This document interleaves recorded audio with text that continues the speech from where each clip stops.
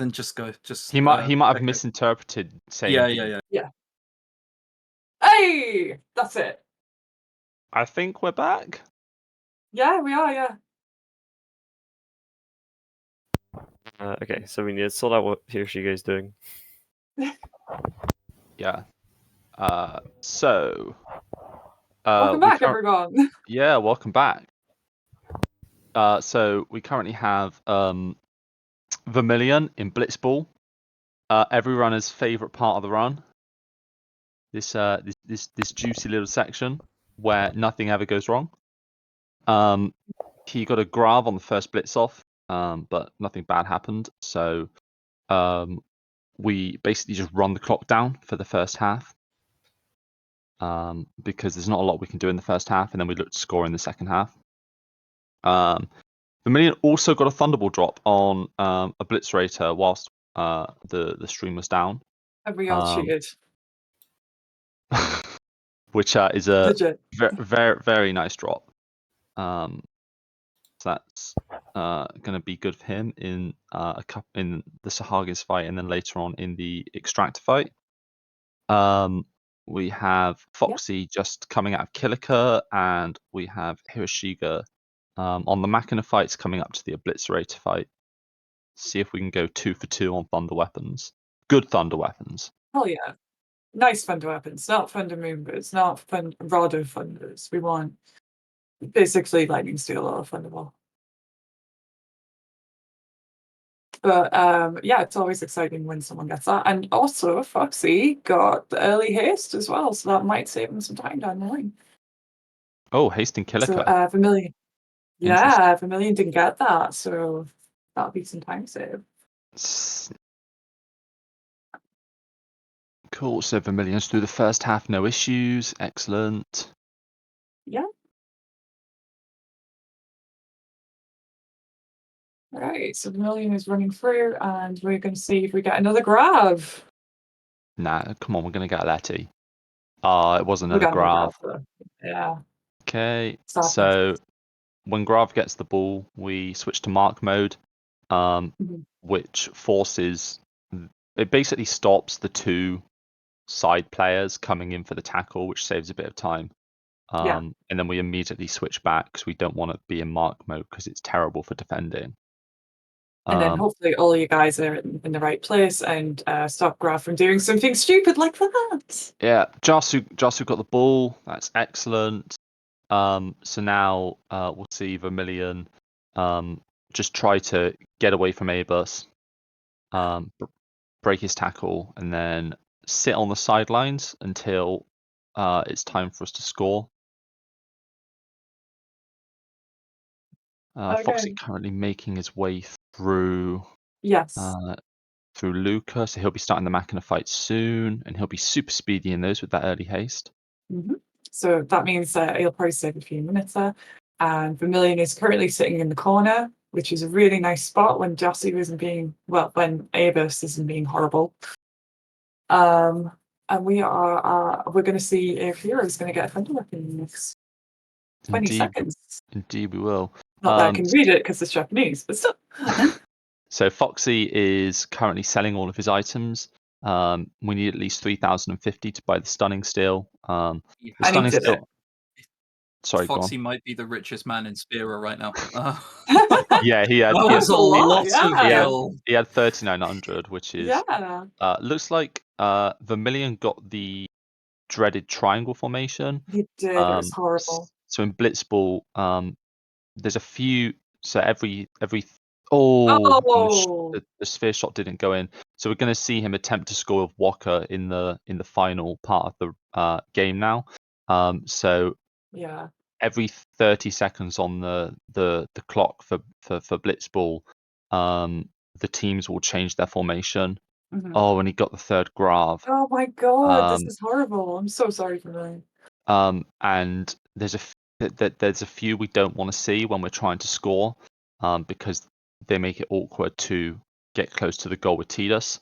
Unfortunately, the triangle formation, dubbed because 3 of the players sit near the bottom of the pool in a triangle, is probably the worst.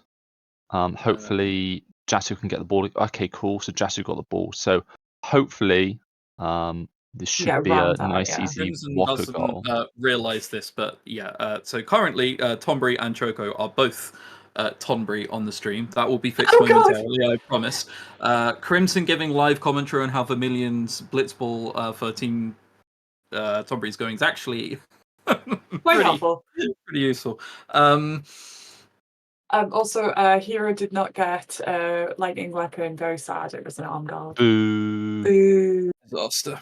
Okay, there we go. Okay, we're all back. Nothing. Everyone chill.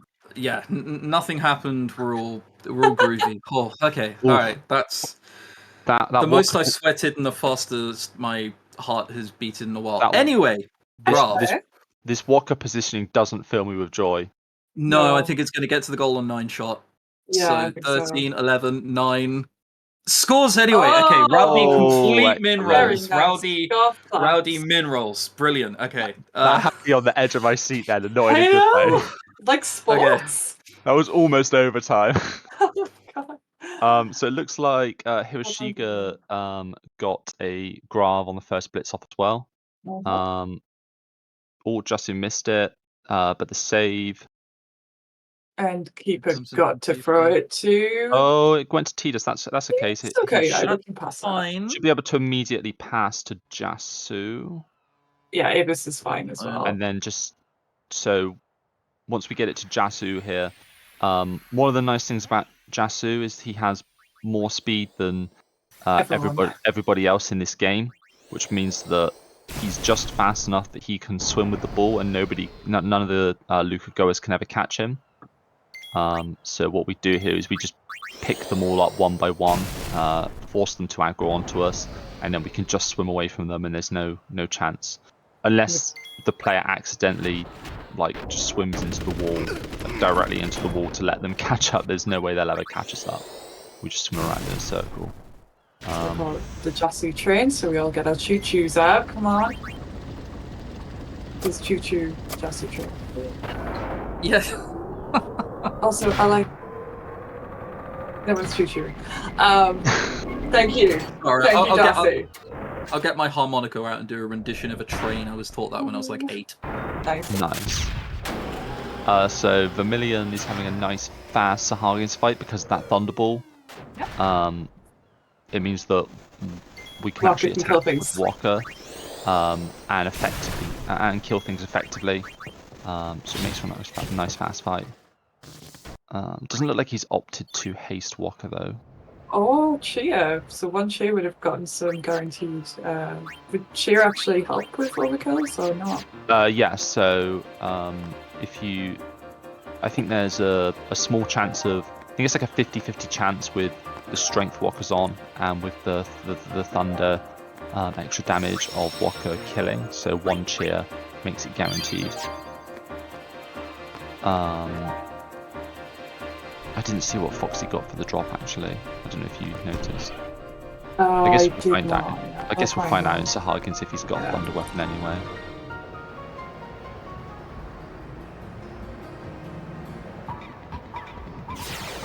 Right. People are saying metal shield in chat, so I guess he didn't get it. And we got 3 for 3 on first half graphs. What the heck? And second half as well. At least it's balanced. Okay, but yeah, that's true. Oh, but the pass, that's not what you want to see. No, I don't want to see that. Okay, it didn't go back to the defender. Yep.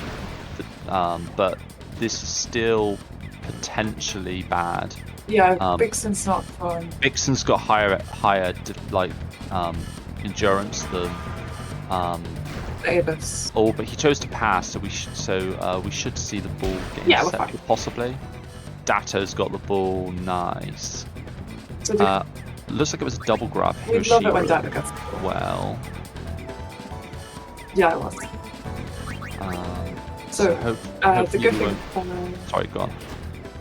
Oh yeah. So the good thing about what happens here is that with Foxy is that Dato never gets the ball. Doran never gets the ball. If they do get the ball, it's a weird one. It's a weird match. But also, you go.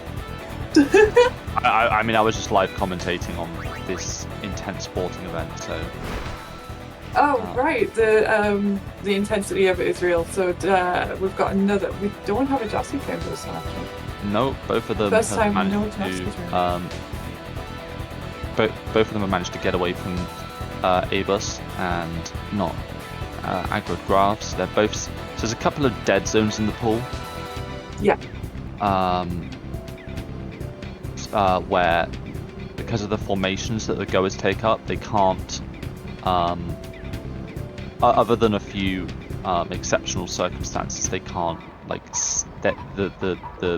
the player isn't within their field of vision. They won't aggro on. So we see Hiroshige now is going to go and pull eLmaGus and also pull the defender at the same time. Yeah. And then because Jasu is faster, he can swim away, stay out of the tackle range, and then get the ball to Tidus. And this allows us to create a nice bit of space that Tidus can feed into and do his shot undefended. Oh, crit Very for nice. Crit for Vermillion on the Raldo, so that's an extra power sphere. Very nice. And Perfect. So that's good Foxy's- because you only got 17 power spheres for the Sahagans. Ooh, he got no crits. That's harsh. Yeah, no crit, which is sad. So that was a question as well. So does cheer actually help with Thunderball in regards to the amount of potential crits? No, it's only the damage rolls, but with Thunderball Right. it makes the damage rolls guaranteed. Right, gotcha. So we got triple graph for Hiroshige. Well, Again?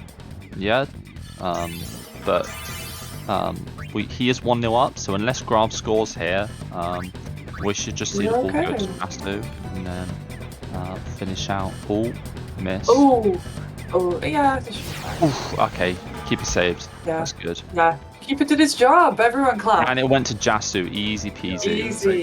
That's the important bit. Ball going to Jasu. Yeah. Yeah. But if the ball ends up in Botter and Grav is right on him, Botter doesn't really have the resources to deal with Grav other than just, well, I'm going to pass it over Grav and hope that he misses the block. One more Jossie train over here as well. Enjoy, guys. Yeah, and we've got Foxy again sitting in the dead zone at the bottom of the pool, so he'll do the same thing as what we saw Hiroshige do. So he'll wait till 2 minutes 20 on the clock. Mm-hmm. We hope that the 2-minute formation change doesn't give us a bad formation, and then at that 2 minute 20 sweet spot, we'll see Foxy go and pull the defenders out of the way, give Tidus that bit of room, and hopefully Tidus will score with a nice big sphere shot. And we have 2 out of 2 for Blitzball wins as well, so no panicking here today, no Blitz lost strat so far. Blitz lost strat, completely reasonable as well, you can win, it's just a little bit slower. 2.5 minutes, I think? Okay, Hiroshige choosing to cheer. A few times. Okay. So this is JP strat. I think he's going to cheer 5 times. Yeah, so I think you need to cheer 5 times to make this effective with no thunder weapons. Yeah. And that means that Waka kills everything. We could be on for a blitz off a bit early actually for a blitz off skip here. Yeah, I think so.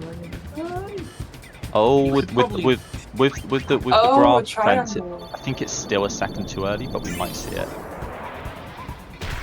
Lower off the graph. It's what I would go for in a Oh, the save. Roll the save, no! Oh, God, it was blitz off skip, but Rowdy high rolls the 10. Oh, this entire thing is so dramatic. And we got 3 triple graphs. Yeah, I know. Okay, well, another graph. Foxy is... Okay, Foxy does know the blitz off strats, but he hasn't practiced them. So I am hoping for everyone's sake here that Grav does not score. Oh my God. If Grav does score, I suspect the game might close, but we'll see. Okay. Well, he's shooting. Goes to shot, 9 shot. Have to Okay. hope that both block. 1 It's- block, Yeah, I'll be Yeah. fine. 2 we're block. good. Okay, Jassy gets it. Alright, very Oh. nice. This is like proper sports commentating as well. Okay. so So- fast. Walker's a lot easier to score with because we have a guaranteed 16. Although Tidus can high roll, much higher, most of the 23. time, he can also low roll as low as 14 with the sphere shot because he gets a random bonus. Walker, on the other hand, has a guaranteed 16, which against Rowdy, if we don't have any blockers and we get fairly close to the goal, is pretty much a guaranteed goal. Also, we like safety. Not the best formation, but probably gonna want to pull Grav and Bulgurda here. This could be awkward depending on how... No, this is fine. Yeah. No, This completely fine. This should There be you go. easy. Yeah. Yep. You just gotta hold left and square so it doesn't eat too much of the clock. Oh, don't go too That's close. fine. Just shoot. Yeah, 451 is just fine. Sphere shot is a considerably lower animation, so ideally you want to shoot with sphere shot on 250 for blitz or skip, but with the venom shot you're fine. Cool. I'm Three also blitz noticing blitzball wins. a difference now for Team Mog as well. They've blinded the Garuda with Dark Attack. Oh, What that'll yeah. do is everyone will live, and Hiroshige's attacking with everyone as well. Oh. So, Garuda will counter every attack after a certain point as well, which is very annoying. Because the way Garuda attacks is very slow. Oh, the But- Auron crit though. The Auron crit was really beautiful, though. Extra power sphere, faster fight. That's what you want to see. Excellent. I don't think Hiroshige's... Oh, he also crit the VIII as well, because he got 4 power spheres. Yes, However, yeah. I don't think he's going to be needing the extra power spheres, given that he already No. got 34 from Blitzball. Yeah, he's No. fine. I think No. he's probably set for the run. I'm not, He's like I'm the not sure how opposite much of Vermillion right now. He went for the ultimate marathon safety strat. Tidus dying in an ambush on Ooh. Vermillion screen. Walker failing to not running. escape. Come on, We should- guy. We shouldn't see Oh, both of them shit. fail multiple times, hopefully. Okay, Oh, Walker thank got God. out to that. So, yeah, so And Auron decided that's a good idea. Vermillion is currently running along the old road. At this point in the game, we effectively want to run away, flee from all encounters. We don't want to see ambushes, and if we do, they can go pretty bad. Especially with dual horns. Yeah, I run in Chinese normally, and I don't speak or know a word of Chinese, but I absolutely recognize the character in the middle of the word for ambushed. It's it's a very Haunting. scary thing to see, and you want to avoid it whenever you can. Foxy's doing really well and is guarding from the Sahagins with Walker, and we're getting a couple of crits in there as well, so that means that we should have a few extra power spheres. Okay, I will explain the rather big development that we've Let's had this go. year. So in early May, someone came to my stream. I hadn't probably spoken to him in a few years, but he's a former FF10 runner. He goes, okay, I think I've found a way to skip Mushroom Rock Road and Sinspawn GUI. Is this a thing that you know? I was a little confused. Obviously not. That is a massive discovery. He sends me the video. I go try it out. It works. Yeah. So what we're about to see is something called Terror Skip. To mimic any percent behavior, we're going to go into Mushroom Rock Road and then back out. He's going to Team Tonberry briefly Yeah, good idea. healing. Then we go. Klasko's now disappeared, so he can't tell us to stop and go the other way. And we're going to do a very precise lineup. I think every runner has a slightly different way of doing it. There's an invisible barrier right now behind Tidus, but there is also a guard who runs up and down and up and down. We're going to use that guard to push us through the invisible barrier. Let's take a look at it now. Okay, push to the right. Okay, I think we might already be through the first one. Yeah, okay, there we go. Very nice. So Yeah, he's fine. That's only the first part of Terror Skip, because once you get pushed through, you're now surrounded by even more invisible walls. So we need the guard to... He's going to run all the way to the end, and then all the way back. There, you can see him running back now. And we're going to push us through again.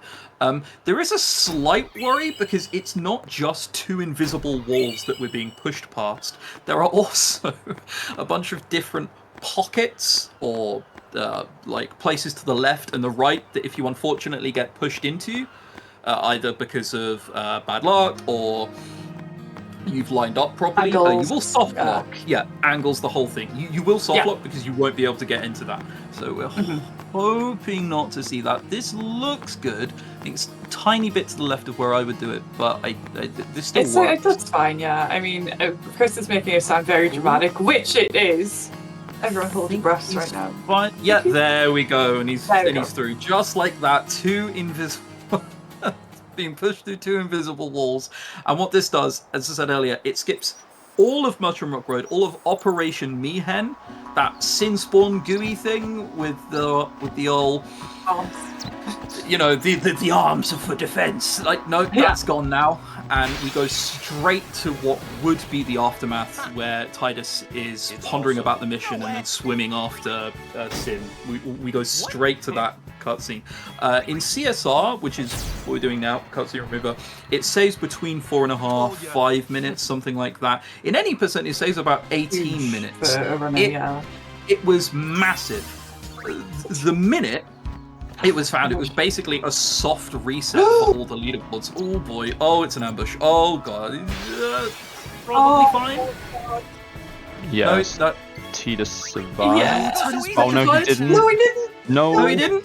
Oh, but found the escape. Oh, he didn't get away. I don't think he's going to get the chance. Not like this. 2 HP! Give it 2 HP! And escapes! Let's go! Oh my goodness, okay! And we're not even at Thunder Plains. Oren had 2 HP and a dream, and he manages to escape. Oh boy, okay. And we're not even at Thunder Plains. We're not even at Thunder Plains yet. So basically, if he died there, we assumed that he would have to do Terror Skip again, but I've never seen anyone die after that. He would have to do Terror Skip again. Yeah. It would reload from where he resets the screen from Mushroom Rock Road proper, the valley, and he'd have to do it again. It would be pretty tragic time loss, just straight up. Yes, there's a few ambushes between Mi'ihen High Road and the end of Thunder Plains, especially with this new version of the route where it can get quite dicey at times. Yeah, so the reason why we missed out on that is because it's Sentry. Well, so I was just going to say, I saw on Hiroshige's screen on Mi'ihen, he had a ambush where Tidus died and Waka got confused by a floating eye, but fortunately Oron managed to escape. So Oron's high HP pool is kind of one of the things that makes this slightly less horrible to do. If Oron didn't have such a high HP pool, some of these ambushes would be incredibly dangerous, even more dangerous than they already are. So we see Hiroshige on the Choco Eater fight. Oh, and it looks like he hasted the Choco Eater. Why did he do that? Every time. He has got a slightly different route. Oh, maybe. Or maybe he's just a madman. Hey, why not both? It could be all of it, yeah. Yeah. We see Vermillion for Team Tonberry right now go along and trace it. Okay, well that answers my question. He needs to learn Basilisk for so Kimura can learn Stone Breath. Yeah, that will be important later on. Stone Breath is an AoE Petrify attack that turns everything to stone. So normally you find Basilisk along here, but every once in a while the game will decide, nope, you're not going to find a Basilisk, and I'm going to troll you and make you wait 10 encounters. RNG psych. But it's very rare. So hopefully we'll see all 3 runners get a Basilisk along the Jersey High Road, because that Stone Breath, as Chris said, very important later on. Live and let live. And as we wander through to Jose on Vermillion screen, we get to do the most exciting of the trials. I love this trial. Worst trial for speedrunning. Thank you. It's just Literal endless. worst. Cannot change my mind that it's not VIII Trials. I mean, VIII is quick. Casually, first time playthrough, VIII Trials probably the worst. Yeah. But In a speedrun, though, for speedrunning, VIII Trials is a dream. It's a free auto-scroller. You can't change my mind. You've lost me. You can't It's change my mind that 6 VIII minutes. Trials. it's so long. It's 6 minutes, but it's like 6 minutes. it's long enough that when you're doing a manip run, You're active in it, yeah. you need that time sometimes. Sometimes Oh you're my like, god. Also, God, I've got 6 minutes of auto scroller. yeah, it's pretty soothing to be fair. I mean, it's an Also, interactive auto Foxy scroller. just Sorry, go on. Foxy just hits the boss again, so we're all crazy today. Is this like a new strat? I don't know. Why would you all viral doing this? Oh, and they got knocked off the edge again. So Regardless, it does seem to Foxy. be knocking us off the edge like quite consistently Yeah, and it's quite pretty fast, quick. and maybe we should start adopting it. Maybe we So we'll should. see Hiroshige doing his terror That's skip good. very soon. I say very soon, imminently. Like now, very, basically. Very, very, very soon. I'll be staring at it. I'll be interested to see what his setup is like for Me it. too. So Obviously, there's there's a only so walker many we ways can't you buy. can. No, I was gonna say there's only so many ways that you can do the terror skip, but different runners will line up maybe slightly further to the left, slightly further to the right. The more left you go, the higher the chance of a one push is. However, boxing. yeah, it also increases the chance of being left boxed. With So have we explained about the multiple boxes? Chris tried to, yeah. It was I quite a went lot. into Team Tonberry were going through it earlier. Yeah. His stuff looks, frankly, almost identical to mine. Yeah, maybe a actually. bit right. So the line of the map. So a lot of people use the line on the grid. It's quite hard. It's quite hard for me to see the pixels on my screen, but it looks okay to me. It looks alright. So he. Ooh, Oh my god, they that was a- kind of. Yeah, Team Mod didn't go through. That was a big deviation, right? Yeah, so that can happen sometimes, and I've yet to figure out why in all of my bashing my head against the wall looking for common things that are done the same. Sometimes the guard just eats you to the right. I don't know why. Yeah. It just happens. I think it could be the angle or the amount of tapping that you're doing because there's a lot of mashing involved. So you have to talk to the guy in order to get the push, which is a really odd thing to consider. So basically, when you're tapping, the push is happening at the same time as the tapping. But how many of you do you guys use turbo? Because I sure as heck do. Yes. I've couldn't imagine speedrun doing for this too one. long. My arms, fingers, and hands are shot. That is quite far to the left, but we have got quite a lot. So again, a lot of people use the mini map. So if the mini map here is right on the edge of that pillar, that should be okay. That's my expectation. Yeah, it looks good. Yeah, and if he runs past and he's not hitting you, that's always a good sign as well. Okay, so we've got Foxy's FoxyJira there as well. caught up a little bit now, and he's also doing the same thing. I think I'm very old. I think most people seem to use the mini map now. I'm very old school with this, and I just use pixels of Titus's head. I did do So that. Yeah. This bit is nice and easy though, because it lines up. There's like a tiny black streak above Titus's head that you can see on Team Mog's screen, and you want that to line up with Titus's roots. Yes, so it's like hairline, and it's just like a little thing above it. Three push for Hiroshige. Oh 4 no! push now. Oh no! Oh, is he already had 3 pushes? Yeah, it's the Yeah. first one he got yeeted to the right immediately. That And time Foxy got. he got. Foxy's good. Oh, I didn't think we were counting. I meant Foxy's after the reset. It's like This is Oh, in that case, Oh, yeah. it's so this three is the push, second. yeah. So this will be the third push for this one, yeah. yeah, I'll be right back. 3 push for this attempt, I meant. Yeah. Got slightly pushed to the right. I don't truthfully know what happened. It No, looks really, like you saw Team it turn. It looks like Foxy for Team Choco is also relining up again to Yeah, do I the think first push. I think he Because he's didn't. also I going think for the push. I think he didn't get pushed through either. No, he didn't, because he was able to run right forward. Yeah, so this is unfortunate for both of them. We hopefully should see Hiroshige get through on this one. And Foxy might have to do Big another push one. left. Like a left box. No, okay, Oh. we're fine. We're fine. It was further back. It was further back. Oh. When you see a massive Nice. jolt to the left like that, it is normally not a good thing, but it works there. And Team Mog are now through Terror Skip. The English text here playing against Foxy. It's so It's, low.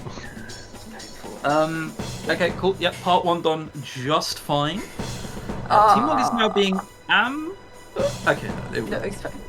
yeah, they're safe. As soon as you see the double attack on Titus, you get a little bit concerned, but the first one wasn't a Understandably. gore, and the second one missed.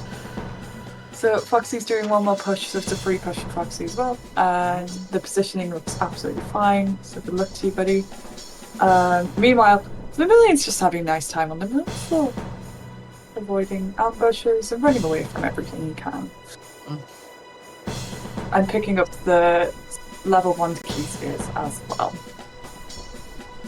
Which, You need a is- few of those because GUI used to give Most you of the them, ones yeah. that you would otherwise need. Don't have GUI anymore, so you need to do the extra push. Pick up Choco now, going through it again. Here comes Foxy. I'm just hoping he gets through. Come on. Just a little tap. That looks fine. Because now Yeah. you kind of like bounce off the invisible wall a little bit. I think. A little Oh, shift is okay. Yeah. Started running a little too early. yeah, I think he let go of that too early. I think Yeah, just one more possibly push. couple more pushes might have got him through. That's unfortunate. Oh. So, we So see now he is Hiroshige. through one barrier that he wasn't through before. Yeah. So he's a bit further along. So that little black line in the background, he can no longer align himself against that. He has to do Vermillion's it a got an little bit to ambush. the right. If Tidus gets hit, it could get dicey if Oren doesn't I think it escape. got dicey. Okay, it could be okay. It is fine if Oren escapes. I think he's going to get 2 escape chances. I don't know. Okay. Well, that's a first fail, but Oh, he no. can I still think have he's another dead. fire. I think He's that absolutely might dead. be a game Oh over. no, he's Yeah, just dead. That's a yeah, he's dead. disaster.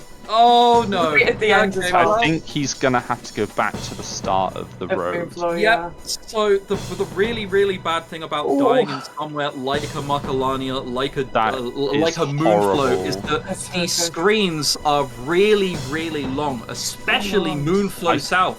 Look think at where he- he is now. I think And he was Foxy's right. back. I think he was right at the end as well. He was. Yeah. He was literally like a few steps He'd away. already picked up the level 1 key That source, is like that that is was a minute ago. horrible. It's That's it's horrific. one screen. It's really really long. Sometimes they're like broken up a little more nicer than that in FF10. It is us. That's several minutes gone immediately. Yep. Yeah, So, oh god, this has been very dramatic. I don't know about you guys, but I'm feeling it. We're getting And the we full haven't RNG even fix got to experience Thunder right now. Plains. Oh my god, Thunder Flames, so yeah.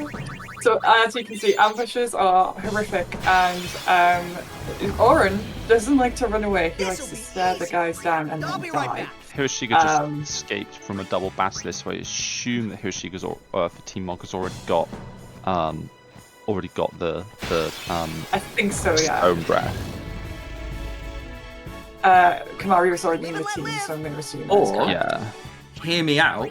Hiroshige is using a route that doesn't use Stone Breath. No, there's no such thing. What? I mean, I don't actually know if that's true, but it could be. if No. he's doing that, I want to see it. I'll be right back. I want to see it. Vermillion is on 16 HP with Tidus again, which is not nice. And Foxy is it was a lot safer that time than it looked. I don't think the wolf could have killed him.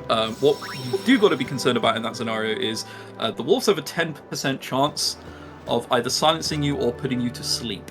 Yeah. That sleep one is a bit of a problem. You want to be awake so you can take actions. Yes. As soon as someone goes to sleep, you start having to. Well, as soon as Tidus goes to sleep, it's a bad day.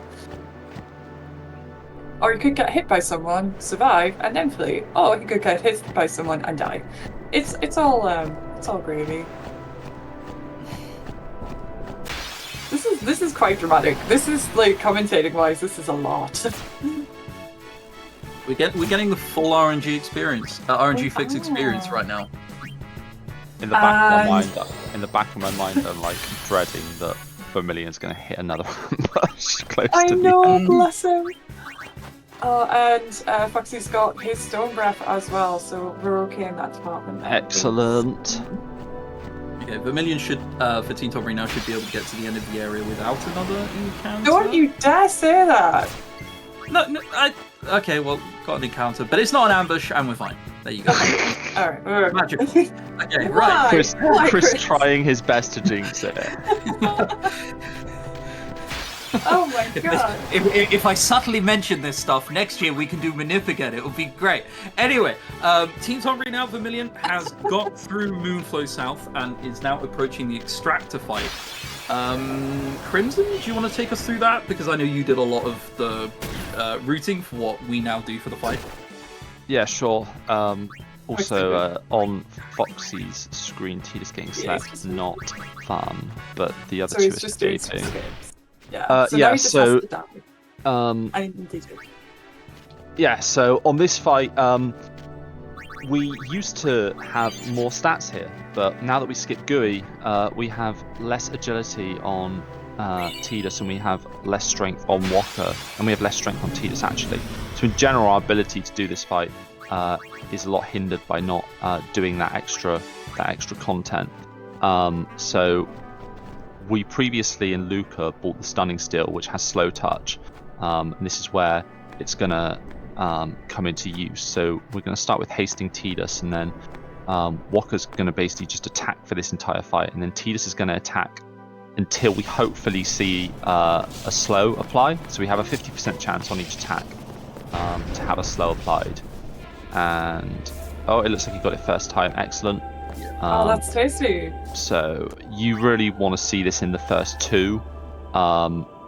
Before he goes up. After two, the fight doesn't become unsafe. It just becomes very slow, because you get multiple extra turns of the Extractor. So now that it's slowed, Tidus and Walker are both hasted. They both get a lot of turns compared to the Extractor.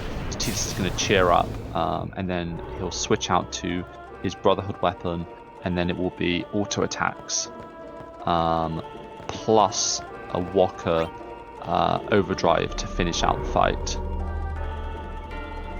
And the good news is Walker also has a Thunderbolt, so he's already doing good damage. Yeah, so Extractor has 4,000 HP, and it basically has two moves. It has Aqua Shooter, where it targets one of the characters with a water-based attack, and it has Rise, and then if it gets a turn after it's risen, it has Depth Charge, which is a horrible move that does a lot of damage and inflicts blindness. So we definitely don't want to see that. But because our characters did enough damage, we have to hit him for 500 HP while he's risen to knock him back down. So that's no issue here. So we see Vermillion just continuing to attack, and a nice easy kill. Yeah, no need for an overdrive as well, which can take a little bit extra time. And that's the Extractor split for Tonberry. Okay, Congrats. we've alluded to it a fair bit already. People in the chat now. Team Tonberry, they're now going to go through Moonflow North, where there's going to be a quick menu after this tutorial where you learn how to mix. It wants us to mix 2 bomb cores together, but we're going to mix 2 potions together instead and keep our bomb cores, because bomb cores are useful, and we're certainly not going to waste them on a bunyip, which is this armored little thing in front of us. We'll then do some gridding on Tidus, give him some strength, HP, speed. Then go through Guado Salam. It's what after that is spicy. The magical Thunder Plains post-Sentry. you can get ambushed. There is a really, really nasty monster called a Kusariku, which can do an AoE ability, which is lightning damage, and it will do between, what, 600-700 damage to everyone? If that happens, you're probably dead. Yes, that is the nicest way of describing it. Straight up, there's no sugarcoating it. You Probably will die. So just don't have that happen. It's okay. However, I think at least I can speak for Khaegar and myself when I say that you can die in Thunderplanes, and it does happen semi-frequently. It does. My favourite one was an Iron Giant and 2 Boers. So the fun part about that is, this is a suggestion as well. In the strategy, most people put Kimahri, Auron, and Tidus in the fight because Auron and Kimahri at this point have the most HP, and Tidus can flee. However, in my fight against an Iron Giant and the Boers, because Tidus had the least HP out of Auron and Kimahri, he got hit in the face by the Iron Giant and died. And then the Boers, confused and upset, and killed my other 2 boys, because they were too slow to keep up with them due to the ambush. It is still one of the most upsetting things that has ever happened to me. Ooh, Hiroshige's got a not fun looking ambush. He's going to get away fine. Yeah, there you go. So that's what you want to happen if Tidus dies and then the other 2 escape. Yeah, that's the ideal. Just backtracking to the Bunyip tutorial fight, Chris mentioned we don't use the bomb cores, even though it's heavily suggested by the tutorial that we should. There's 2 options in that fight. There's the fast option, which is to mix 2 potions, which allows you to flee with Tidus and skips the little dialogue that happens when you kill the Bunyip. There's also sometimes you'll opt to mix 2 ability spheres, which creates a frag grenade which kills the Bunyip and gets you 2 powers.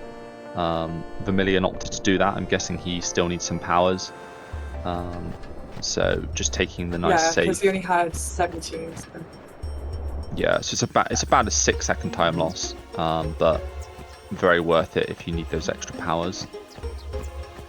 Yes, Hero is having a fun time on the moon. Had a fun time on the Moonflow as well. Near the end, we had several yellow situations there, but everyone's been escaping, so he didn't have to restart. We'll get to see how many attempts he takes to slow the extractor.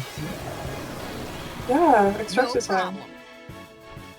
1 HP, yeah, and B missed as well. So there was a situation where Tidus had 1 HP, and the killer bees were trying to knock him, and they missed, thankfully. So we're okay. We're all right. Let's see how Foxy does on Moonflow as well. And Vermillion is heading into the Thunder Plane, so everyone hold on to your butts. Hiroshige strats are slightly different, yeah, but he also didn't get the first try slow. Yeah, he didn't. No. Opting to not haste first before attacking. That's which interesting. Is interesting. Didn't get the second try slow either. No, and he needs a potion on Tidus. These are the quirks that you'll run into when you do your own route. It is slowed though. Yeah. The first attack hit. Yeah. The no haste strat I think is only faster. And he's got the next. Intended. Yeah. So. Okay. Did he? Oh, he has to lower the extractor, so he can't go for the slows. So he has to use both overdrives now in order to get it down. Right. So there's a 500 HP threshold to get extractor down, and if you don't get extractor down, then it uses the aforementioned depth charge attack, which is very scary and very terrifying. And like, don't do that. Don't do that. Okay, cool. The delay finally hit for Team Mog, so this should be fairly plain sailing now. I'm looking at. He's not using haste, which is quite interesting. Team Oh, Tonberry did get. Vermillion getting us Oh, ambush. Okay, no, it's fine. It's No, fine. it's It's not, fine. it's There was fine, only it's a fine. slight worry of petrified there. That big lizard dragony thing, that's the Kusuriki. It can also physically attack you as well as do the AoE attack. Once we get to halfway, Titus can pick up a shield off the ground once we leave the agency I'll called be right Yellow back. Shield, which makes Titus immune to thunder damage. Oh, Which does make this a no. little safer, but it's mainly thunder planes you have to be scared of. So, What have I just missed? so we didn't have haste for both of our guys, and I think this was a mistake on Hiroshige's part.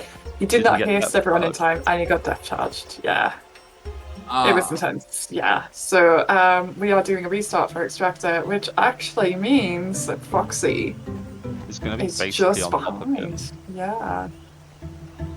Everyone, we love a team close race, so this is going to be intense. Hmm. Yeah. More so ambushes for Vermillion then. yeah, and he's just picked up the yellow shield as well. So that means that Hasn't doing this equipped it yet though, hasn't unless I equipped missed it. that. No, he hasn't. But some people still just do that on the Spheromorph. Okay. That seems insane. Okay. I think the Hey, I do that. I'm crazy though. Don't trust me. Oh, why? Because Thunder Plains North is I don't supposed to be safe because you just like equip the yellow shield and then it's all hunky dory. Okay, well, you know, I think it's fine. that was a bit Hopefully- weird as well. hopefully it Okay. won't be okay, scary. he's hasting this time. He is hasting this time. I feel like that was a mistake on the last round last time. That's okay. And the slows hit, so everything should Yeah. now be normal. This'll be Slows nice. also Yeah. hit for Team Choco as well. You can tell because of the amount of turns that the characters get in between extractors. So like you can see on Team Choco that there's like, you know, a bajillion turns between everyone. You can see the same for Team Mog. Grey Fox I is also saying that Vermillion did equip it, so I guess we all just missed him equipping it Did it quickly. quicker? Okay. Okay. All right. We're just worried about him. Very glad. Okay. It looks like Vermillion for Team Tonberry bought 6 Tonberries, and now he's going to lob a grenade at these He bought viewers. six Tonberries. Grenades. grenades. I didn't know you could buy They're both Tonberries. Hey, what's I more wish we dangerous, could. Tonberry or a grenade? Exactly. Tonberries. You always buy them when you can. Yeah, but this is a speed run. And Tonberry's but he- slow. Sorry. I will counter that in 10 minutes when I think of a comeback. Cool. In the meantime, Vermillion did lob the grenades at the viewers, which netted him 4 speed spheres. There is a chance that the grenade doesn't overkill, and then you only get 1 speed sphere. I don't know how many he's short. I think he's okay because he had a decent healer card. Alright, so Hiroshige's element rails worked out this time very beautifully. 789. I think it should be dead after this overdrive from Titus. Yeah, we're good. And over here with Foxy's just attacking like a madman. And it should be down in the next couple turns as well. There we go. Yes, this is a close race. That is a death scene. Team Tonberry have now. Oh, no. It is Yeah, indeed so a death scene. a slight quirk of the way the cutscene remover works is that some post-boss fight sequences may not skip if you have to restart the fight. Yeah. Due to reasons that I could go into, but nobody wants me to sit here for an hour explaining. Tell me about coding. Okay, so to stop this awful tangent, which will send chat to sleep, Macalania, Vermillion has got there. That's the rare steal. You want an Arctic Wind from the Chimera. Yeah. But we'll get into that in a bit. Thunder Plains is the last place where you can be ambushed and die. You can die in Macalania, but you have to be really unlucky, or not healing, or both. In order to do that. You can't get ambushed or preemptive strikes in Macalania, basically. So every time you double the Everyone's zip, stuck with frag grenades. Yeah, so an interesting quirk of this of Macalania, what Chris mentioned, is that the ambushes and preemptives are turn off for all fights. I think the only time I've ever seen people die here is when they're trying to do a steal. Someone gets petrified and they get a bit greedy, and instead of running away and just taking a different fight, they decide to press on and then they die because they failed the necessary escape with Orin. Oh, Tonberry goes for another steal from a Chimera, and it's another rare steal to get a lightning marble.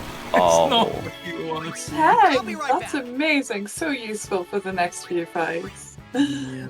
No. Extra lightning marbles, just what we need. We love That's lightning what we marbles. We need. have 8, but it's fine. Hey, we have got spares. 10. We got spares we can throw for spheres now, right? Yeah, exactly. Yeah. Yeah. I Oh, have she's done that before. You get so short on spheres that you just lightning marble the bees. Or Yeah, wasps, the bees, whatever you yeah. call them, Marcolania. Yeah. Killer bees. But like, just don't be that desperate, and it'll be okay. Just don't do it. So, I saw someone in earlier mention in chat that T-Mog was potentially scaring them, a fellow member of T-Mog, because they're doing different strats. Boy oh boy, do I have a cheeky revelation. Oh, for what no. T-Mog I'm looking forward to do. about 1 minute's time, and then Yeah. and then the 5 minutes after that. So, Oh, God. Thunderplanes, we've already established, if you get unlucky and get ambushed, it can't kill you. We've seen Vermillion almost die or get like very, very close. Hiroshige is going to spend a while longer in the Oh, Thunderplanes. no, he's not, is he? Apparently, as far as I know, this is his strat. He's. Yeah. Oh, no. So, all I'm hoping is he saves after it's done, because if he Yes. does it and then gets an ambush and dies, Oh, God. I hope he So- uses the save sphere after it's done. Yeah, Hiroshige is going to be waltzing into Thunderplanes, going to a certain spot, and then he's going to be dodging 50 lightning bolts. That's right, he's going to be interacting with the minigame of dodging lightning. If you dodge 50 consecutively without failing, the game gives you 3 strength spheres. Okay. I'm excited for it. I'm d- excited. Do you want to go and, before we get there, do you want to run through Spheramore for us quickly, Khaegar? Because Yeah, definitely. So, well, Vermillion has just hasted Riku because Riku is going to throw a grenade and you're going to get her out to fight as quick as possible, so she doesn't get hit by that physical attack. And then you're going to bring her back in. You want her to have a. Thank God we can use one of those lightning marbles that we got. So basically, you've got where the reason why we steal so much in Macalania and the reason why we don't use our bomb cores is because we want one of each element for a mix, which we will mix with a HP sphere because we don't need those. And that will basically kill the Spheramorph. So we want to know what the element is, so you throw a grenade, and then you find out what the element is, and then you mix. The ideal situation is actually to get a lightning marble because it's the quickest one. If you get a Arctic Wind one, that's the I'll be right longest, back. but it's only a few seconds. And then if you are tracking out, then you have to remember to do the menus afterwards because I didn't do that last night and it sucks. Oh god, Hero's going for it. That won't Yeah. go so easy on you next time. Yeah. He's doing it. He's on 6 at the minute. Oh. So That's if you walk to 9, this I think. specific Oh my god. 9. Okay, 9. All right. If you walk to this specific point, 2 lightning bolts will come down. So it is consistent, but you have to hope that you can indeed dodge them. I am too much of a boomer for this strat. I can't do physically can't do it. Like, my reactions is just too slow.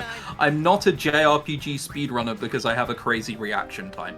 Right? I This can't is do impressive, yes. They're all calling you a boomer now, well done. That's fine. And as we've seen, so you can still get encounters whilst you're doing this as well. Just gotta hope that none of them are ambushes. Now we see Team Tonberry on Crawler. This fight is fairly simple. It's very, very, very consistent. A lot of Final Fantasy X fights are. We're gonna lob 2 lightning marbles at this negator up here. and then we're going to lob 2 lightning marbles at Crawler itself. Crawler will counterattack for nearly a bajillion damage or something, and in these 2 counters, Riku's Overdrive will fill to full, and then we'll mix a level 2 Key Sphere and a lightning marble for a massive mix that will take it down. Riku's mix is very powerful. Very, very, very, very Beautiful powerful. ability, yes. Yeah, it carries us through the mid game. So this is before we actually start using the Aeons as viciously as we used to. Riku strats are legit, and people still use them for a lot of other different runs as well, such as, Speed Grid. Or Penance without San Martin. Oh! Ah! Yes. We've got a connoisseur in the class. I'm staring at Hiroshige. I still don't know Me how many too. he's done. I don't know. I'm just staring at him in silence, like please don't. Please don't fall down. So, supposedly he's about 40 odd by now. I counted them all myself and I didn't reach out. Come on. Alright, Vermillion's Careful, no, help if you'll you start call. running. Yeah, Crawler's very consistent, and even if you do something wrong, Crawler will do like a massive mana beam Yes, attack, and you can just summon an Aeon and tank it. or you can just cry, like I do. Okay, it looks like he got 50, Uh-huh. and I hope that second one didn't matter. Yeah, okay, it looks like he's running off. Okay, cool, he did it. Very good job. Please take the saves there. Very good. Please, yeah. I Thank don't you. think... Why is he going to Blitzball? I think that was a misclick. Okay. No. So Oh, you he's can not go saving. to- He's Yeah, not he's not. saving! You can go into the Blitzball menu, and what that will do, it will reset your encounter threat. Oh. So some I people... really hope he when doesn't they get do- ambushed. Oh my god, Same. me too. Same. We're Yeah, all so three. some people, things like Mihen Skip, they'll go into the Blitzball menu just so the NPC's always at a consistent value. We don't do Mihen Skip this run, obviously, with skipping cutscenes, but just as an example. We just missed a Tidus menu for Vermillion. Nice big one, yeah. We'll talk about that a bit later when Foxy gets to it. But we basically just take Tidus up into Orin's section of the grid, which is packed full of strength, and we basically send Tidus to the gym, and he gets super strong. Okay. Uh-oh, Foxy's got Yeah. a potential ban encounter. What you don't want to see is a hit on Tidus and a confused. confuse. Okay, cool. There's a 10% chance that those Buer Okay. attacks confuse you. The problem with ambushes at this point in the run as well is that other than Tidus and Riku has a terrible HP pool, everybody else is incredibly slow, or basically dies to one hit in the case of Yuna. So those ambushes become very deadly. Yeah. So Hero is selling some stuff and buying. I believe that's going to be a Shivering Blade That won't go so Yeah, easy on so- you and next some time. greens. Looks like this is just the old It's a school, mix, yeah. old school shop here. Yeah. Now he's picking up his juicy rewards. Ooh. So we got the Seymour fight on Vermillion screen. So Tidus opens here with a haste. Yuna does a swap weapon just to get a turn in as quick as possible. I don't know if we've talked about this yet, but different moves have different recovery times called speed ranks. Switching weapon has a speed rank of 1, which is the fastest. So we'll do this in some fights just to either fix the turn order the way we want it, or to get someone a turn and then get them out as fast as possible. And then Kamari used Stone Breath to remove the 2 Guado Guardians. They have an annoying ability where they guard Seymour, so we can't directly attack him, but once they're removed, because they're able to be petrified, Tidus can just get in with an attack. And because we gave him all that strength, and we also talk with him to get him some extra strength as one of the bonus actions in this fight, He now hits for a million damage. Yeah. It's an immense amount. It's very, very satisfying. And so in this situation as well, we do not want Tidus hit by pain because pain is instant death. And that was a nice crit. And we'll get him out of there and then we'll swing him back in so we can finish off the fight. So the idea of getting the turn order perfect is so that we can basically negotiate anima without pain being used more than once. And because it doesn't actually do anything for Riku's overdrive as well, we'll keep her out until the end. And then she'll come along in here and get completely smashed by Thundara, which our boy is immune to because of that beautiful yellow shield. Yeah, so it looks like Vermillion for Team Mog got 2 successful stills, and I don't think either of them was a rare still, so 6 silence grenades here. And I saw him attack Seymour, so I'm guessing he's got either the S claw or the P claw. Yes. He did customize for Riku, and it's an S claw. Cool. So we'll probably see Vermillion doing some random attacks with Riku in some fights. So the S claw has the was customized, has the distill speed ability on it. So it basically replaces the normal drops of an enemy with speed spheres. So it's just an extra way to get extra spheres if the runner's short on them. Nice safety strap for a race, I imagine. Yeah. Here we are all in Macalania right now. Hopefully Vermillion won't be in Marcolania for too much longer. I did notice that Hiroshige for Team Mog didn't steal a light curtain, so I wonder if he has something cooked up for Wendigo, or whether he just power breaks. It probably is just a power break strats. Nice, So get we've on in got there. Foxy going into Spheramorph, and we've got Hiroshige for Team Mog just entering Macalania Woods. So we'll see how his stills go.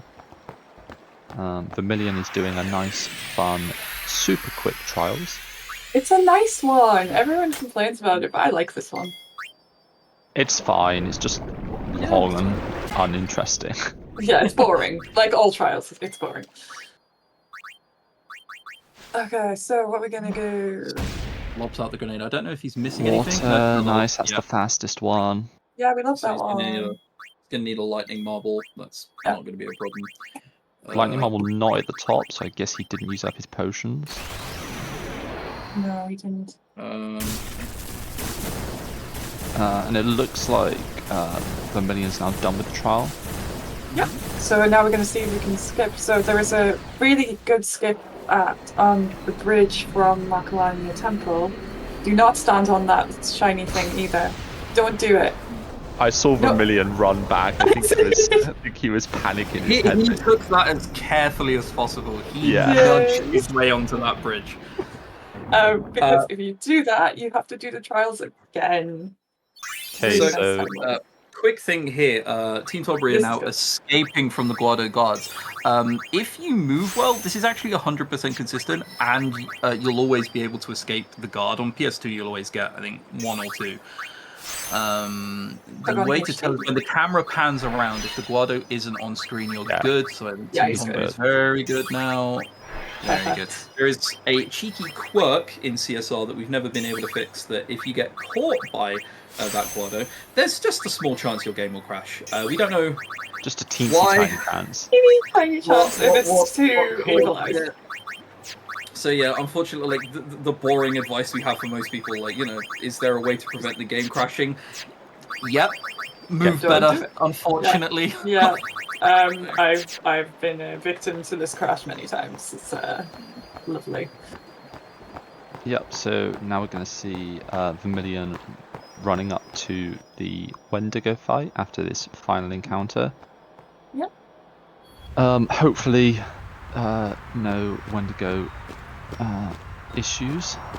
So Wendigo is a strong attacker, and it's very choreographed for the first 5 turns, and then after that, Wendigo goes a bit mad and can hit anyone, and the person we don't want him to hit very hard is Tidus, because like with the anima fight, we don't want him to die because he has haste on him and it just loses turns. So you've got to keep Tidus's HP like as high as possible.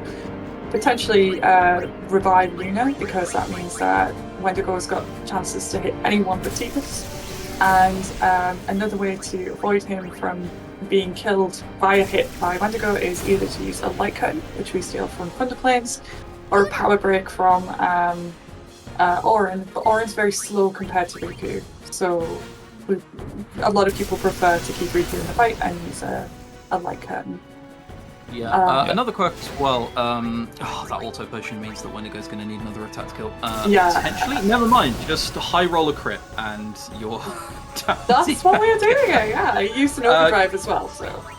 Yeah, you also kill the top Guado at the top first, but not the bottom Guado, because the first one that we kill casts Shell as a death rattle, but the one on the bottom casts Protect. That's really bad considering we're trying to boop Wendigo over the head down. It will just half our damage, and it's kind of tragic. Yeah. So Vermillion. Now. Oh, go. So I was going to say Vermillion just picking up the level 2 key sphere. Which is important, and never forget it. Very easy to forget the newer runners, but you forget to get that once, and you never forget again. Yep. Looks like a clean fight for Choco. Mom's now loading into Spheromorph. I kind of wonder if they do anything differently immediately into Riku. Not really. So is it going to be double switch, haste switch out, or? I think choose Fallen a Grenade and. Yeah, it looks like he's opting for switching out for safety. Okay. Just double Riku's switch safety. out and double defend, and Riku will come back in. It looked like that was lightning, I think. So water is not the worst, not the best. It's okay. Yeah, I was more just wondering, hoping he has a fifth scale, but judging by how he's doing the fight, I imagine he will.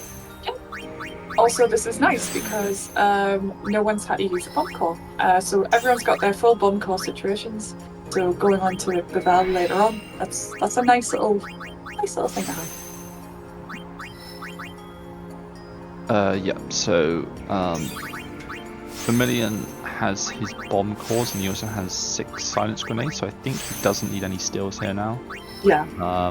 Depending on you how. You would steal if you get a preemptive with a Sandwolf, because that Yes. does sleeping powders, and that will save you like 4 switches if you steal that. I think it probably evens out.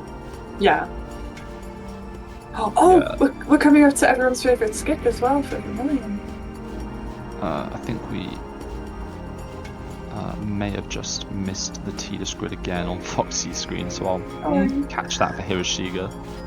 Oh, and it will be completely the same for Hiroshige as well. What with his 3 strings? Oh god, yeah.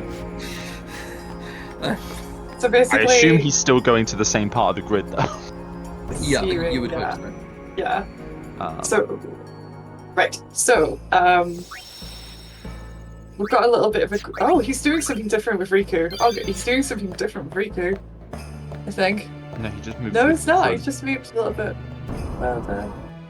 Oh, okay. So Foxy now coming into the Seymour fight. Foxy would do exactly the same thing that Vermillion did. Other than the RNG on stills, there's nothing particularly troubling with this fight.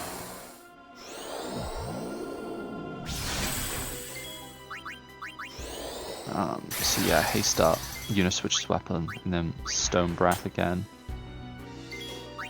It'd be interesting to see if Hiroshige's doing Stone Breath strats here, or if he's got something different planned. Yeah, that'd be interesting.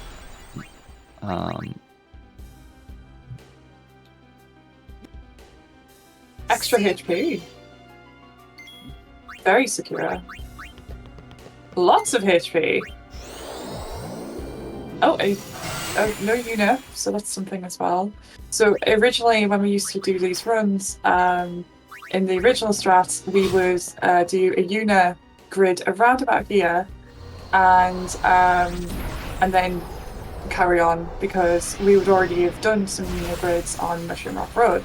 But now we don't have to touch Una until VIII, like well into VIII, because essentially you don't use it. At this point though, after a certain point, we're going to use her a lot. So, but that's only after she gets our best boy. Una! And yeah, go for it. So Vermillion's about to fight this Sandragora. This is an optional fight; it's not necessary.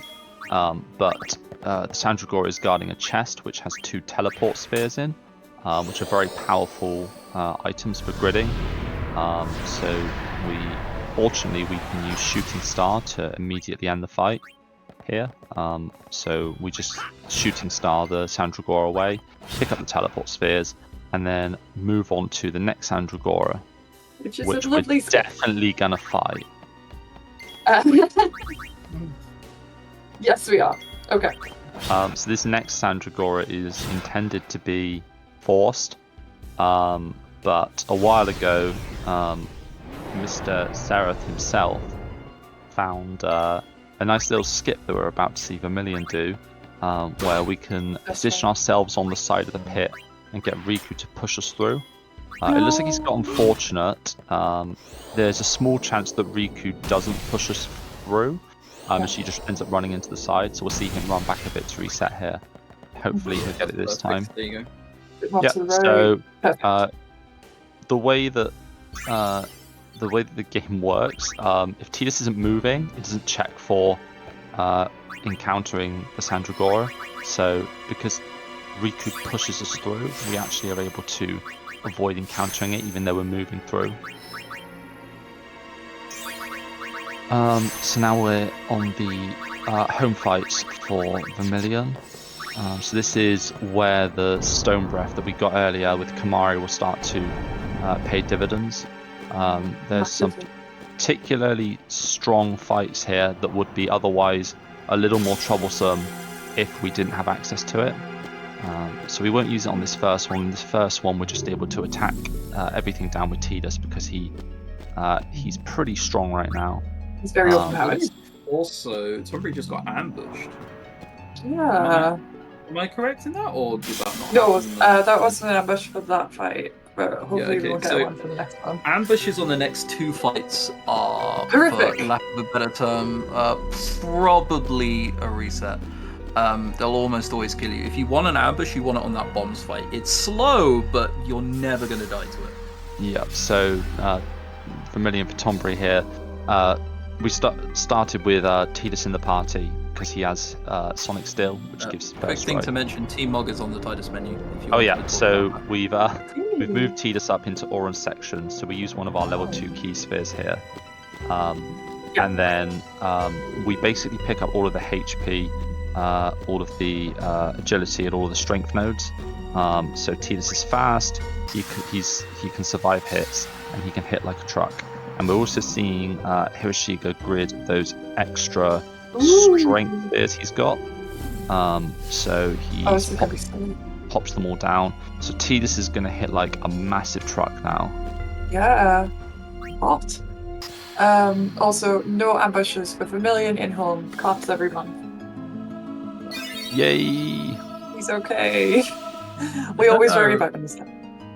I don't know how hard Tidus hits with 12. And there's a 9, like, and there's a 3 times 4, so 12. So I get the extra strength in some different runs I do that like end up basically the insanely long runs where I want the extra strength spheres, and I think he typically hits for like 7,000 damage, Holy maybe crap. towards 8,000. He always one hits Seymour. He is insanely strong around. So we see Foxy currently doing the Guado running as well. I think he's good. Yeah, he's got a little Yeah, lag at the end, but there is like a little wiggle room for. Yeah. I think that's actually miles ahead of Once him. you It get- looks a lot Once, quicker yeah. than it Once is, you but get it's sufficiently brilliant. practiced at this, you can be convinced you failed it, and then you just succeed it. You're like, Oh no, I did it terribly, and then you're just like I'll be miles right ahead. back. Cool. So we'll see Foxy coming up to the Wendigo fight in a minute, and Hiroshige's on the Seymour fight. I'll be Nice. right back. I don't think he did the talk, did he? Or did he? Yeah. You don't need to do the talk with all the extra strength. The talk gives you 10 strength, so the 12 strength extra is enough to counter that. I won't Very go so nice. easy on you next time. And now Vermillion is on to Evray. Looks like he also got a power pistol. Do you want to talk us through the Evray strat, Chris? Love ever. Well, I mean, it's a completely consistent strat that you can never get wrong. You cheer. Riku. You hope Tidus doesn't outspeed, but it does this. You have to change shield. Now you mix map and lock sphere. Now what that overdrive will do means that every attack will crit, so you'll boom. Tidus will now do 2 attacks. You hope that every attacks Riku, just like that. Riku's overdrive is now full, which is beautiful. Still a water gem. Now you hope that every attacks Tidus. Oh, okay. So if they attack Tidus there, you have a chance for a perfect fight where Kimari can go for the 50-50 steal for the second water gem. You throw out the second cheer there, and then hope that you haven't somehow managed to underdamage Evray in some hilarious, comical underdamage. Judging by the rolls, it looks like we're fine. Foxy just had Tidus die on the Wendigo I fight. saw. Oh, was it double tapped? Yeah, so Yeah. I don't think it was mentioned during the Vermillion's fight, but basically what we don't want to see here is Wendigo hit Tidus and then the Guado Blizzara Tidus. Yeah. Neither of them can kill Tidus in one hit, but when they both hit him in a row, they do just enough damage to kill him. So that's sort of a worst case scenario. Yeah, and it's such a very specific unfortunate combo there. as well, because they both need to target Tidus, and Guado also has to target with Blizzara, not Thundara. It's very unfortunate. so unfortunate if it happens. Oh, but like another crit at like the fight Very nice early crit. again. I'm sure that won't console him too much, but he got a good end to the fight. Opting to heal up, just for pure safety, and then We'll see nice Tonberry finish to now. the We're fight. doing silence grenade strats, so no sleeping powder strats. You have to basically start the fight with Tidus and Riku in the party, and then you swap out Tidus for Kimari, who then lobbed a silence grenade. Okay, Team Mog were a lot less careful about coming around at the corner outside of Makalania as well. No fear at all. Well Looks done, everyone. like Hiroshige's good. On Mog getting away. Easy peasy. So easy. Everyone's done really well in regards to the trials and also the bridge skirt. Well done, everyone. Yep, and Hiroshige will very soon see him doing the Wendigo. Hopefully nothing goes too badly there. Yeah, this is where Hiroshige will make some time back during like the Wendigo fights. Hiroshige opting to use one of his silence grenades here to kill a fight, netting him 4 speeds and a power.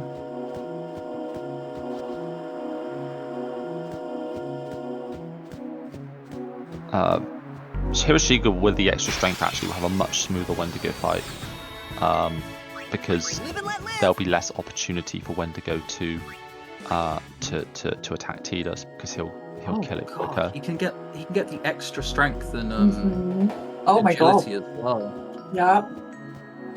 This is gonna be interesting. This Tidus is maybe the most henchman in the entirety of Spira In right all now. of Final Fantasy. Yeah, It's so absolutely massive. Okay, so the haste So on buff. itself, not even changing. Oh, just a casual 9999 crit. No, oh on my god! the, on the Grotto. What? What the hell? Yep, it was a power break as well. Got you covered. I So won't go this so is easy the on power you next break, time. no light curtain strats. Now, how much damage do you do with a normal attack? 6k. That is quite punchy. Combine that with the lightning marble, and you're basically 3-tapping Wendigo. It's already dead. It's already going to be dead next attack. Yeah, it is. It's just, yep, there we go, dead. Dead. Overkill. What a play. Oh my goodness. Oh my god, that was so I'll quick. be right back. Just 3 attacks. Boop. I am shocked and also in love, but also I will never dodge 50 lightning bolts. Yeah. I love it, but also no. I'll be right back. So Vermillion is now on the best trial. So, sorry for the listeners of the relay. Crimson has unfortunately been saying some very unsavory things and has been removed from the broadcast. I will not be silenced. We my don't opinions. tolerate people saying the VIII trials is the best trials around these parts.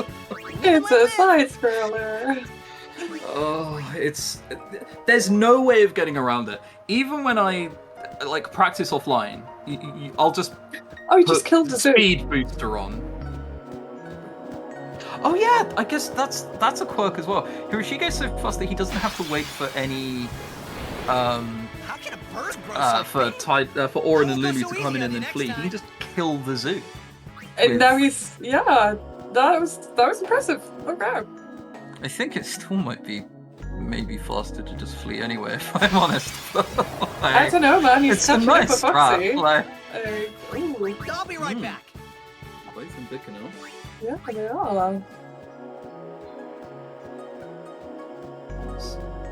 Okay. I That's fine, yeah. didn't see the steals for Choco and Mod, so I don't know if they're pending I won't go so any, easy or on if you they next time. need any. I think I may have seen Foxy get 3 silence grenades, but I don't know about the rest of it. I have no idea for Hiroshige because I play in Chinese and Hiroshige plays in Japanese. Yeah.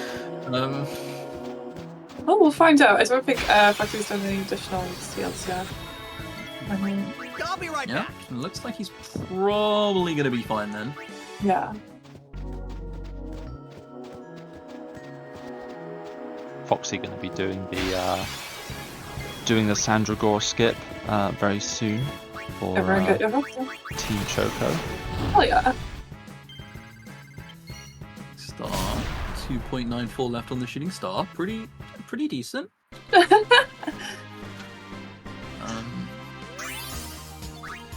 How fast is Team Monks? I guess there's a bit of downtime now, so like, does one of you want to explain Isaru and the Aeon battle? Because I kind of want to see how fast Hiroshige's will be. It's got to be pretty fast. Yeah. So I think it won't be any it won't be any different because so at that point in the run, Yuna can't get to the part of the grid where the extra strength spears are. That's a good point. Unless he's doing something with like extra friend sphere to get ore onto that part of the grid instead of he may be doing some funky stuff, but other than like some funky stuff to move ore on there, there's no way to get Yuna there. So Isaru should be the same for all 3 runners, I believe. Disaster. Never mind then. But we can talk about that in a second when Vermillion gets there, because he'll be there imminently. In a whole 3 minutes. Yeah. Foxy now also for Team Choco doing the home encounters, so cross your fingers in chat because next in 2 encounters are an ambush and we might be in trouble. Hiroshige just stole some sleep grenades from Wolf. So Yeah, he's doing those strats. I'm guessing he didn't get double steal from I'm guessing. Anima. Yeah. He's pretty quick on Anima, to be fair, so that would make sense. Oh, he just threw a silence grenade. So I'm guessing he was still missing speeds and some powers? Because that will net him full No, speed. he's not missing powers, Chris. He's not missing powers, so. Oh yeah, of course he's not missing powers. Yeah, he has maybe 300 million powers. He's fine. Okay, so it's Is it speed. If there's anything he's not missing, it's powers. Alright, Choco didn't get ambushed on the first dual horn encounter. That's okay. You can potentially survive that one if you get ambushed. There's the next one that is really, really scary. Double Chimera. They will both use 4 moves on a cycle, but where they start in that cycle is random. So it might be Megiddo Flame, or who knows? You might just get Oh, ambush for Foxy. Oh, see, this is what happens, Chris. Let's hope it's fine. Let's hope we see double attack. I did just say that as well, so it's not a commentary curse. Remember, because I wish it could. Okay, there's a double. There's a physical attack. There's the Megiddo Flame. Not on Kimari. It looks like it's Kimari disaster. It was on Kimari. That might be a problem. Yep. The confuse and the double confuse on Lulu. Double confuse on the don't think this is. I don't think this is recoverable. Yeah, no, he's dead. So, an unfortunate fact as well about autosaves is that Foxy is going to have to go back and do the first home encounter again, because that's where the autosave is. I believe that's true even for any percent as well. Yep. He's gonna have to go back and do the dual horn. Yeah. Okay, this time he loads in and it's not an ambush, so that's okay. I'll take some flack from chat for that. I think I can.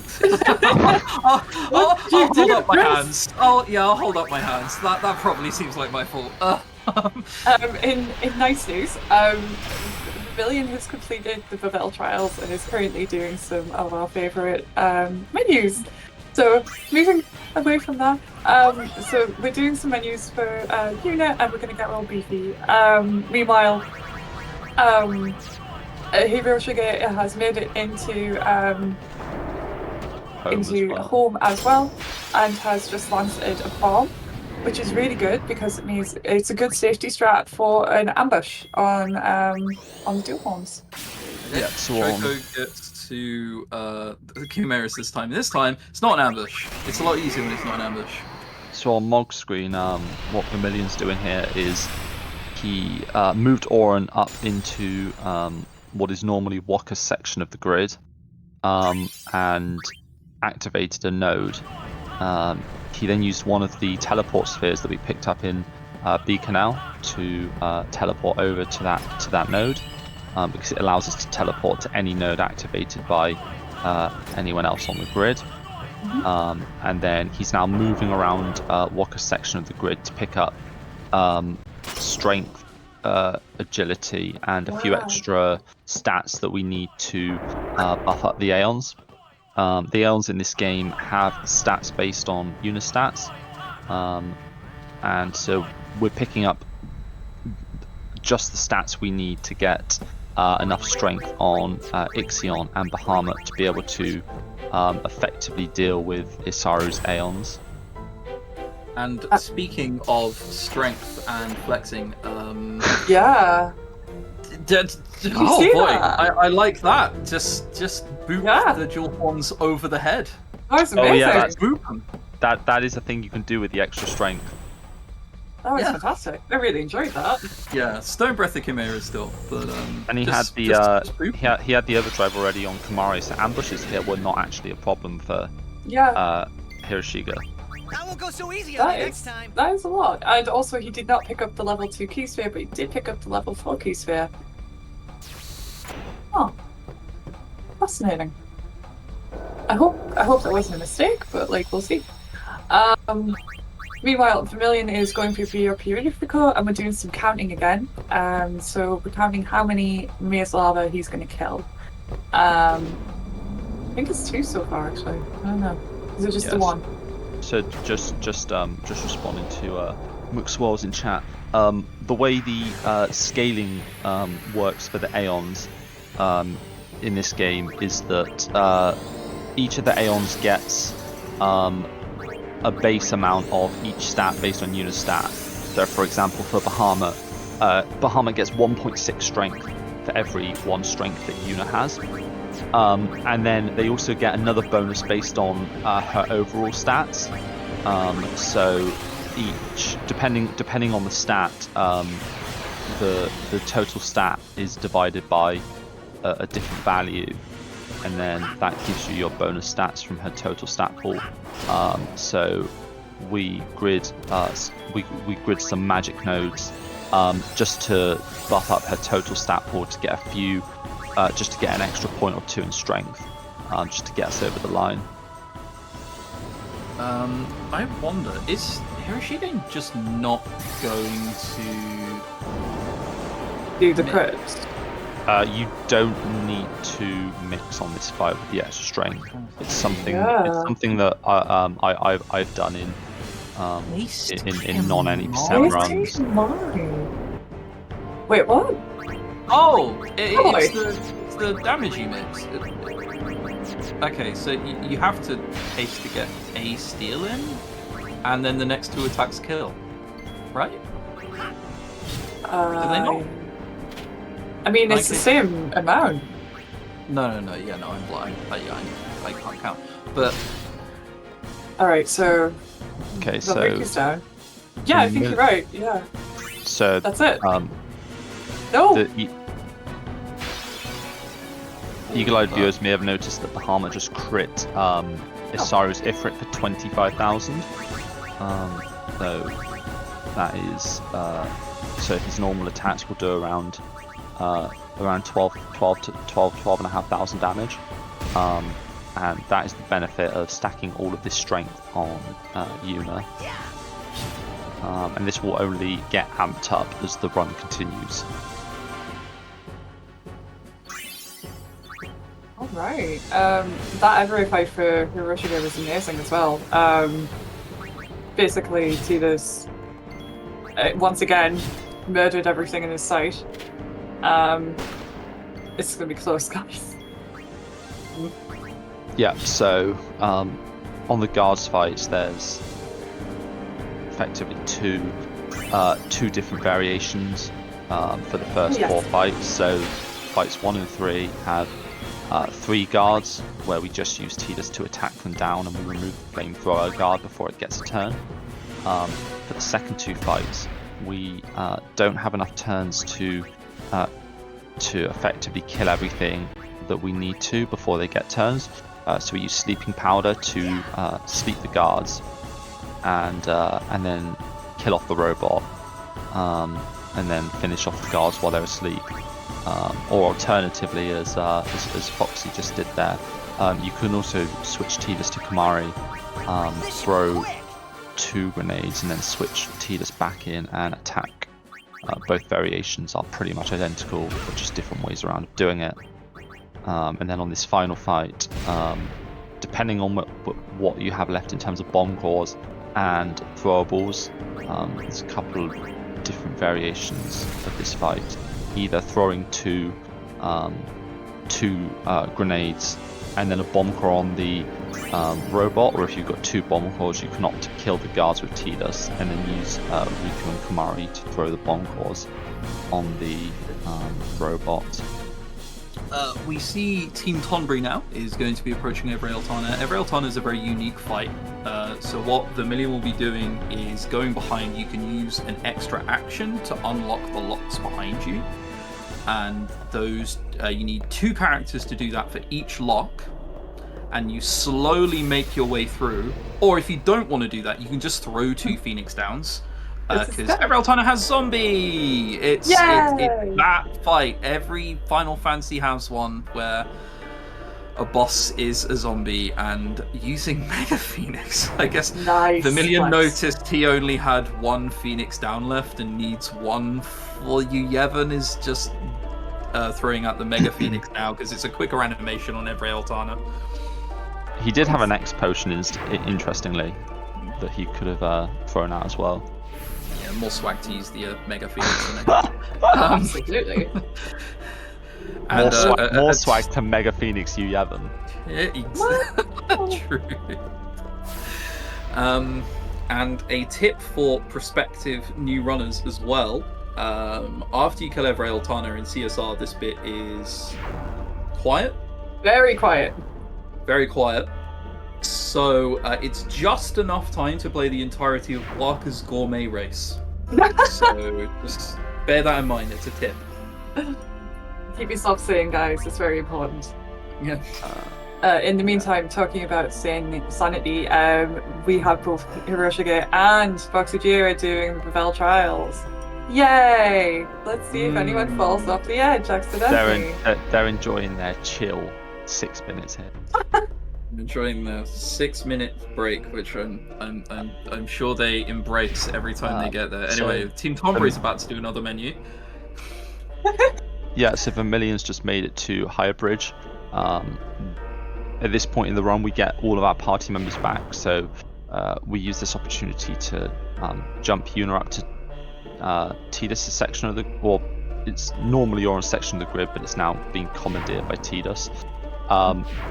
Jump up to his section of the grid and pick up more stats to further increase Bahamut's damage and make him hit like more of a truck. We do like trucks.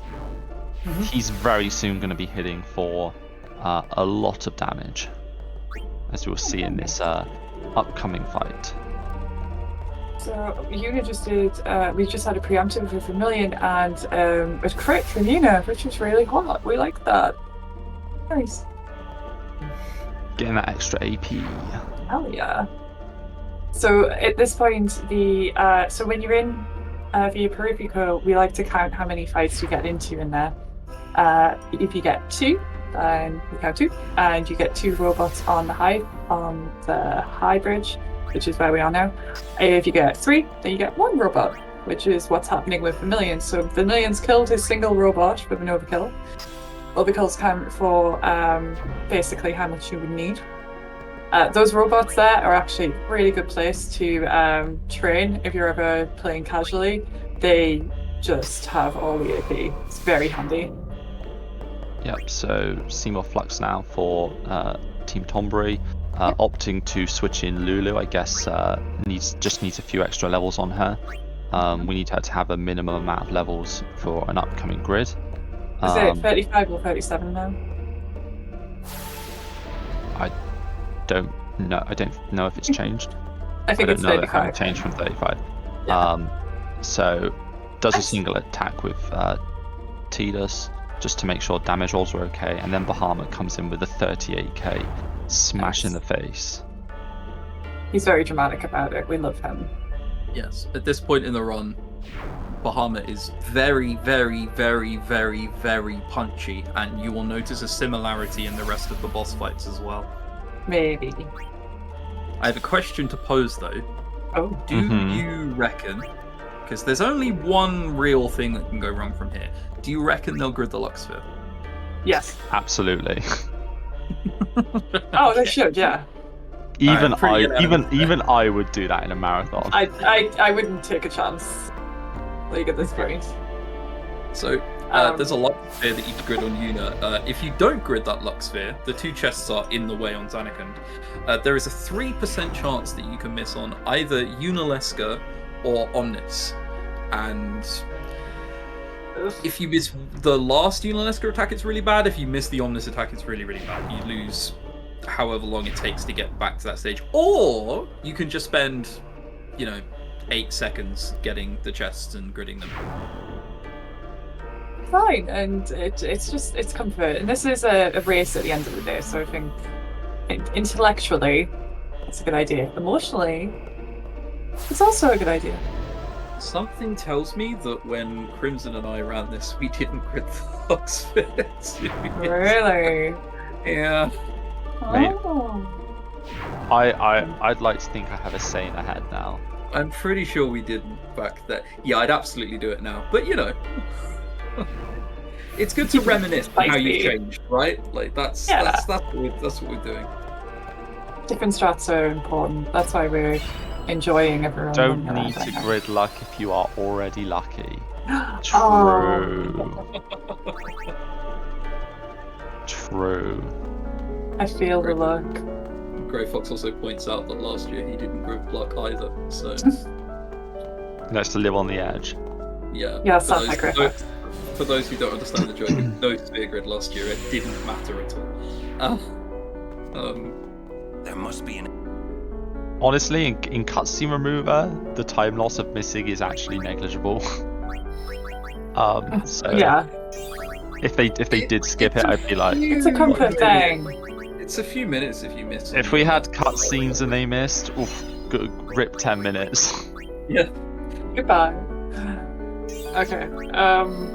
We've got Foxy doing the grid now, which is the Grey Fox grid, I believe. Yep, and we've got Hiroshige hot on his heels. He'll be there very soon.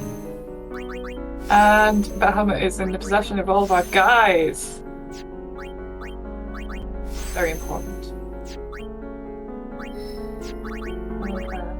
Also, fun fact as well, if you run in a straight line all the way up to the Purifico telepad there, you will get it exactly on the right timing to get to where you want to go.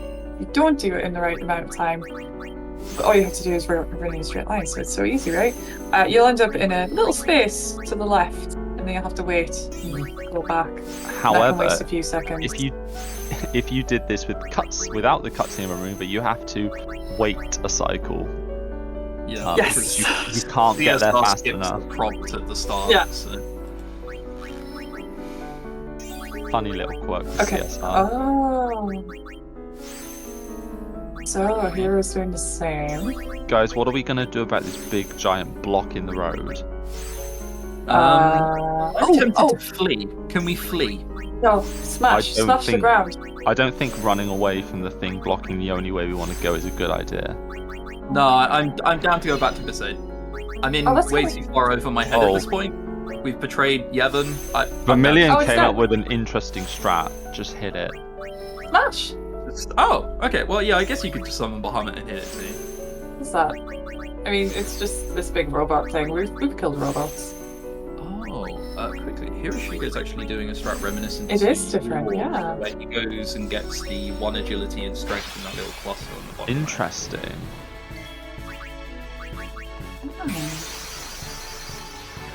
We're all moving out a little bit right now, Charles. I dig it. Yeah. Hiroshige is different. So wonderful to see. It's really fun, yeah. Also, Vermillion is fighting Biran and Yenke, which is an important fight for the end game. It's the last big change, really, in regards to how we're going to approach the end game.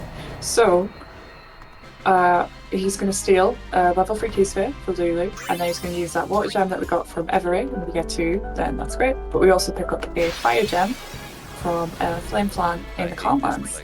And then we just kill both of them with that because the abilities, their stats are scaled to Kimahri. Kimahri's barely gone anywhere. So now we're going to find out if we get one of the options for the speeders. Just thinking about what Hiroshige's doing, it's possible with the extra strength that it works out to be like grid-wise more efficient to pick up that strength and agility. Yeah. Because he may be less reliant on friend spheres. Like his four return situation may just be like versus friends. It might just be our 4 friends, right? Yeah. Why bother with the setup when you can get 3 strength spheres and boop them over the head? So he's going to be skipping those later. I think he'll have no issues with Flux and... with 4 returns versus 2-2. Whereas Vermillion got 4 returns, which means that you can't just summon and boot Seymour Flux, which is the next boss, really quickly. You'll lose about 45 seconds to a minute over the course of the run. Yeah, you never want to see 4 returns, but unfortunately 4 returns are the most common drop. Also, to just... Yeah, so it's like 70% chance for 4 returns and 20% 2-2 and 1% like with friends. Yes, I think. I just want to rail on Baron and Yenke real quick. The reason it's such a late game boss and we ultimately just stole and then threw a fire and a water gem, which massively overkills him, by the way. It is a boss whose stats rely on Kimahri stats. We have given Kimahri 1 HP nodes, 1 agility node, and steal and use. So they are, unlike Bahamut, incredibly weak. They're puppies. scaled leveling is always something that you can really work around very nicely in speedruns. Yeah. Look at FF8, am I right? You know. Oh god.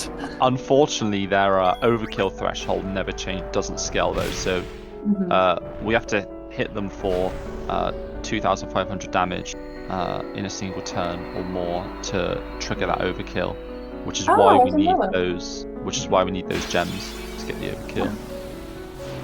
Otherwise, you could do different things. You could lob a lightning marble at them, but yeah, but you need the damage. Yeah.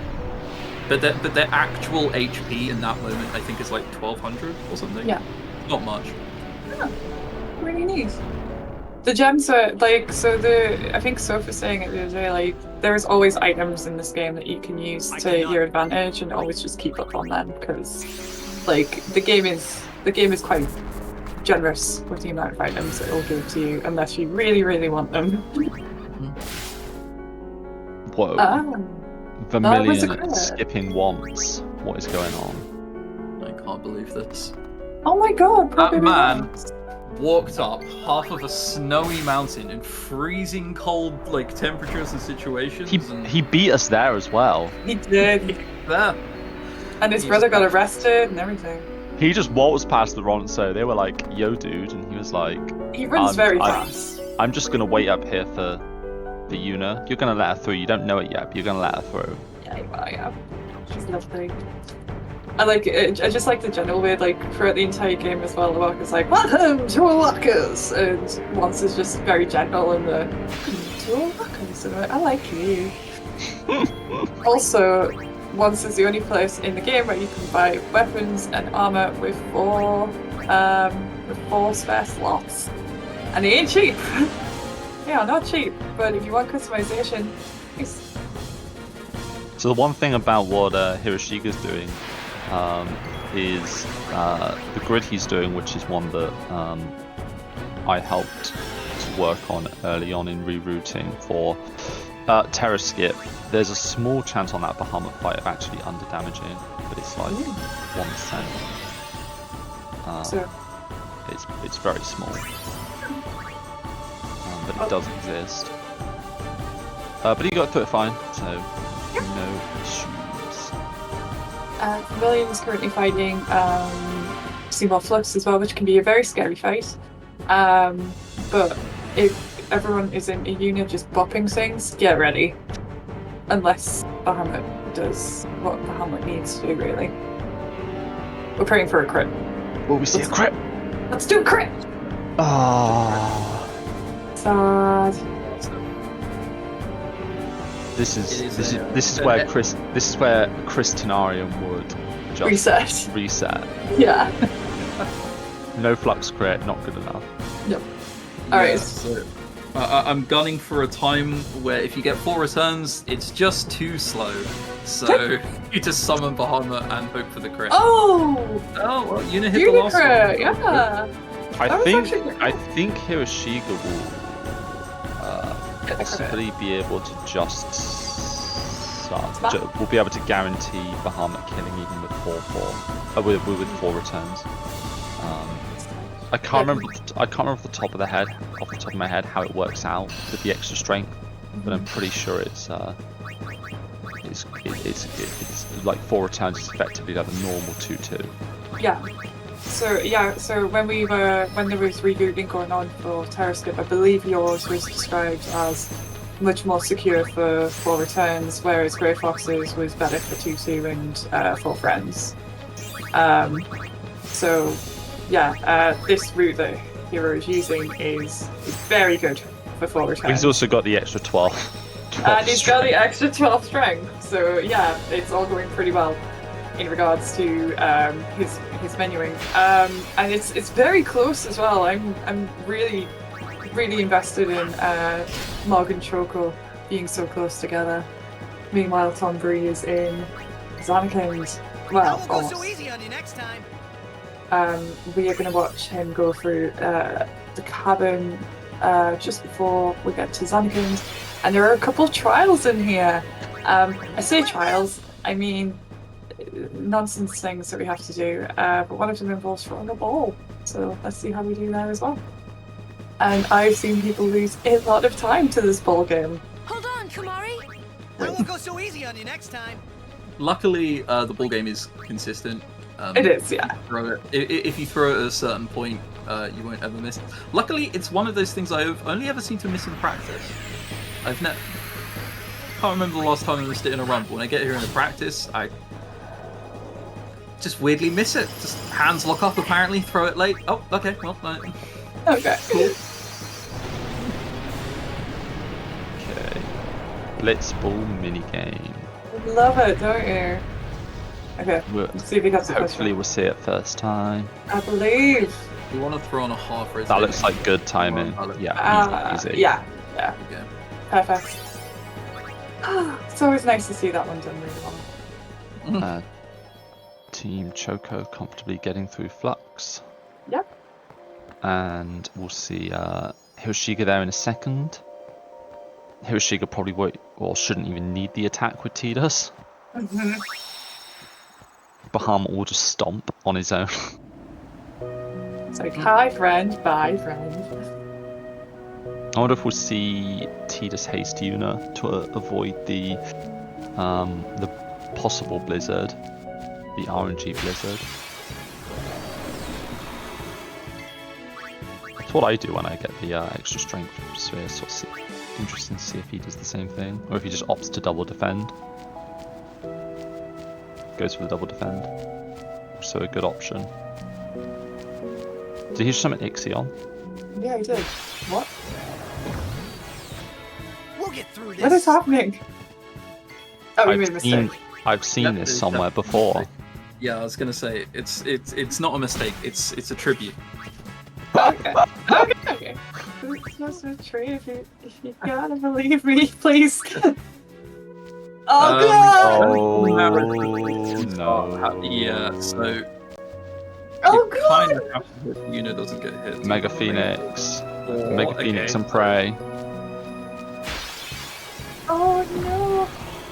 It can be okay because Oh, you stupid bot. Yuna at full HP can survive one of those. Maybe haste will give She's you. also got more. Hiroshige's given her more HP here than she would normally have at this point. She should survive the thunder even if she gets hit. Yeah, Oh I my think God. she should. Yeah, Anyway, he's good now. Yeah, Now you- Oof, that Wow. was. I'll put that down to menu delay in in the PC. I don't think it was that because Ixion is missing by twice, but we can blame it and smile and nod. I thought that was a really good fight. It was a very good fight. Okay. Now Team Tonberry tackling the intellectual challenge that is swim the characters into their appropriate. Oh. Vermillion just about manages it. Oh my god. If I was going to say if you're doing it blindfolded, you could still easily do it because it's just right X. Yeah, it's. I imagine it's one of Blitzball would the be puzzles hard. of the Yeah. Yeah, doing a whole run blindfolded might be a little harder. That puzzle, on the other hand, though, you can do that easily. Somebody call Bruce. Where is he? Mm. He's probably in bed actually. He's been up all night. I would imagine I hope he's in bed. One of the I hope 9 he's in bed. complicates. Yeah. Yes. Mm.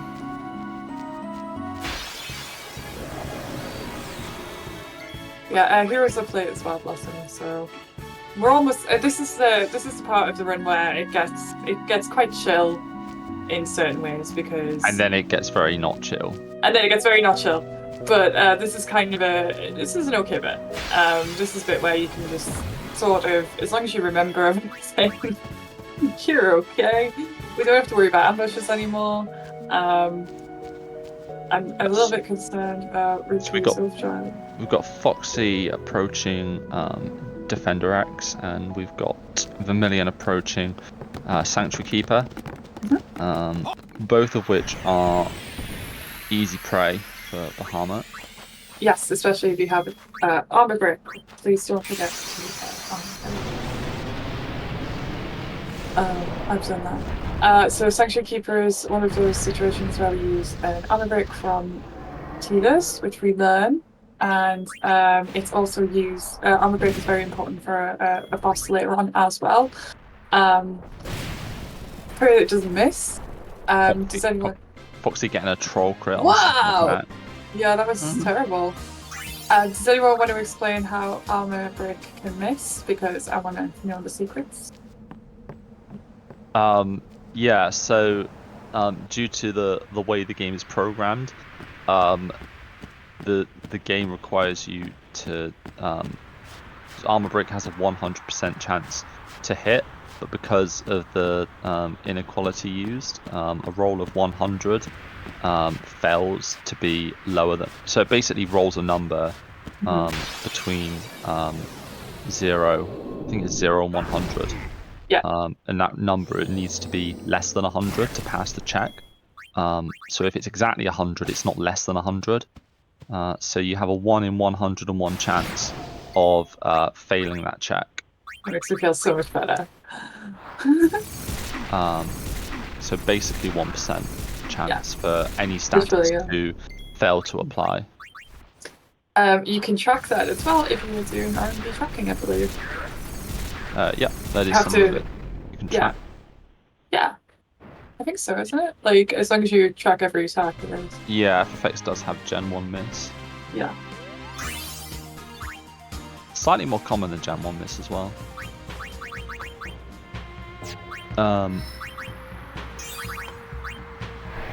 And Hiroshige's also just made it to Defender X. I didn't see what spheres Foxy got. I don't know if either of you two spotted. I did not, but we'll find out. I mean, yeah, we'll find out in about 30 seconds. Okay, someone's besmirching Kamari in the chat. How dare you? Brittany, no. 4 returns. So we use a Seraph Walk here, named after our Lord Master, to save a level. So leveling around this time is very tight, especially if you've got 4 return spheres. And essentially what we want to do is we want to try and skip as many, we want to be able to use those return spheres quite often. So that's why Foxy's also not using the return sphere to get Tidus to the armor break, because we need them for several other things. They are very important, but you know what else is important? Friend spheres. But we didn't get any, so oh well. I suspect Hiroshige's menu here will be a slight bit faster. Yes. Because I'm assuming if he gets 4 returns, he can use the return sphere to return Tidus to armor break, whereas the other 2 had to walk Tidus there, which saves about 15 seconds. Yeah. And if he does get the friend spheres, I think it's, I'm not 100% sure, but I think it's possible he may not need to grid again. Until after Unalesca? Or? Possibly. He might have to do a little bit just before Unalesca, but very little. Yeah. Because of his extra strength. Yeah. 4 returns, I assume. Well, I don't know. Could be 4 friends. Could be 4. I think it's 4 friends because he's it's not 4 friends. First right, yeah. It was 4. Yeah, he's fine. Well done, everybody. Everyone got 4 returns. He's not gridding yet, so maybe he delays his grid because he doesn't need the extra strength at this point. Actually, yeah, I mean, he's probably quite confident for Flux. It's possible that with the extra strength he can delay the grid until post, until where he would normally do the pre-Unalesca grid and do it all at once, which would be a slight time save. It would be interesting to see what he does. Yeah, Vermillion's just gotten Riku's Overdrive as well. So we need Riku's Overdrive for the end game for 2 bosses. We would only use it on one of the bosses if a situation which I just mentioned about missing armor break would occur. But we really need it for the last one. But there are backup strats for both of these scenarios, so don't worry about it too much. But always just make sure that your Riku has an overdrive after Xenoflux. If you were doing no counter armor on a tracking scenario, you would probably not when you use it on Seymour Flux either. You would keep that overdrive until the end game, essentially, and use all the backup strats in between. Because basically you would not have any any encounters that would allow Riku to get an overdrive back. And people are complaining about the encounter rate on the Gagazet, and yes, it's horrible. That's why we like no encounter armor. No, That's why we like to minute.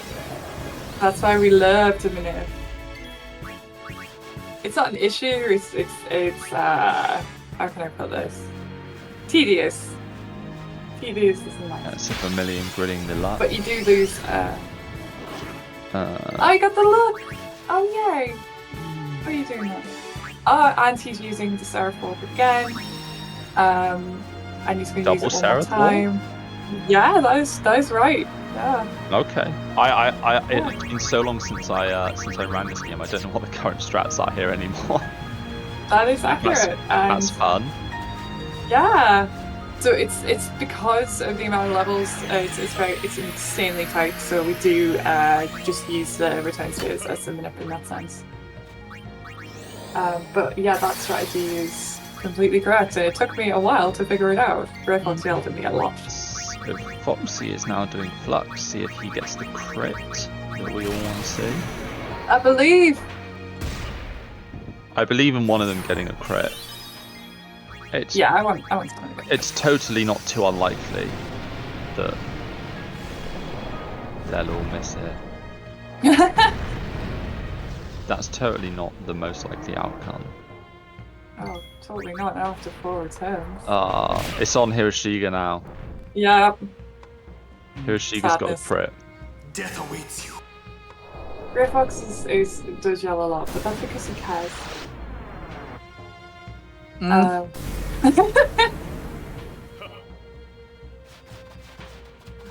Tetris is happening in Sanakin, which is really nice.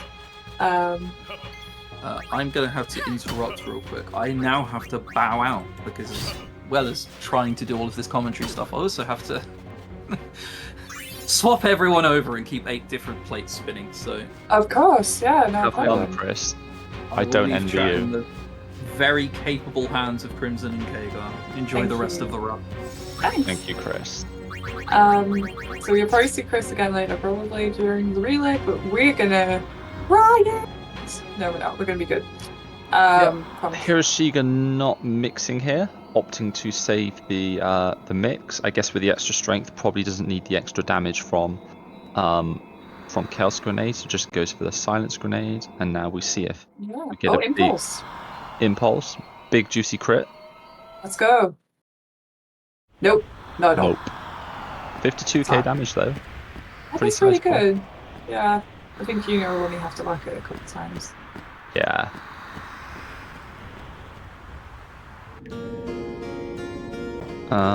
So Vermillion is currently just making his way through the Xanacan trials, which he has to stand on these floor tiles and light up these sort of Tetris-style pieces, and sort of match them with the pattern on the wall. We have to do 4 of these in total before we're able to progress to the next boss. Foxy charging up Riku's Overdrive on a Behemoth. Very nice. Good choice. They're very quick. Behemoths or big robots, basically anything big. I used to do odd shoes. I don't know why. I used to be really greedy and just only go for Defend Disease. Just because the Behemoths can use Heave and it's super slow. Yeah, that's true. Like if they do a little bit of a smack, like that's nice and quick. How you know, a little bit of greed is good. Oh yeah, girl and gecko. Okay, so we're both in. So well, everyone technically is doing trials right now, which is quite nice. It's different stages. Vermillion's about to hit the part of the ROM where it's more or less just a boss rush. Once we complete these trials, it'll be quite the flurry of bosses coming up, pushing towards the end of the game. Just one more of these Tetris puzzles. Go.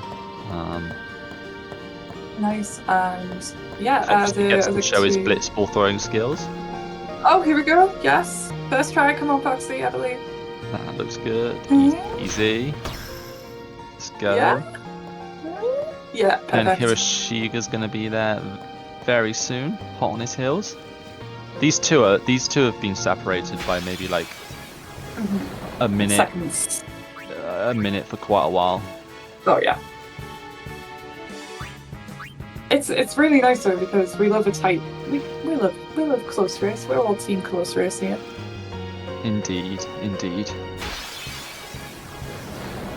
Okay, let's see if Hero can get that blitzball in. I believe. I do as well. He did 50 Thunderbolt dodges easy. Yeah, I mean he's definitely got the skills. Yeah, he does. Easy. Easy game. Never in doubt. So Vermillion is now about to fight Spectral Keeper. Yeah, this is a scary fight. This is a very interesting boss casually. It has these really interesting mechanics with there being like 6 spots you can stand on, and him having like a cleave counter attack, and you having to sort of dance around his cleave. We ignore all of that. We elect to summon Bahamut and hit him in the face twice. Hell yeah!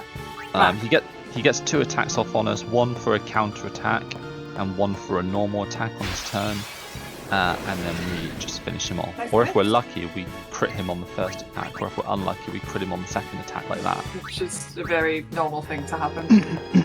Yeah. There is also the fact that, so is this true? Because I want to know as well. Is most of the defense that we pick up on the sphere grid is with that single guy there? Because he can hit really hard. Yeah, so it's actually that's right. So if we don't get enough defense on Bahamut, there's a good chance there that the Bahamut can die. It's the only boss that we require that defense for, because he has the fun combination of having a counter attack, hitting for a lot of damage, and sort of just having the right damage ranges to 2-hit Bahamut. If we don't have that, then... Yeah. And that is the last Seraph Walk. So Vermillion has just done the last. Well, so unfortunately, because he got 4 returns, just like everyone else, he has to do an extra menu just before Unalaska. If you miss that menu before Unalaska, it's not that you're going to die, it's just that you have to believe in the heart of the card so hard to get through it, and then cry when you don't. But it'll all be on you. Yeah, so I don't think anyone saw this coming, but what we're going to do for this fight is we're going to summon Bahamut, and then we're going to attack. Oh wow. Also, well done, Vermillion. He's just said that he's got Glod on 2 splits that he's just done. Amazing. Well done. Also, this, again, casually, this fight is amazing. We love this fight. Because Unalaska's got some very interesting counters and abilities, including one called Hellbiter. And Hellbiter basically will zombify your entire team. And then she opens the next form and uses Mega Death, which is just instant death on your entire team, unless they have zombie on them. I know that a lot of casual people probably know this about Unalaska, but I just think it's neat. I think it's really cool. See? She's trying to kill us. The good thing is that Aeons are immune to all status ailments, which is, apart from Curse. And Delay. And Delay. So... Annoyingly. Yeah, the 2 that are kind of useful for anyone casually. Anyway, Unalaska is dead. 1,000 years in the making there. Well done, Vermillion. Also, this is everyone's favourite bit because Orin says the most metal speech of all time. But we don't get to see that in CSL. And Hiroshige is getting zombie attack now. Yes, this is one thing you can do. I think he delayed the armor break and opted for zombie attack. And also got armor break just there, so it's good. I guess just a hedge against not getting the the Unalesca drop. That's another thing to keep an eye out for as well. If you get a weapon drop on Unalesca, it will be a zombie strike. And zombie strike is very important for the absolute last boss of the entire game. And no one's ever made a mistake on that. I missed what Vermillion got, unfortunately. You did as well. I can check. I'm sure somebody in chat saw. I'm sure someone else saw. So I'm sure somebody in chat is going to feed me that information right now. Nudge, nudge, Grey Fox. Come on, someone, be good to us, please.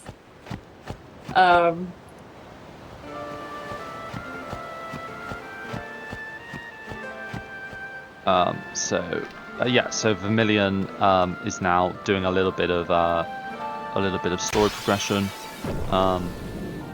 For runners who are new to the cutscene remover run, this section can get a little bit confusing because you have to run around different areas of the airship back and forth, and it can get quite confusing as to what part of the story you're at and where you need to run to until you're used to it. But he'll very soon be onto the Sinfin and Sin-Core fights. Meanwhile, the other two are making their way through Zanarkand on towards the trials and Unalesca. Yes. You confirm it was Orin.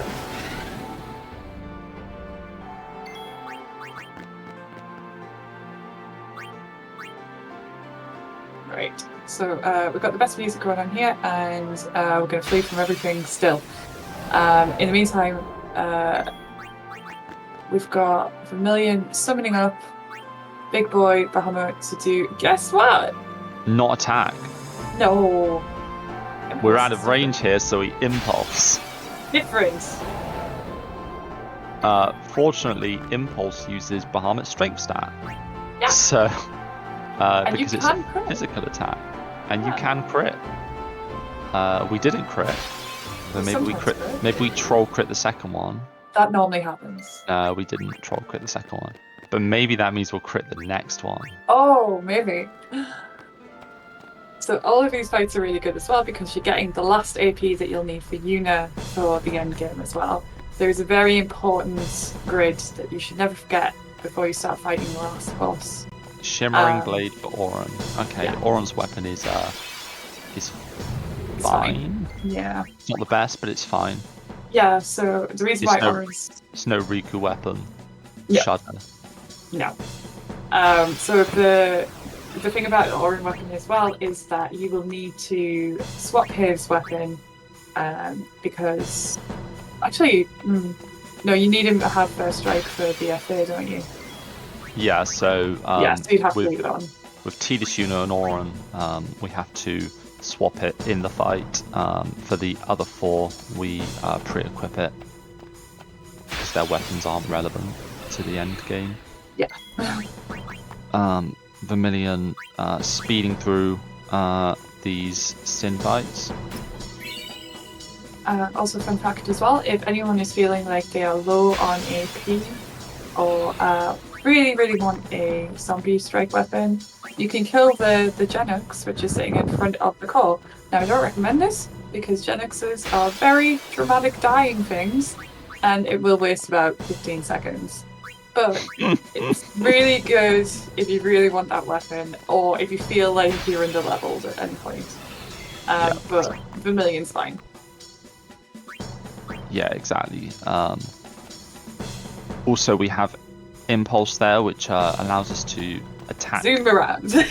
Yeah, it allows us to attack past the the plant dude, Sinspore Janae's, which most other things we can like use or do don't have that benefit. He's really cool again. Foxy doing the priest spectral keeper grid, so he'll be grinding down to Lulu, getting some strength, gridding that luck sphere, and then getting a bit more agility and strength, and then he'll be on his way. Yeah, and just like... I think that was a misreturn. Oh, yes it was. Oh, that's bad. Oh no. Okay, so he might need to farm a level later.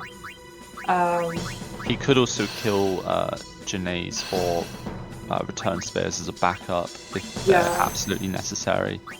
Which is probably faster than farming a... Yes, oh absolutely. So yeah, I would recommend that as well. So yeah, someone's going to have to kill Janae's. Yep, and Hiroshige's doing the same menu. Oh, it is, but this is with the Friend Sphere as well. So yeah, Friend Sphere, and then he probably won't use the Seraph Walk because he doesn't need to. Nope. Also not. I don't know if he already Lux Sphered, but he's not Lux Sphering here. I don't see it now. Vermillion is on the overdrive Sin fight, so his first attack was an impulse because Sin's out of range, and then Sin draws us in, and we finish off with a second attack. Just two attacks to kill this. I don't know if we can still under damage or if the damage rolls now so that we never under damage. And now we're inside Sin. Oh wow! So there's only a handful of bosses left now. Vermillion's getting very close to the end. He's doing so well, and he's only got 3 bosses left, with a few little bits in between. So Enriku's got overdrive as well, so... Yeah, I don't think he needs anything here, so it should just be escapes all the way to the next boss fight. Yeah. Foxy and Hiroshige both going around the Tetris patterns. Fun. Such a good game! Okay, I love Tetris. So this is a question as well. Tetris. Do you still have your guide up when you do this? Because I do. I think I'm the only person who doesn't. See, this is what I knew it, but also I was scared to ask. But yes, most runners I think I'm the only person who's memorized these floor patterns. Wow. That's very. I personally don't think it's that difficult to memorize them. It's not difficult. It's just I think the thing that I fear anyway is making a mistake. But another fun fact is that you can kind of hit different shape, like the same shape in a different spot. But what this has been mapped out as is the most efficient one, the most efficient route. But there have been a few occasions where I've stepped on like a little like L shape at a different point, and it hasn't like gone up or anything, and I'm like, oh, it's okay. But you can't do that. It's not specifically each shape so much as it is. Even the TAS has to pull up a Tetris guide here. See? Wow. Yes. Even the TAS. Even the TAS. But yeah, you can. I think this is the only thing I open my notes for anymore, to be fair. And I'm getting more confident with my terror skipping as well, so I don't need to look at the visual cues anymore. Yeah, Vermillion's doing really well, and sphere grids as well. But so someone asked earlier as well, expert grade or standard, and for speed running, standard. Yes. For casual play, I kind of, the expert's nice in the flexibility and ability to send anyone anywhere you want. Yeah. It's kind of like devoid of stats though. It is. So you miss out on. There's so many empty nodes. I find myself having to grind more. Way more. Yes. on expert grid to get any stats in a casual run. So I personally say standard grid all the way. Yeah, same. You literally miss out on 50 stats in expert grid, but it is good if you are wanting flexibility. It's also mapped out a little bit more logically. So I don't think that was a miss. So yay. Yeah, unless he got the 1 in 101 fail, which we'll just check. has happened. No, he's good. As soon as you see the camera change, you know it's good because that's the kill cam. Yeah. Okay, we're okay. So Vermillion's doing amazing work here, and has only got 2 more bosses left. But there's a bigger boss before he starts fighting them, and that is crystals. So we'll see how he does with that as well. But yes, the expert grid is mapped out differently to the standard grid. I believe the standard grid is mapped out by relationships, whereas the standard sphere grid is more logical in the sense that expert grid is more logical in the sense that it's like Tidus, Waka, Orin all together, and Yuna and Lulu together, and it's a bit more logical. But standard sphere grid is relationships. So I believe it goes Tidus, Yuna, Riku, Lulu, Waka, Kamari, Orin, Tidus. I might be wrong. I never paid enough attention to their starting locations to know that, but that's interesting to know. Yeah. We've now got Foxy coming into the Spectral Keeper fight, so this will be exactly the same as Vermillion's was. Oh my god, so tight though, look at that. Interesting to and Hiroshige at the same time. Yeah. On top of each other. I guess that's his grids being slightly faster because the extra strength. Yeah. Be interesting to see if either of them crit hit. Foxy doesn't. Has not, no. And Hiroshige. No, both didn't, yeah. Okay. And wow, both got hit Hiroshige's in the Bahamut face. has a lot of HP. It does! Also crit on the second hit for Foxy, lovely. And not crit on the second hit for... So they are maybe like 15, 30 seconds apart. Yeah, I think so. It's very tight. Yeah, Vermillion's doing the crystals, best bit. Oh yes, the nucleus, the crystal minigame. So what Vermillion is trying to do here is avoid these ice spikes. If he walks into one of them, he will trigger an encounter which he'll then have to escape from, so it's just slow. And he's having to pick up 10 of these little crystals that spawn before we're able to move on. The thing that makes this a bit awkward is the camera slowly rotates around the arena and is always locked to Tidus's back quite closely. So when you have to run to the far side of the arena, you then have to run back not knowing where the ice spikes are, and it can be require some you can either go safe and sort of stutter step and walk slowly to be more safe, or you can just run and see if your reactions are good enough. My strategy is always run. Stutter stepping seems a little bit too delicate for me. I just run it everywhere. But that was really good as well. I agree with that. Yeah. It looks like Hiroshige is now slightly ahead of Foxy. I guess maybe Foxy needed to do a grid that Hiroshige didn't need to do. So Foxy wasn't able to do the grid because he didn't have the return sphere.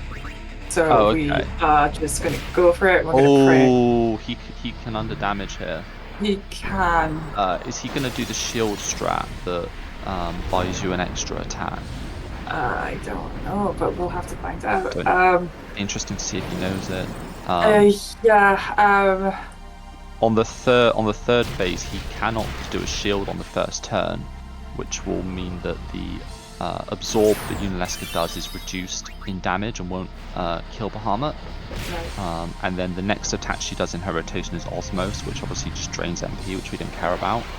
So Hiroshige's just got through. Let's go for Team Mark.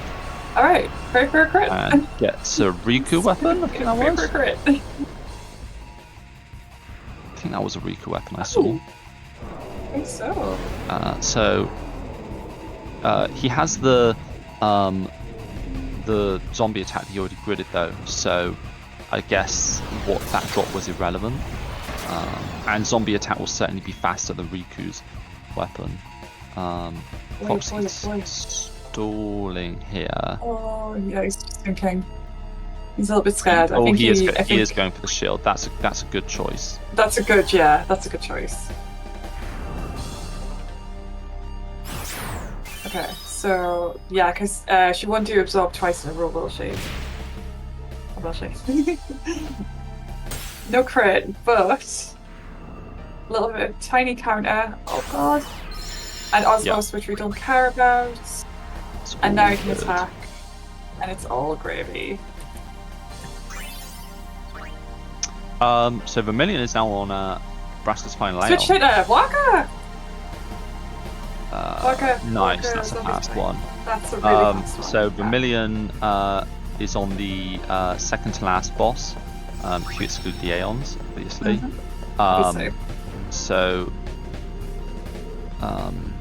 he's basically just got to attack now, and we pray for eject beam for speed. Mean beam! I got mean beam on my marathon. It's a good feeling. I've not got down to running so long now. Okay. And he got the sword swipe, so this delays Bahamut's turn. We'll get some extra power waves, so it loses about 20 seconds. Not the biggest deal in the world. But we always like to see the eject beam. And now Foxy and Hiroshige doing their mandatory running around the airship. Airship running simulator. BFA is down. Yeah. Well done. Yep. That's awesome. So now Vermillion needs to summon each of the Aeons, and then they are going to be possessed by VIII, who is the game's, I guess, main antagonist, even though you don't see him until right at the end. So important though. So important. So we're going to need to defeat these Aeons. Now,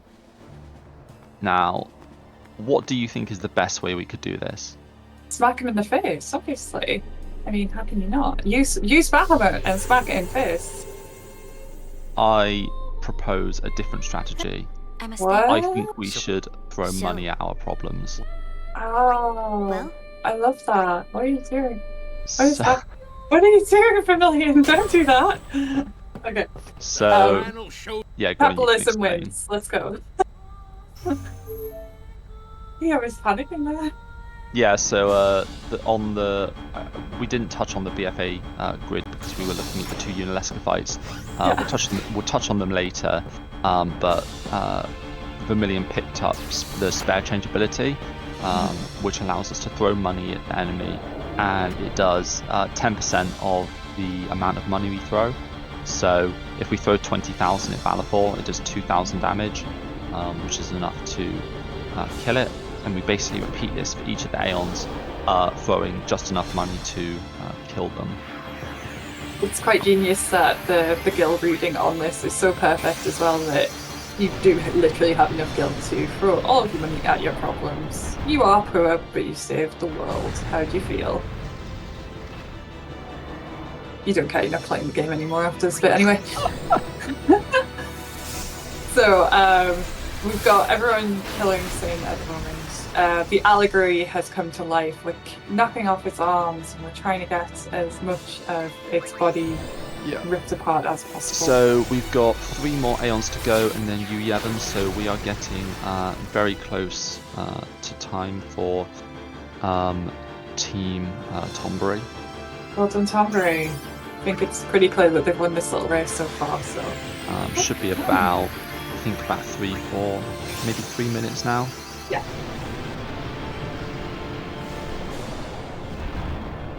So, someone asked in the chat why you put Alta Life at this point, and the reason is because Vraska's final Aeon is the final boss. This is just wrapping up story. The final boss is a small tick which has issues, and we're just gonna smack him. Yeah, so that's Ixion down, to, just Shiva and Bahamut to go now.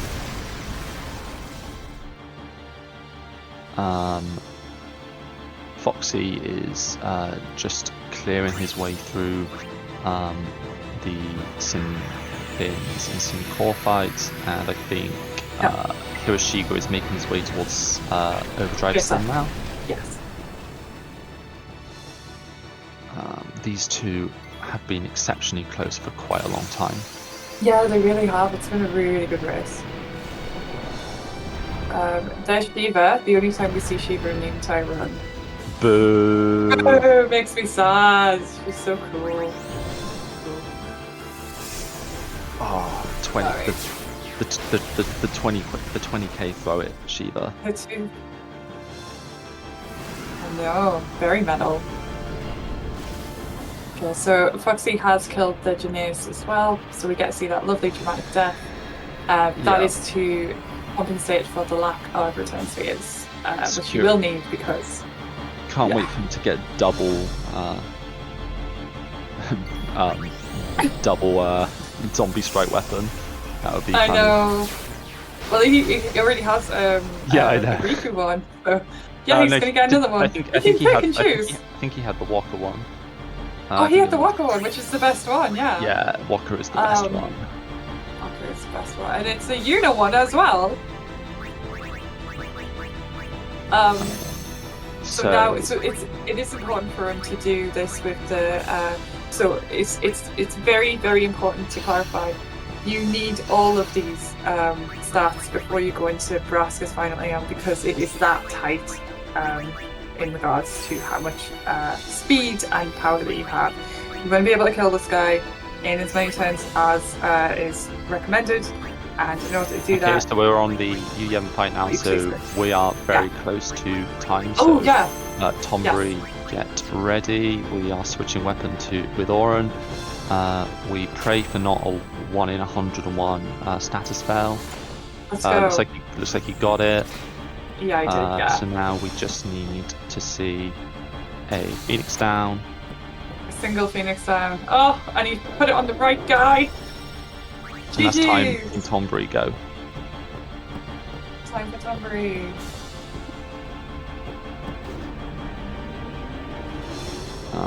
So now we have Hiroshige making his way onto Seymour Omnis, and we have Foxy making his way onto Overdrive Sin. He's now got his menus done, which is excellent.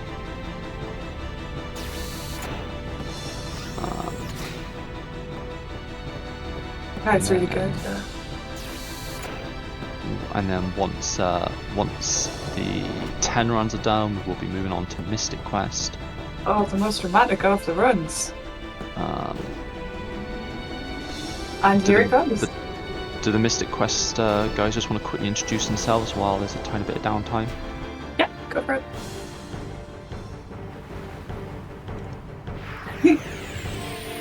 If they want to, it's up to them. They don't have to if they don't want to. They are being very polite. Oh, bless them. It's okay, it's fine. You can unmute yourselves and say hello. It'll be okay. Good morning, from the East Coast at least. My name's PK, and it looks like the other people have unmuted themselves as well, so I'll let them also introduce. Hello, also from the East Coast, my name's Ten. Hello from the West Coast of the U.S. My name is Possumorpheus. Thank y'all for having us. Thank you for being here. Thank you for coming in and looking after us.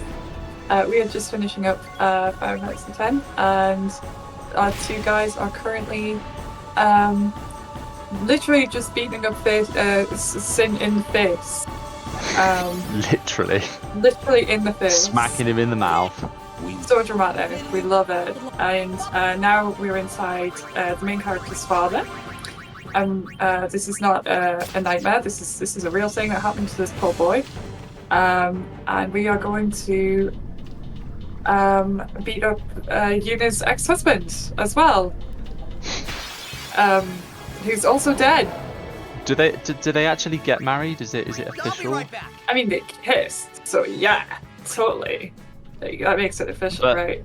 If I know anything about movies, If it was stories. official, then was it ever annulled? Like, or are they I mean, still... after she killed him like the third time, I think it was. Okay. Is she a widow? so easy on you next time. I guess. I guess. The questions I never thought needed an answer. Yeah, exactly. So yeah, Yuna's about to go and kill her ex-husband, literally ex, because he was dead. And Tidus is currently battling out inside of his dad, who is also a massive whale. I guess death did them part. Yeah, Death did Multiple do them all. times. After she kills him.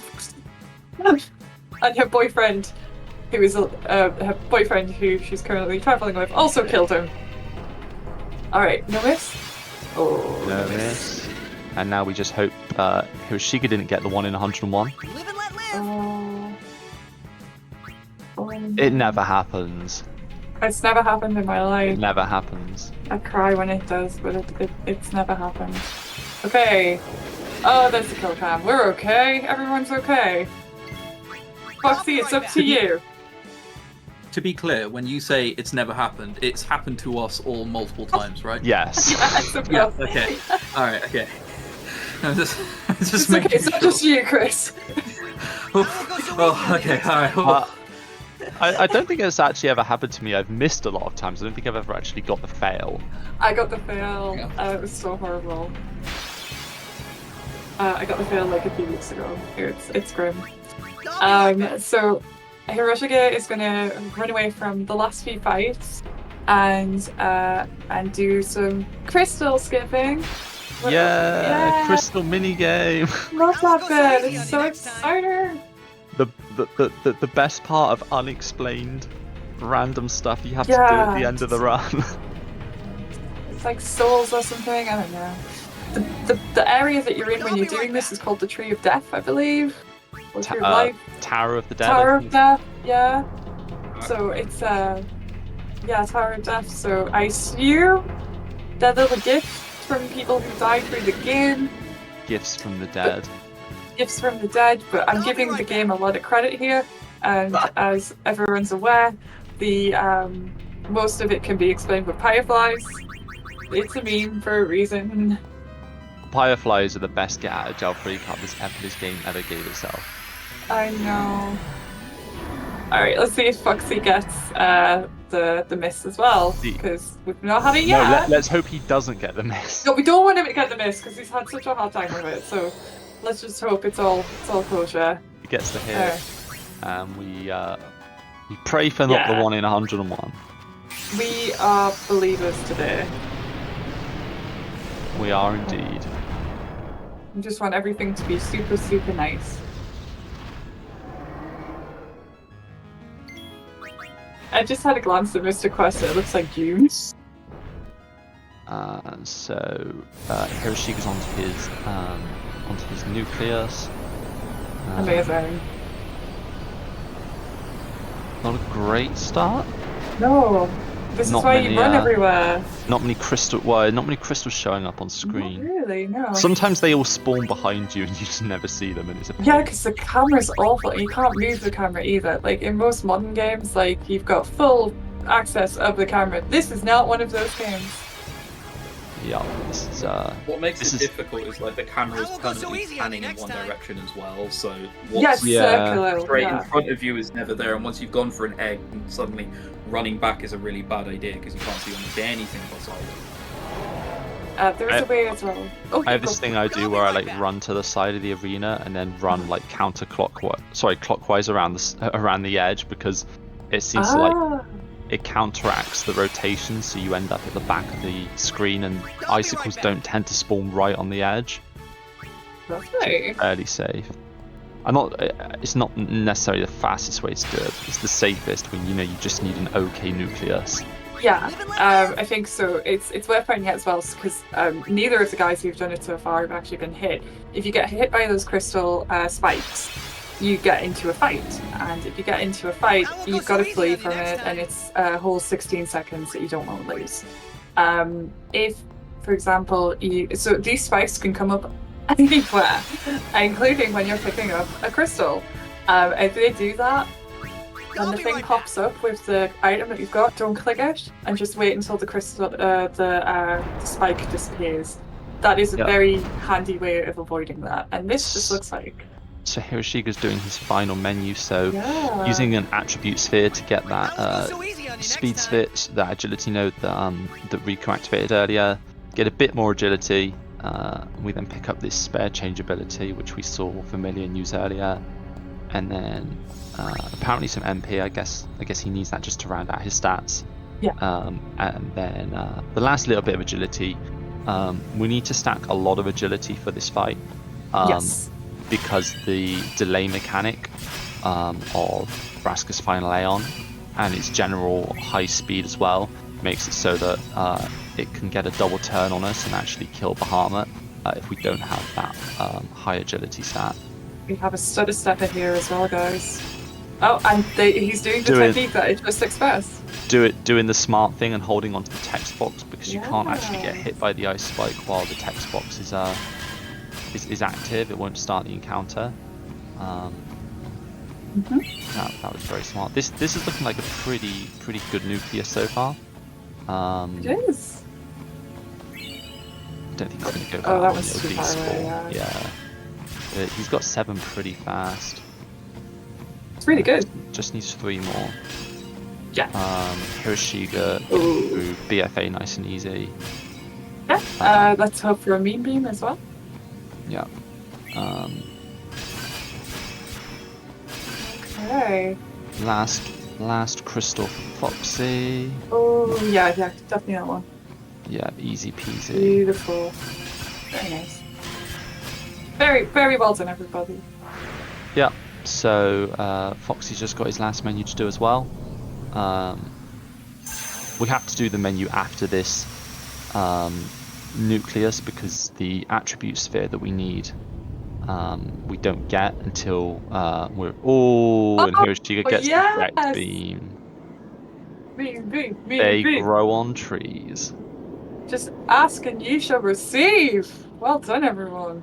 Okay, so Hiroshige's on to the contest of Aeons. So we've probably got about 5 to 6 minutes left on Team Mog. Yep, and Foxy is doing his final menu as well. Don't get that attributes here as well.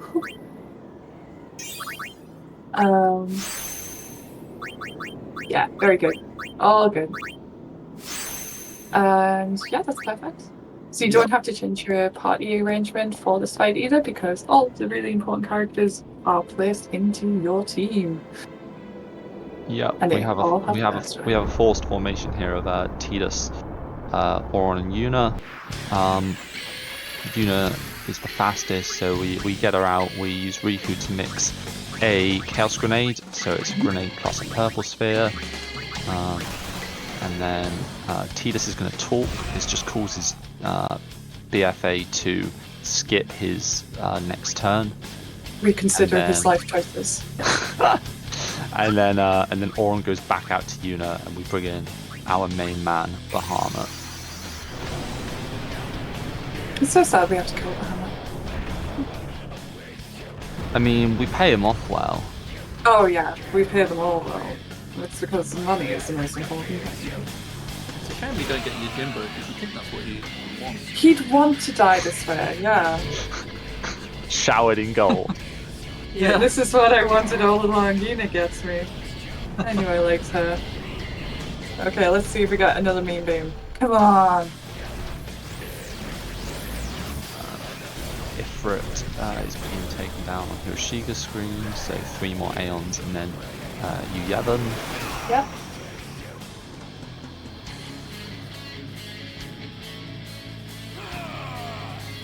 Beautiful. Jack, Jack, beat. yeah! Yeah! Woo! They grow on trees. Just ask. They just happen. I haven't had one in so long, but yeah, that's delightful. Well Easy done. peasy. Well done, Foxy. Okay, so Foxy's also on to the contest of Aeons, so there's probably about another 5 or 6 minutes for Team Choco. Get ready, guys. Team Morg is maybe sort of about 3 minutes away now on Ixion.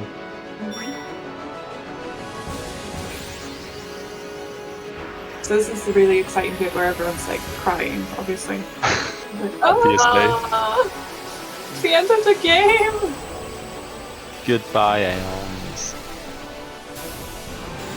Yeah, I mean, the good thing about this situation is this closure for the Aeons. They never come back, they just get the rest entirely to be resting. Sometimes I Yeah, think they definitely never canonically come back. never canonically return for any reason. I'm still mad about it, I'm sorry. I love Final Fantasy X too, but that's the dumbest thing they did. Anyway, and I like the pop songs. Okay, I like them. On to Shiva for Hiroshige and I think Ifrit for Foxy now. Yeah, done well. So these two literally separated by 2 Aeons.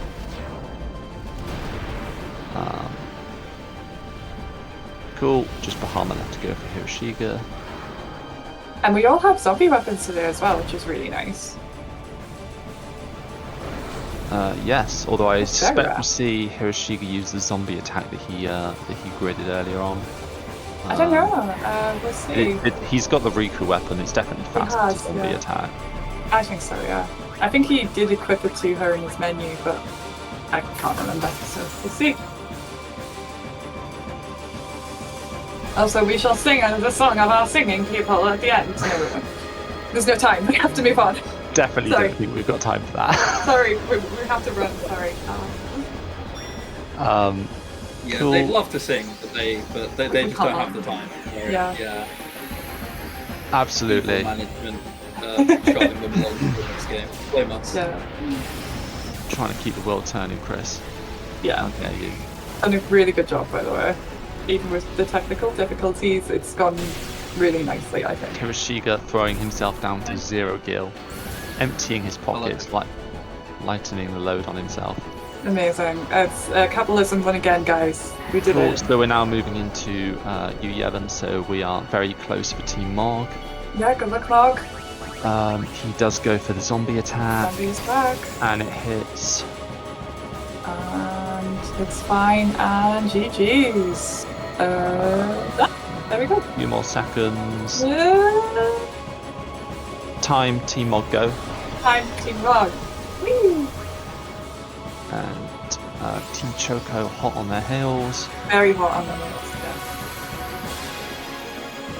So we're on to Shiva, so just 2 more Aeons to go for Foxy. Oh, it's really close. It's outrageously close, guys. So about 2 more minutes left now for Choco. Yep.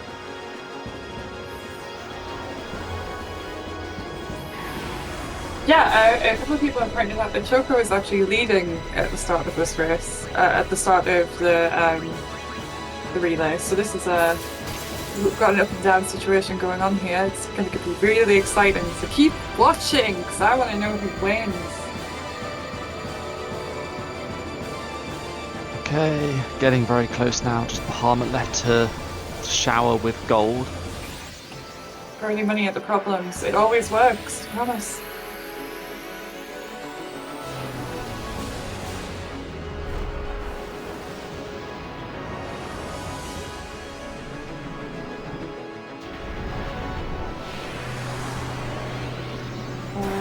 Alright. So now we have to kill the guy who's done all the work, essentially. Which just makes me sad. Literally carried us on his back. Yep. And now we just throw some pennies at him and he falls down.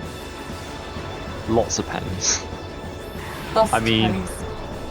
If somebody threw 40,000 pennies at you, I think it might hurt. It might 50,000. I mean, Foxy's not kidding around here. He needs to go down. He's got big money. Big money just to throw away. Cool. So Team Choco is very close now. Very close. Just you having to go. I think Foxy had the Waka weapon. Waka, yes, it's me quick. Let's go. And gets the zombie strike. Yeah. Yep. So a few more seconds. And here we go. Bring Phoenix down. And time. Team Choco go. Well done, everyone. It's been awesome. Yeah.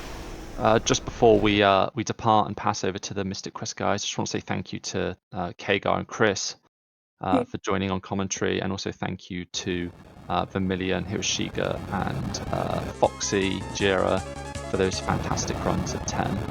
Yes, thank you very much for letting me be part of this one night thing. Thank you, Crimson and Chris, for being awesome commentators, and thank you so much, Vermillion, Hiroshige, and FoxyJira, for doing such a good job at running. It must be so stressful. So yeah, well done, guys. Amazing show, and enjoy Mystic Quest, guys. Yep. Good luck, Mystic Quest guys. Okay, see you soon there. Hand on over. Good luck. Bye. Good luck. Well, welcome to Mystic Quest, everybody. It sounded like there was a lot of lore and family going on in Final Fantasy X. Possum, would you mind maybe explaining what we know about the main character at this point?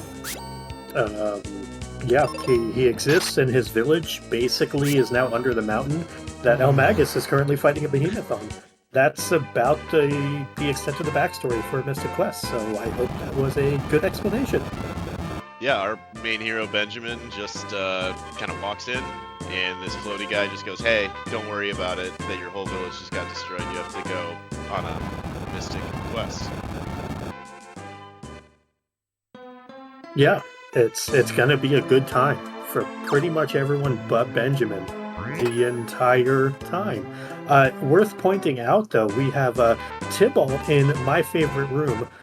Basically, this is the heart room where he gets to meet his soulmate, Trista. And this, after all, is Benjamin's dating simulator, aka Final Fantasy Mystic Quest. Meanwhile, with eLmaGus, meets Kaylee in the house. Kaylee's mom says, Kaylee, don't go into the woods with the axe, you're gonna get sick. Kaylee says no, and we'll see how that works out for Kaylee. Also to note, that opening fight, you can just lose. You can literally open up Final Fantasy Mystic Quest.